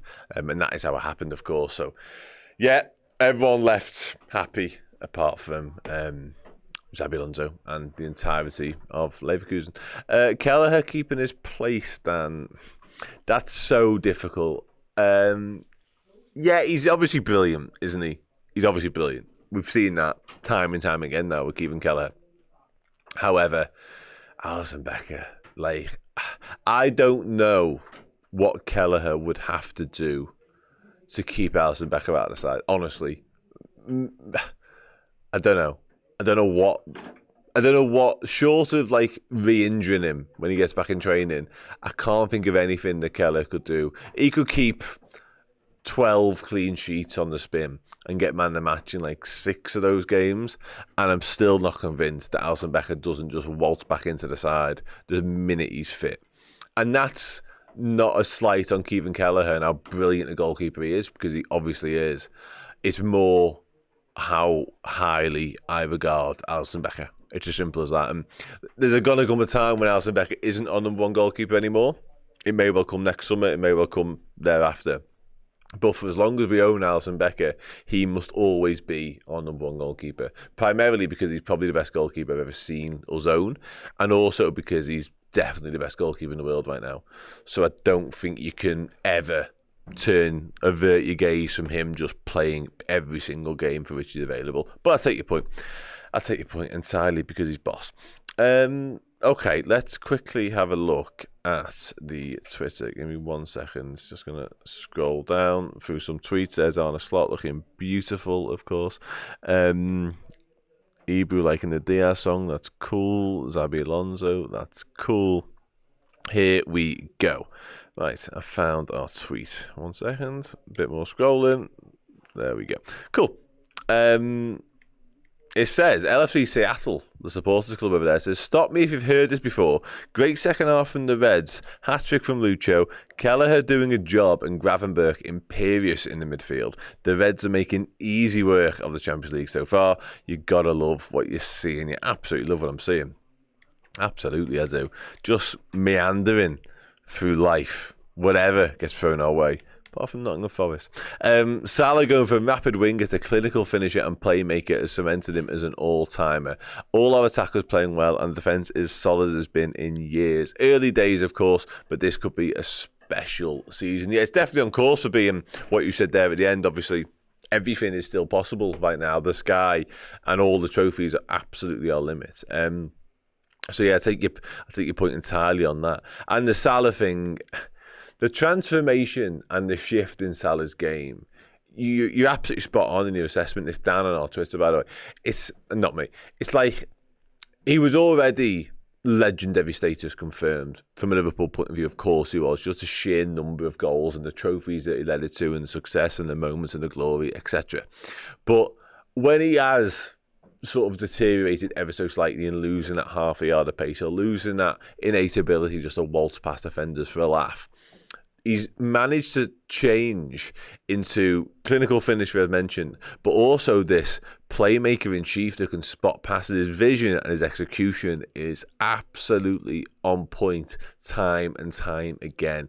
And it's not a side of Salah's game that I anticipated, if I'm being honest. He was this electric winger who scored goals, and that was kind of him. The assists came a little bit in the early days, but nowhere near to the sort of level and the volume. And often, he actually misses out on assists because, for whatever reason, the finish thereafter doesn't come off. So he's been denied some potentially phenomenal, memorable assists as well on the way. So yeah, just a genius at work. We're so fortunate to have him. We really are. He's just phenomenal.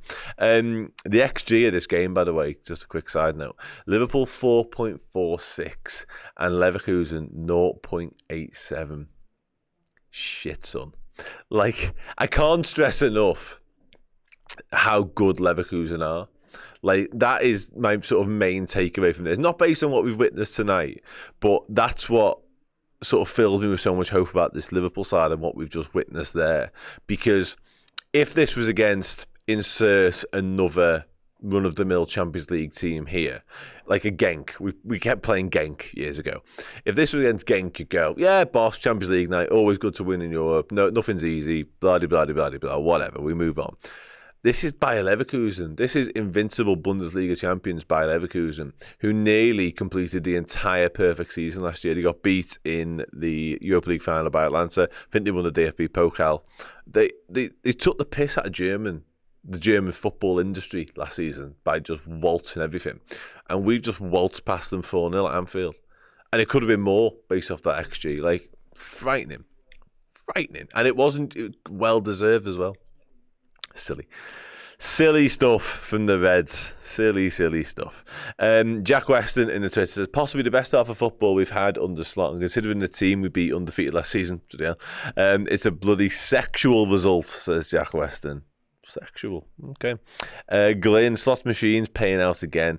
Genuinely don't fit any team in the competition at the minute. Buzzing for Lucho getting the match ball. Yeah, I totally agree on that. And if anyone deserved it, it probably is Luis Diaz. Actually, to be fair, he's been brilliant all season long, and obviously might have had a slightly difficult summer if you'd have seen any speculation surrounding his future. Definitely had difficult moments last year, obviously family stuff going on as well, so yeah, delighted for him, absolutely delighted. He proper deserved that, and was good value for it as well, to be honest. Last couple now from the Twitter. Brandon Dawson says, keep this front three going and run with it. It looked electric. Yeah, there's got to be a conversation, isn't it? And you know, when you've watched 3 goals from one of the lads and a goal from the other one, an assist from Salah, you'd be hard sort of pressed to suggest that you could make changes for the weekend, but I don't know. I'd be amazed if Slot kept that front three. I just would. I think he's destined to go Darwin Núñez again. I really do. Dan, another Dan, says, amazing then you see City spanked 4-1 by Sporting. Any City damage, if City need to go anywhere and get results later on in the Champions League, that can only be beneficial to us. Like, it really can. The schedule is silly soon, like proper silly for all teams. And City are just, that 3 defeats on the spin now. I think it's 3 defeats on the spin. They're just treading water a little bit, and they're moaning about injuries. They've got tricky fixtures coming up this weekend, and then immediately after international break they play Brighton this weekend as well.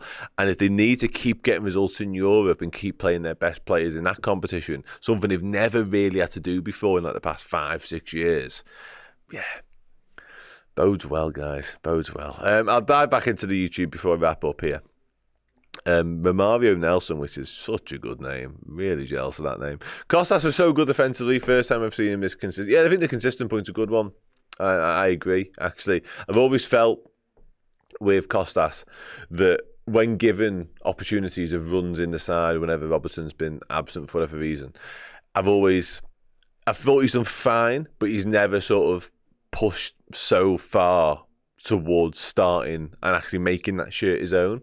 This little spell now of Kostas Tsimikas is unbelievable. And again, you look at the weekend and it'd be easiest to assume Andy Robertson would come back in because of what Andy Robertson's been as a footballer for us down the years.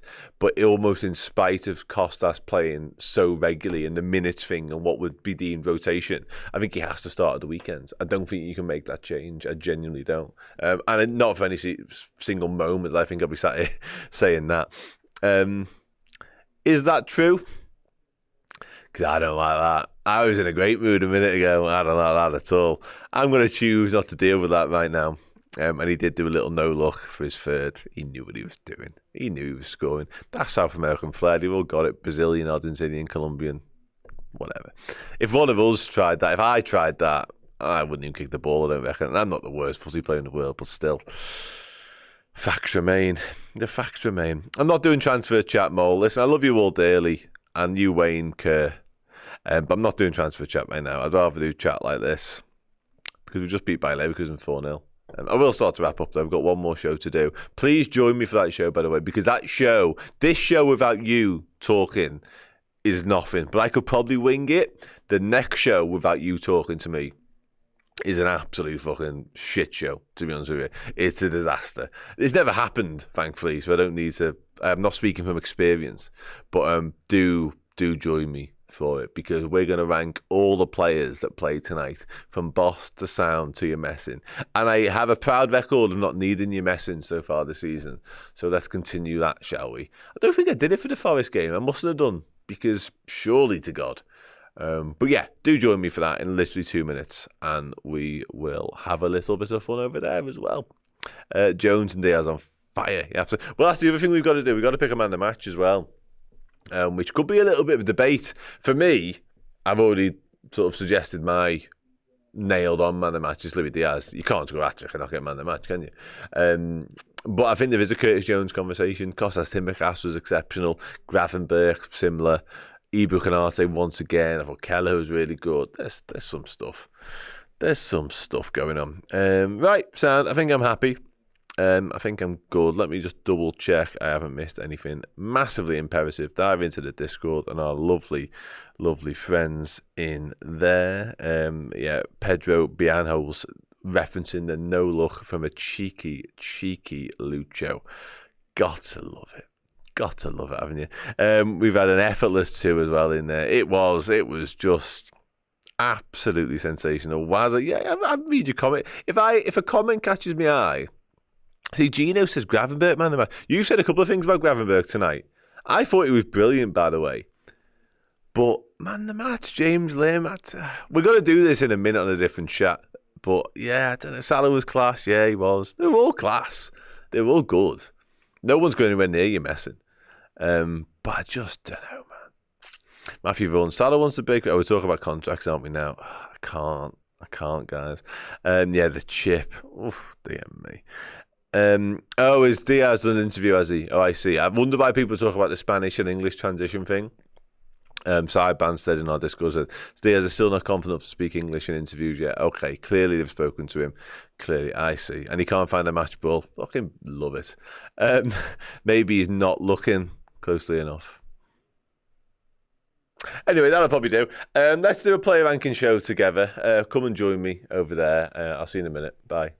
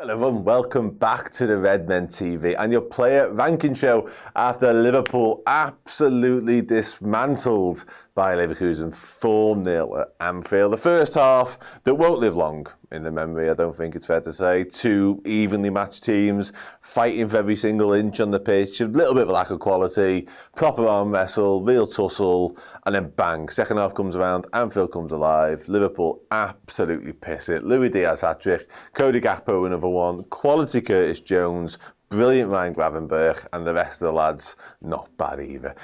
Sound, let's talk about it. Let's talk about the players and just how boss sound, or you're messing, probably not you're messing, they were over the last 90 minutes or so. And as ever, we start with a goalkeeper. Anyone who hasn't been here before in the live chat right now, do just throw in where you believe these lads should rank, but not just boss sound or you messing, kind of guide me along the way as well. I'm guided, I'm in completely your control here. I'm in your hands.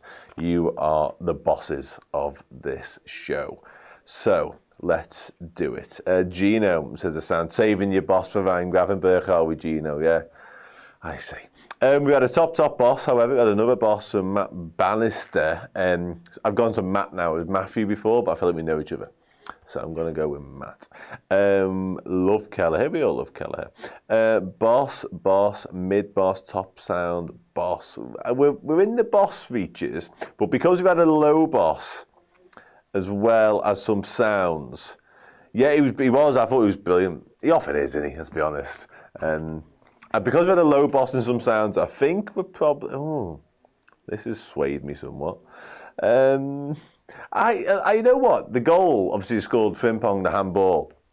I've seen some people immediately criticising Kelleher for not saving it, although it doesn't matter because of the whistle and all that. I thought it was a good finish. And people saying, oh, Alisson would save that. I guess Alisson Becker's the best goalie in the world, full stop. Park that comment for a minute. But you're even better goalie when you're not there, I guess. You know what I mean? Like, when you're not actually there, everyone goes, oh, well, he would have saved that. I don't know. That was a good finish. And I think it would have took some saving, regardless of who's in it. Thanks. So let's do this then. Let's put him sort of there. Because I do think he's in the bosses. I do think he's in the bosses. I don't know if he's... we need to leave some room for Manova, is kind of what I'm saying here. Because there's some lads coming who might need to be a little bit higher. Okay, let's do Trent Alexander-Arnold, shall we? Another night, really. I thought his passing was better than it has been of late. There were still a couple of dodgy ones. One on the half volley early on. Did he get all wrong? Can he go straight out of play? He was looking for Salah. The option, or sort of the vision, was right, but the execution was way off. But I thought defensively, again, he was pretty solid. It's becoming a real thing, this. Like, I feel like I say every post-match at the minute. Like, the trend of Trent being better from a defensive point of view than attacking. And I almost need to stop saying it now because I'm kind of bored myself of it because it's just what happens now when he plays football, it feels like. It's odd. There was still the odd moment, like I say, there was one little inside ball he played to Mo Salah, which was lovely. And that was the Trent of old. That was that innovative style and that ability to pull off passes that not many players can, let alone defenders. But yeah, just a bit, I don't know, a bit mad. Sound. Top sound, Trent sound. Okay, yeah, he did. Okay, sound. Okay, I think we're going for sound, aren't we? Let's pop him there, mid-sound, so we'll move on with our lives. Ibu Kanate on the floor for some reason, Ibu. Bit annoying, really, but anyway. What do you reckon? Ibu, I thought he's brilliant. Again, he's just... Isn't he just good, though? Dicky says, Ibu boss, high sounds. Matt says, boss as well. Yeah, I thought he was just... It's so good. And the luxury we have defensively at the minute in terms of centre-backs and the options, we've seen how good Joe Gomez was at the weekend. And I know Quansah has had his problems this season. He hasn't had anything like the season he would have hoped. But we've seen last season, he's still a hell of a player. He's still a hell of a talent. And he's our fourth choice centre-half, like in a minute. Fine. Loads of bosses for Ibu, by the way. Absolutely. Ogina wants me to lower Trent. There you go. Yeah, just loads of bosses for Ibu. Absolutely dozens of them flying in now. Like, yeah, nailed on. Absolutely nailed on. Okay. Let's crack on here. Let's do this. Where's Virg? Why can't I find Virgil van Dijk? Where are you? There you are. Got you. Let's do Virg, shall we? Again, please tell me to move people as and when you see fit. You are the bosses of this particular show. I'll tell you what, actually, we forgot about Trent, and I've just realised somebody mentioned Boniface in a completely separate. Somebody mentioned here alongside Kanate, but Trent's defensive covering to stop Boniface potentially getting a big chance was really good defending. Again, the point about the defending, like he gets across really well. Yeah, that was superb. So he does deserve to be at least in and around those echelons as opposed to anything else. Virgil van Dijk. Yeah, he's gone, Shredder. Boss, captain, lots of bosses for Virgil. Mid boss. Are we thinking as high as them? Yeah.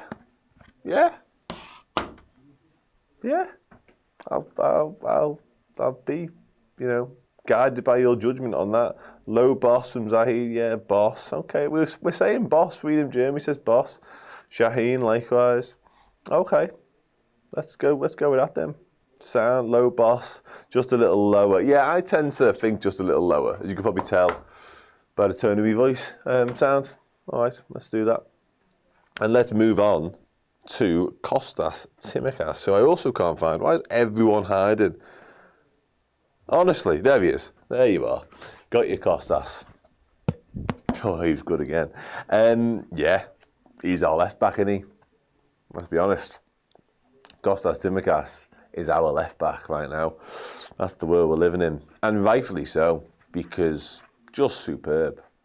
Absolutely superb. And I did wonder, when obviously they did score the disallowed goal, I know it's handball, and Costas knew straight away it was handball, to be fair to him, he sort of referenced that immediately.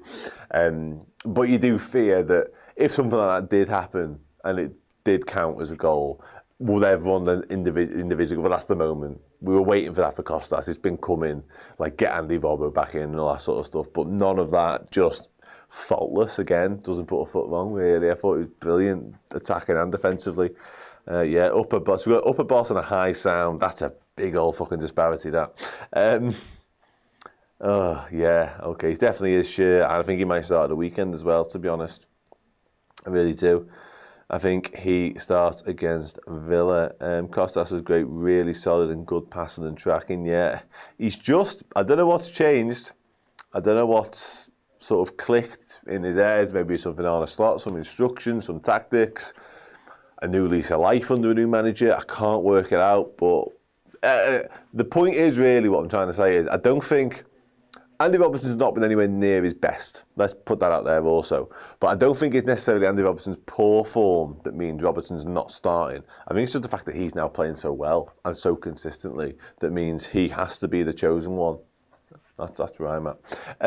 Mario says low boss. We've got quite a lot of low bosses coming in. So I think I'm going to pitch him somewhere along. I think more there, though, personally. I think he's closer to sort of your Ibu and your Kelleher's than your Van Dijk. And that's not to say Van Dijk was poor. But I just think those three were slightly better than him, clearly. We got a couple of same as Virgil, actually. Yeah, you can tell this, can't you? I think Arnestad's definitely a fan. Definitely a fan. Okay, we've had a lady, in the Discord has said, sound for Trent, we've got that.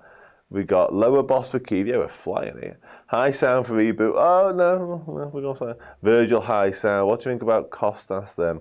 I'm going to keep Costas there. Where's Ryan Gravenberg? This could be higher. I'm waiting for you, Gino. Come at me. Come on. I'm waiting for you. Feel free, other people, to have your say as well. Jerome kicks us off with a high sound. We've got a boss from Dickie, another boss from Ashley. Top boss. Come on. We need some more than that. I can't base me off like 4 people. Mid boss. Grab was boss. Lots of bosses. Higher than Canate. Now we're getting somewhere. This is what I need. Because boss is a good old foot of spectrum. I need more specifics. Boss from there, mid boss, Bostas Timikas, get out. Love grab. We got loads of bosses. I'm gonna go top boss. That's more. Okay. Yeah, I'm gonna go. We said high. Oh, he can't be that high though, can he? Shit in hell, that's high. Sort of the mid boss and higher than Canate are the two things that have sound mid. Jesus wept. Okay, that's insanity. Sound. Let's keep it at that. I'm all right with that. I think we'll move on. Again, if we're wrong, we do need to leave a little bit, and I think we've got just enough for somebody else who's coming up at some point. Really, yeah. Do you think Virgil was that good? All right. I said you were the boss, so I can't really argue with you, can I? Alexis McAllister next. What do you think about Alexis tonight? I'll reserve saying anything for a second. See, somebody else has said bring him down a little bit. Top sound for Macca. Let's do McAllister. And then right at the end, I'll give you a chance to move people just a little bit if you want. Yeah. I don't know. There's a moment in the first half where he reads the game really well. He gets across. The ball's kind of broke from a situation. He gets there. And if he's read that well, that's good. We've regained possession, let's go. Because the transitions were a big part of the first 45 minutes. It felt like neither team wanted to get done on them. And McAllister was stifling that and stopping it. And he tries an audacious little flick with the pass. And I think he flicks it into his own over Achilles and then gives the ball straight back to Bayer Leverkusen. It's like, I don't know, it just doesn't feel like it's happening for Alexis at the minute. And yeah, and he's so good. He's probably my favourite Liverpool midfielder last season, to be honest. I know how brilliant he is. and the fact we're not quite seeing that same level of brilliance, it's not disappointing because we're winning games of football and winning them handsomely, like tonight. But there is just a little bit of me that wishes we were seeing him at his very best again. I'll be dead honest. Hi Sam, you're macking. That's quite good. That's quite good. Yeah, he's always been that kind of under the radar player. I get your point on that, and I feel like we've got a lower sound as well in the Discord. Yeah, I get where you're coming from with that, but I don't know if he's doing that particularly brilliantly at the minute either. You know what I mean? He's always getting stuck in. He never shirks. He never shies away from anything. No doubt about that whatsoever. But yeah, I just don't think we're quite Alexis McAllister. The Alexis McAllister we knew last season is what I'm trying to say at the moment. So I'm going to pop him there alongside Trent. Perfectly fine, perfectly passable, but just, yeah, not at it at the minute, I think it's fair to say. Same as Trent, I'm happy with that. Cool, yeah, Flavien Wirtz, I mean, keeping Flavien Wirtz quiet, there's a lot to be said for that, because, my God, that kid can play footy. Where's Curtis? There's Curtis. Let's do Curtis. I mean, for the pass alone, you're probably fucking ceiling sort of territory, to be honest with you, because I said it before in the previous show, like a game that up until that point had lacked proper quality, like actual top draw, top level, elite Champions League football quality, that was it. That was it, and then some. Like, just the vision and then the execution is elite. Honest to God, like, what a ball. And then the finish obviously comes after, and that's also exceptional, but without the pass, the finish doesn't happen. And Curtis Jones makes that goal. Curtis Jones unlocks the entire game of football, really, in a lot of ways, because it is a stalemate, it is dead even, and then Curtis Jones does that, and then the rest, we all know what happened next, don't we? So, yeah, unbelievable. You're bossing. High boss for Curtis. Yeah, just, that's it. It was sublime. It was. Loads of bosses. Nobody else is saying anything other than boss. Apart from incredible right there. We had a man in the match shout as well. Yeah, Curtis is going to be right up there, don't worry about that. Easily boss, high boss, top boss. Yeah, he was fucking good, wasn't he? A man of the match as well. We'll deal with the man of the match right at the end, but for now, I think Curtis Jones is up there. I really do. Sorry, I knocked Costas down ever so slightly while doing that. But yeah, Curtis for boss in the Discord as well. Just has to be. You can't produce that pass, let alone all the other good stuff that he did in the game and not get a boss from me. Like, just unbelievable. Daddy power. Yeah, he's a new man, isn't he? A new man since he became a father. God love him. Okay, let's move on to the front three, shall we? And let's start with Mohamed Salah. Just the inevitable Mohamed Salah. Goal contributions, just second nature to the fella now. Yeah, what do we make of Mo tonight?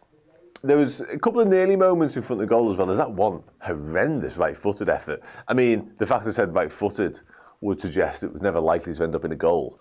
And it's actually Ryan Gravenberch does really well, opens up the space and finds a pretty unmarked Salah. And then Salah lets it run across his body and goes, looked very unnatural, looked very awkward, and thus didn't score.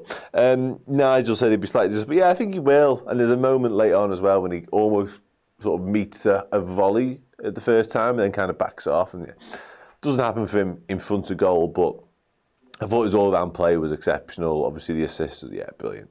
Mid-boss for Mo, King, low boss, bosses. All the front three were boss tonight. Boss, yeah, same level as Grav. Oh, that's high, man. Shit. Boss level with Costas. Yeah, okay. I'm inclined to go mid that, to be honest. Like me sitting on the fence right there. Hold on, boss. I think he was the outlet, created danger for Leverkusen. Yeah, he did. And I mentioned it earlier. He had a bit of a proper tussle with Hincapié as well. And there's a couple of times whereby we could have potentially released him, had the pass have been better. Verge finds him once or twice with a big diagonal, but there's a couple of times where Trent could get him in behind. And there's one when he was the out ball and he nearly brings it down and gets us going again. Yeah, I thought he was brilliant. As he so often is, let's be honest. So, okay, level with Grav, if not higher, says Danny Howard. I'm going to base my judgment off you, Danny, and I'm going to put you there pretty much alongside Ryan Gravenberch, which feels about right. Below Virgil. See, the disparity in what people say is nuts, isn't it? But that's what it all is. Opinions like arseholes. We've all got one. Where's my next attacker? The fact I'm going to Louis Diaz as my next attacker. No, let's save him. Let's go Cody Gakpo. Pop Louis there for a minute. Go Cody Gakpo. Goal. Never offside. Terrible decision that was. Another goal for Cody Gakpo. Another confidence-boosting goal for him. And I thought, generally, actually, his play was decent. He had that one effort in the first half where it's funny because he spends a lot of his time cutting back in, looking for that right-footed worldie like he scored against Brighton last week. And people, I don't know, it works a lot, doesn't it? Whether it be a cross or whether it be an actual finish. But I think people become wise to that. So it felt like in game tonight he tried to mix up his game a little bit and go down the outside, which he does. And he has that left-footed shot straight at the keeper. And straight away everyone goes, well, no, don't do that, cut in, because you're good at that. You know what I mean? You can't really win with that a little bit because you want somebody who can go both ways. That was what Sadio Mane was so good at. But yeah, gets his goal at the back stick. And yeah, another good night for Cody Gakpo, I thought. Okay. I don't know what to make of that comment, but I'm going to, I don't understand any of that. I've been waiting for Gakpo and it was worth the wait. But, you mean to arrive as a footy player? Yeah, 100. I always had a feeling, he was special. And he's now proving people who stood by him right, I guess. And the fact that Liverpool signed him, he's proving that right as well. But yeah, he's a top player. He's a top player, he really is. Missed the one-on-one, the first low pass. I must admit though, you're right, but I feel like in the first half, if we were going to score, it felt most likely it was going to be Gakpo. I don't know, he just always seemed like the most dangerous of our attackers, personally. High sound for Gackers. Salah, he does, but it's Mo Salah, man. Like, come on. Boss, I'm going to go, he scores, so he's got to be sort of around there, hasn't he? I can't have him any lower than that, really, personally. Yeah. Closest to Jones. Where's Jones? No.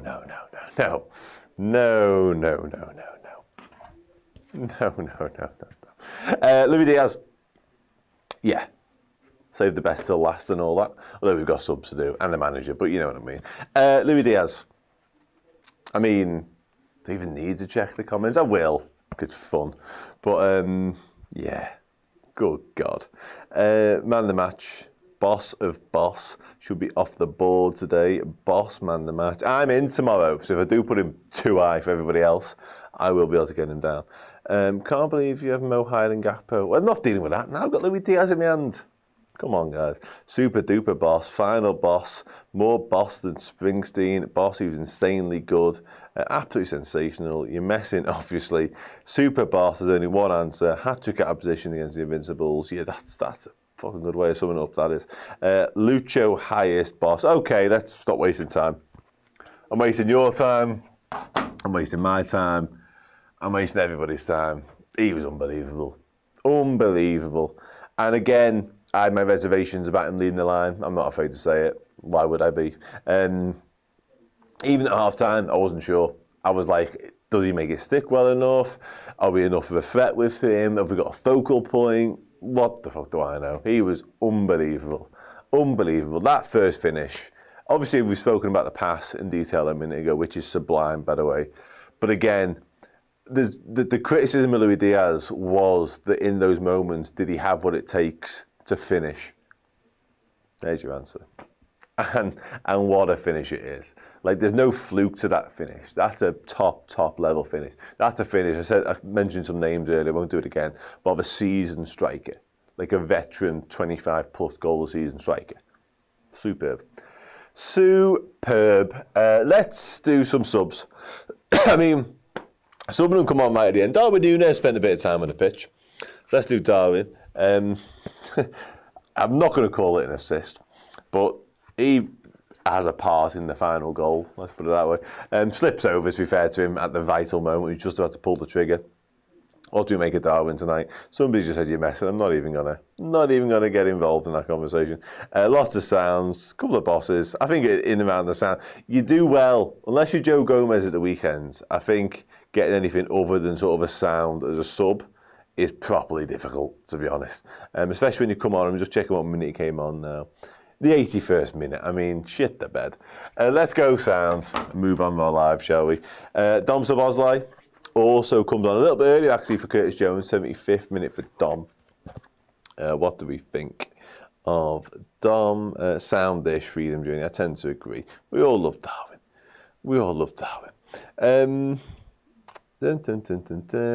High sound, Dom. Sobo sound. Yeah, he nearly got in behind early on. Like the first action he had in the game was almost like him one-on-one with the keeper for a second.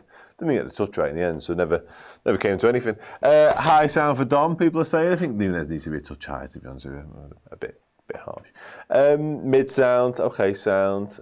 Dom sound, I was like, you're on it tonight, aren't we? We're flying with the name puns compared to the names I've got behind me here. Conor Bradley and Andy Robbo. Oh, and Joel Quansah right at the end, of course. Where's Andy Robbo? I mean, we're talking minutes here. What is 81st as well? Okay. Andy Robbo, anyone?